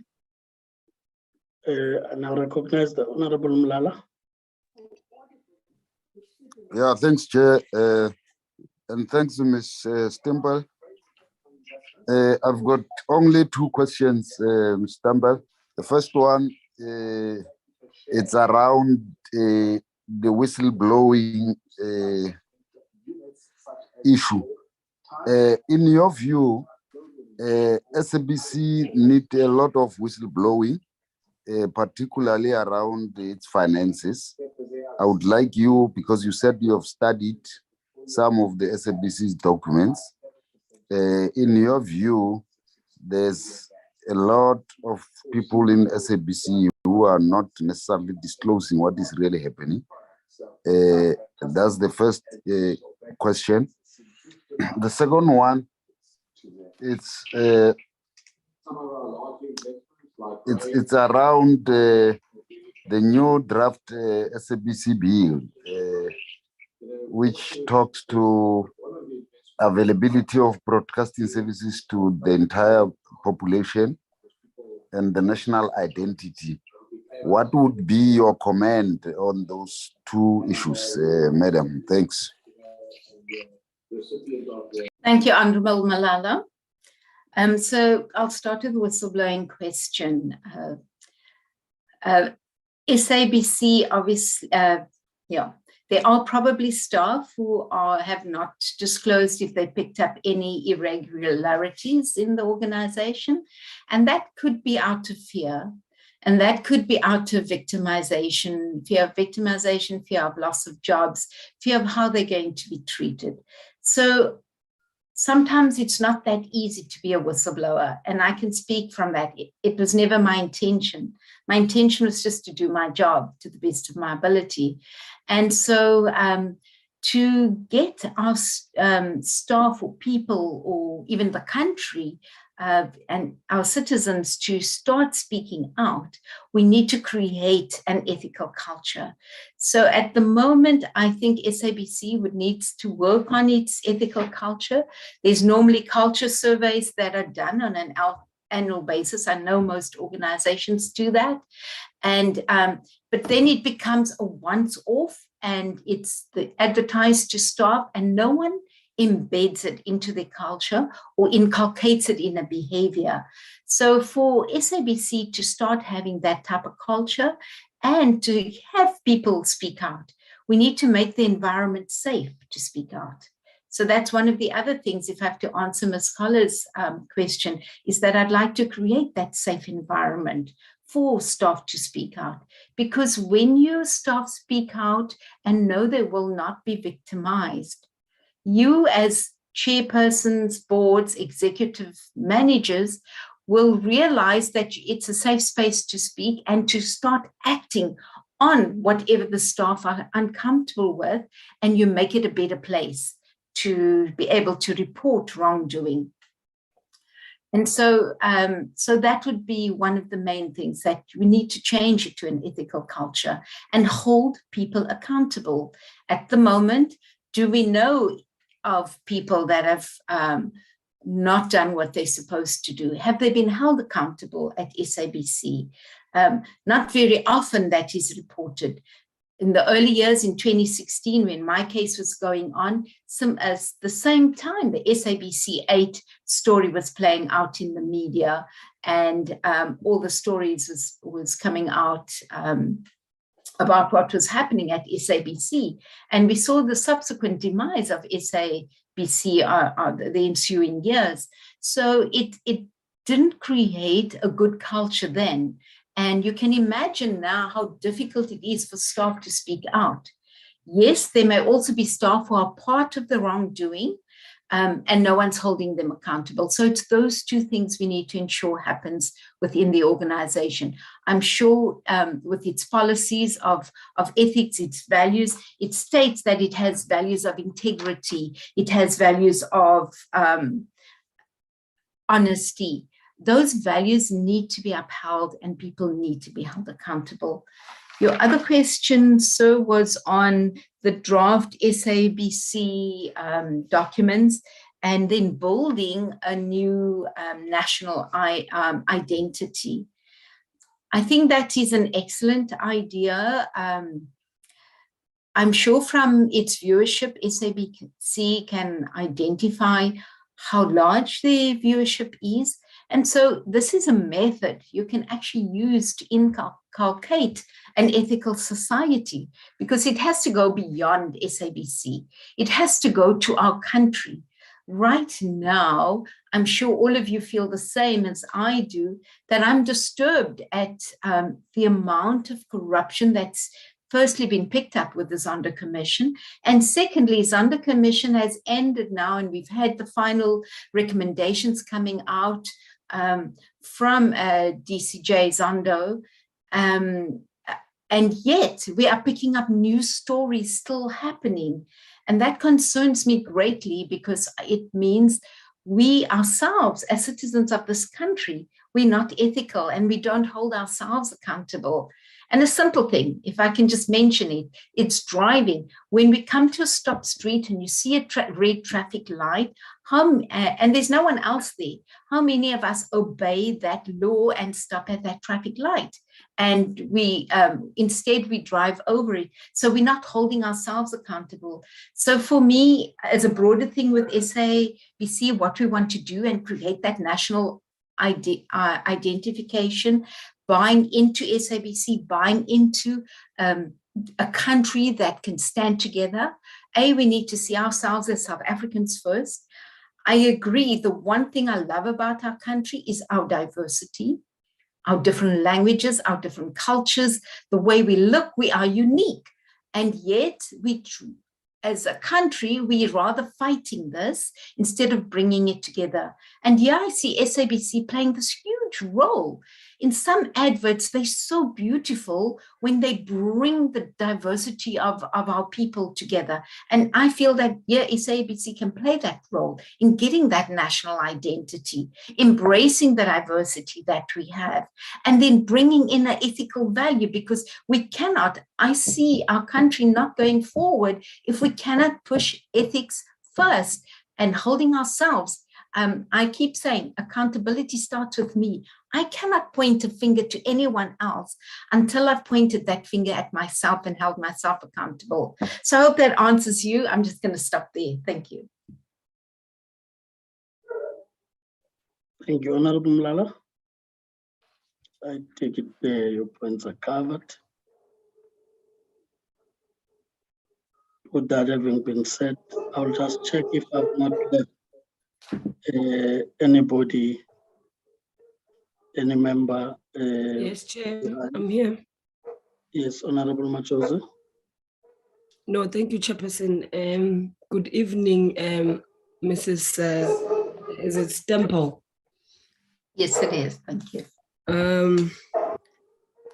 What I would like to indulge you on, maybe it's in terms of your your work ethic, as much as you are saying that you promote work ethic, and that is why you wanted to come to boards, because of the ethical behavior that you would find in boards.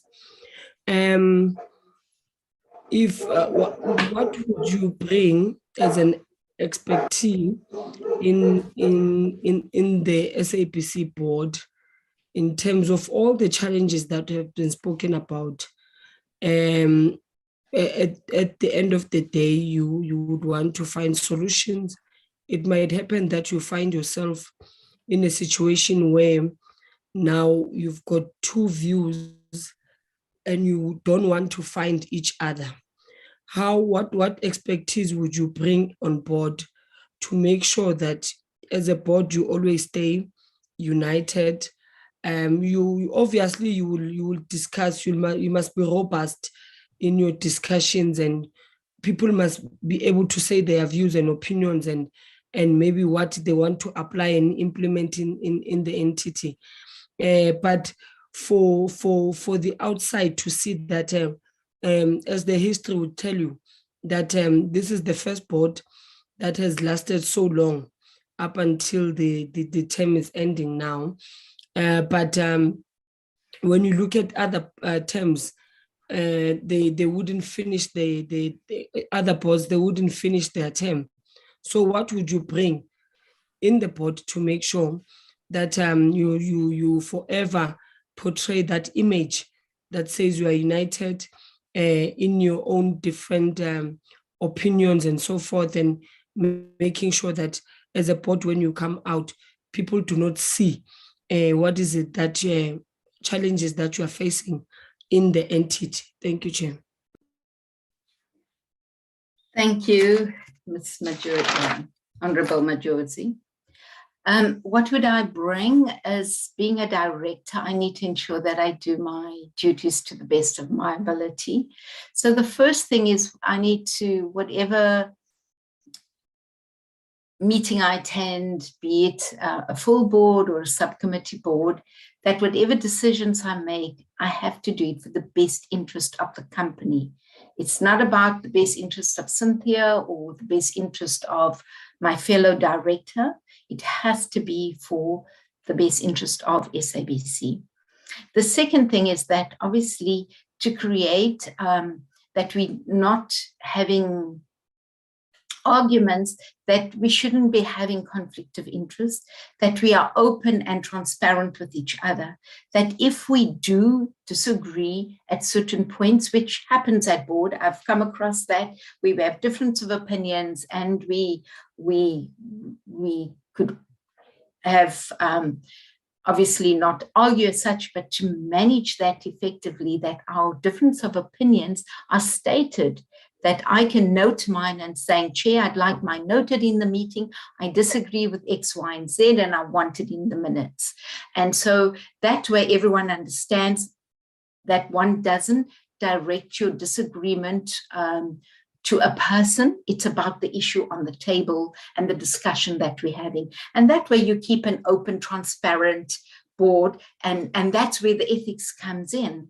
And then doing my job, obviously, with good faith, that whatever I do has to be with honesty and integrity.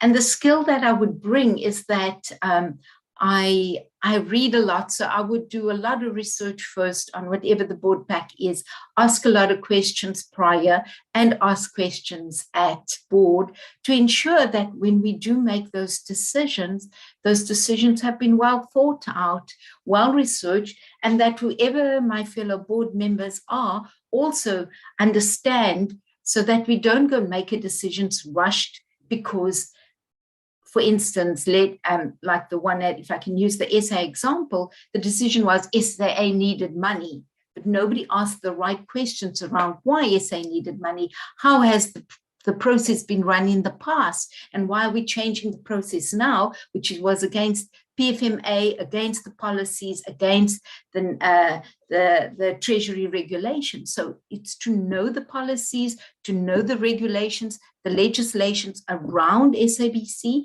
and then making those informed decisions. And then just applying diligence, studying the facts, understanding why we are doing this, and having my own independent research. And I feel that every director needs to do that as well. And then always just being transparent, being fair, and respecting the fellow board members so that there isn't this fight or conflict between them, and then making sure that we have a good work ethic.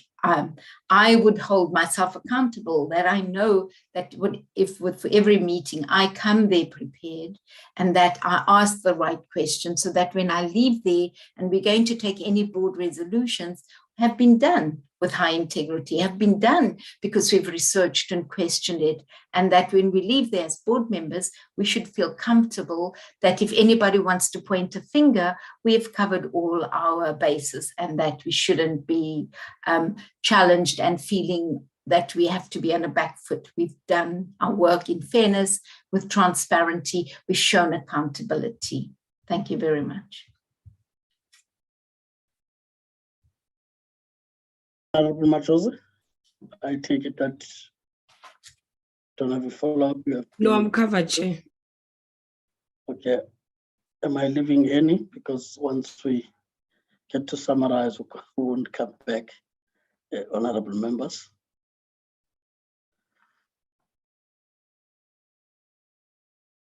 All done, thank you, Chair. Okay, thank you. We are now back to yourself. I think the questions that one would have had would have been covered now as you respond broadly. We'll come back to you now. Like I said, we would have 3 minutes again to you to speak to the committee before we actually wrap up. Thank you, Chairperson, and thank you for allowing me some questions. Okay, so I noticed in the apps, I'm sure it's not a question I should ask this forum, but it just concerned me that there was still a lease agreement of 2017, which reflected in the past annual financial statements 2021, showing that there was still fruitless and wasteful expenditure. And now we consistently have this in state-owned entities. And my concern was just why are we just not reducing that and stopping it completely? Because that is one area that is really impacting all state-owned entities. If you feel that it's not, the question's not for you, that is fine and I accept it. I had a few others here. I noticed on the SABC website, which again probably may not be your forum, but the multimedia page has not been updated since 2018. We're now in 2022. That shows me some lacks in the organization, and they're obviously not updating the web page, which they should be doing. It's very important that all that information is kept up to date on a regular basis. Yeah, and then my other question was on the 530 million, which was the loss reflected in the current AFS as 2021. The new one will obviously be coming out now in September, end of September. But what were their plans to recoup that? And are they expecting the new board members now to look at that and improve the situation and obviously reduce the net loss for SABC? Thank you. No, thank you. As you correctly said, some of the questions asked would be what would expect the new board to also look at. Okay. But in relation to the first question, the brief we have as a committee that does oversight is that some of these, as you know, will be historical, and because of the length of the lease or contract, whether it's a security contract or the lease of a building, may appear in the books over time until that contract is probably terminated. And the sense we're getting is that some of those major ones are now done away with, and therefore the improvement in the next sets of financial statements. But of course, the issue about the losses, which continue to be there, are also linked to the revenue streams that have also gone down, in particular the advertisement that the SABC has been relying on, but of course the need to look at new approaches, some of which you would have mentioned even yourselves in responding, how to be competitive, the agility that is needed, and therefore be able to secure such. But like we said, these are matters that the new board may also need to look at taking forward. With that having been said, we really want to thank you to be still standing at 11. You probably are not used to this, and even the dog outside may be worried that the lights have not been on for this long in the night. So we really appreciate you still standing, and you came before the committee. I'll just deal with the formalities quickly. That if there are further questions asked relating to the process, the administration that was working with you to yourself to come to this interview, you can still interact with them. As it relates to the decision making, which involves ourselves as members, all our meetings are open to the public. You'll be able to follow through what happens up until we make the recommendation to the House, and beyond that point, it will be then left to the President. So you'll be able to follow through in that way. But all administrative questions, you can still ask Portia and the team that was working with you. Thank you so much. With that, as I said, we really thank you very much, as you would at least take the rest of what is left of the night, continue to take advantage of it, whatever it's left for the night. Thank you, as we allow you to offload from the call. Thank you. Thank you so much, everyone, and thank you for your time. I truly appreciate it. Good night. Night. Portia, listen, Davini, I take it that was the last candidate we had for the day, having had that withdrawal? Yes, that's correct, Chairperson. Okay, and it means that meeting tomorrow at 9 to have the approval to proceed as planned? The meeting tomorrow, Chair, starts at 12. Okay, 12? Yes. And the link will be circulated in the morning. Okay, until what time? Just to prepare members mentally. Until 9 in the evening, Chair. Okay, so we have exemption for the House. Yes, Chair. Okay, no, thanks. I wanted the honorable members to take advantage of what remains for the night, but knowingly that we will start at a particular time. So it's set to be 12, and we should be ready for that. Once again, thanks, honorable members. It's still really gonna be a long walk to the finishing line. So we'll not be running, we'll be walking, given the number of candidates we need to see. I will formalize once I've seen the emails. I'm made to understand in the other days we may be short of one candidate. There's been other withdrawals for different reasons, which would be able to fly to the day concerned. Otherwise, thanks. This session is Thank you, adjourned. Chair.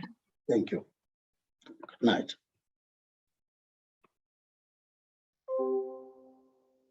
We are calling now, Chair. We are no longer walking.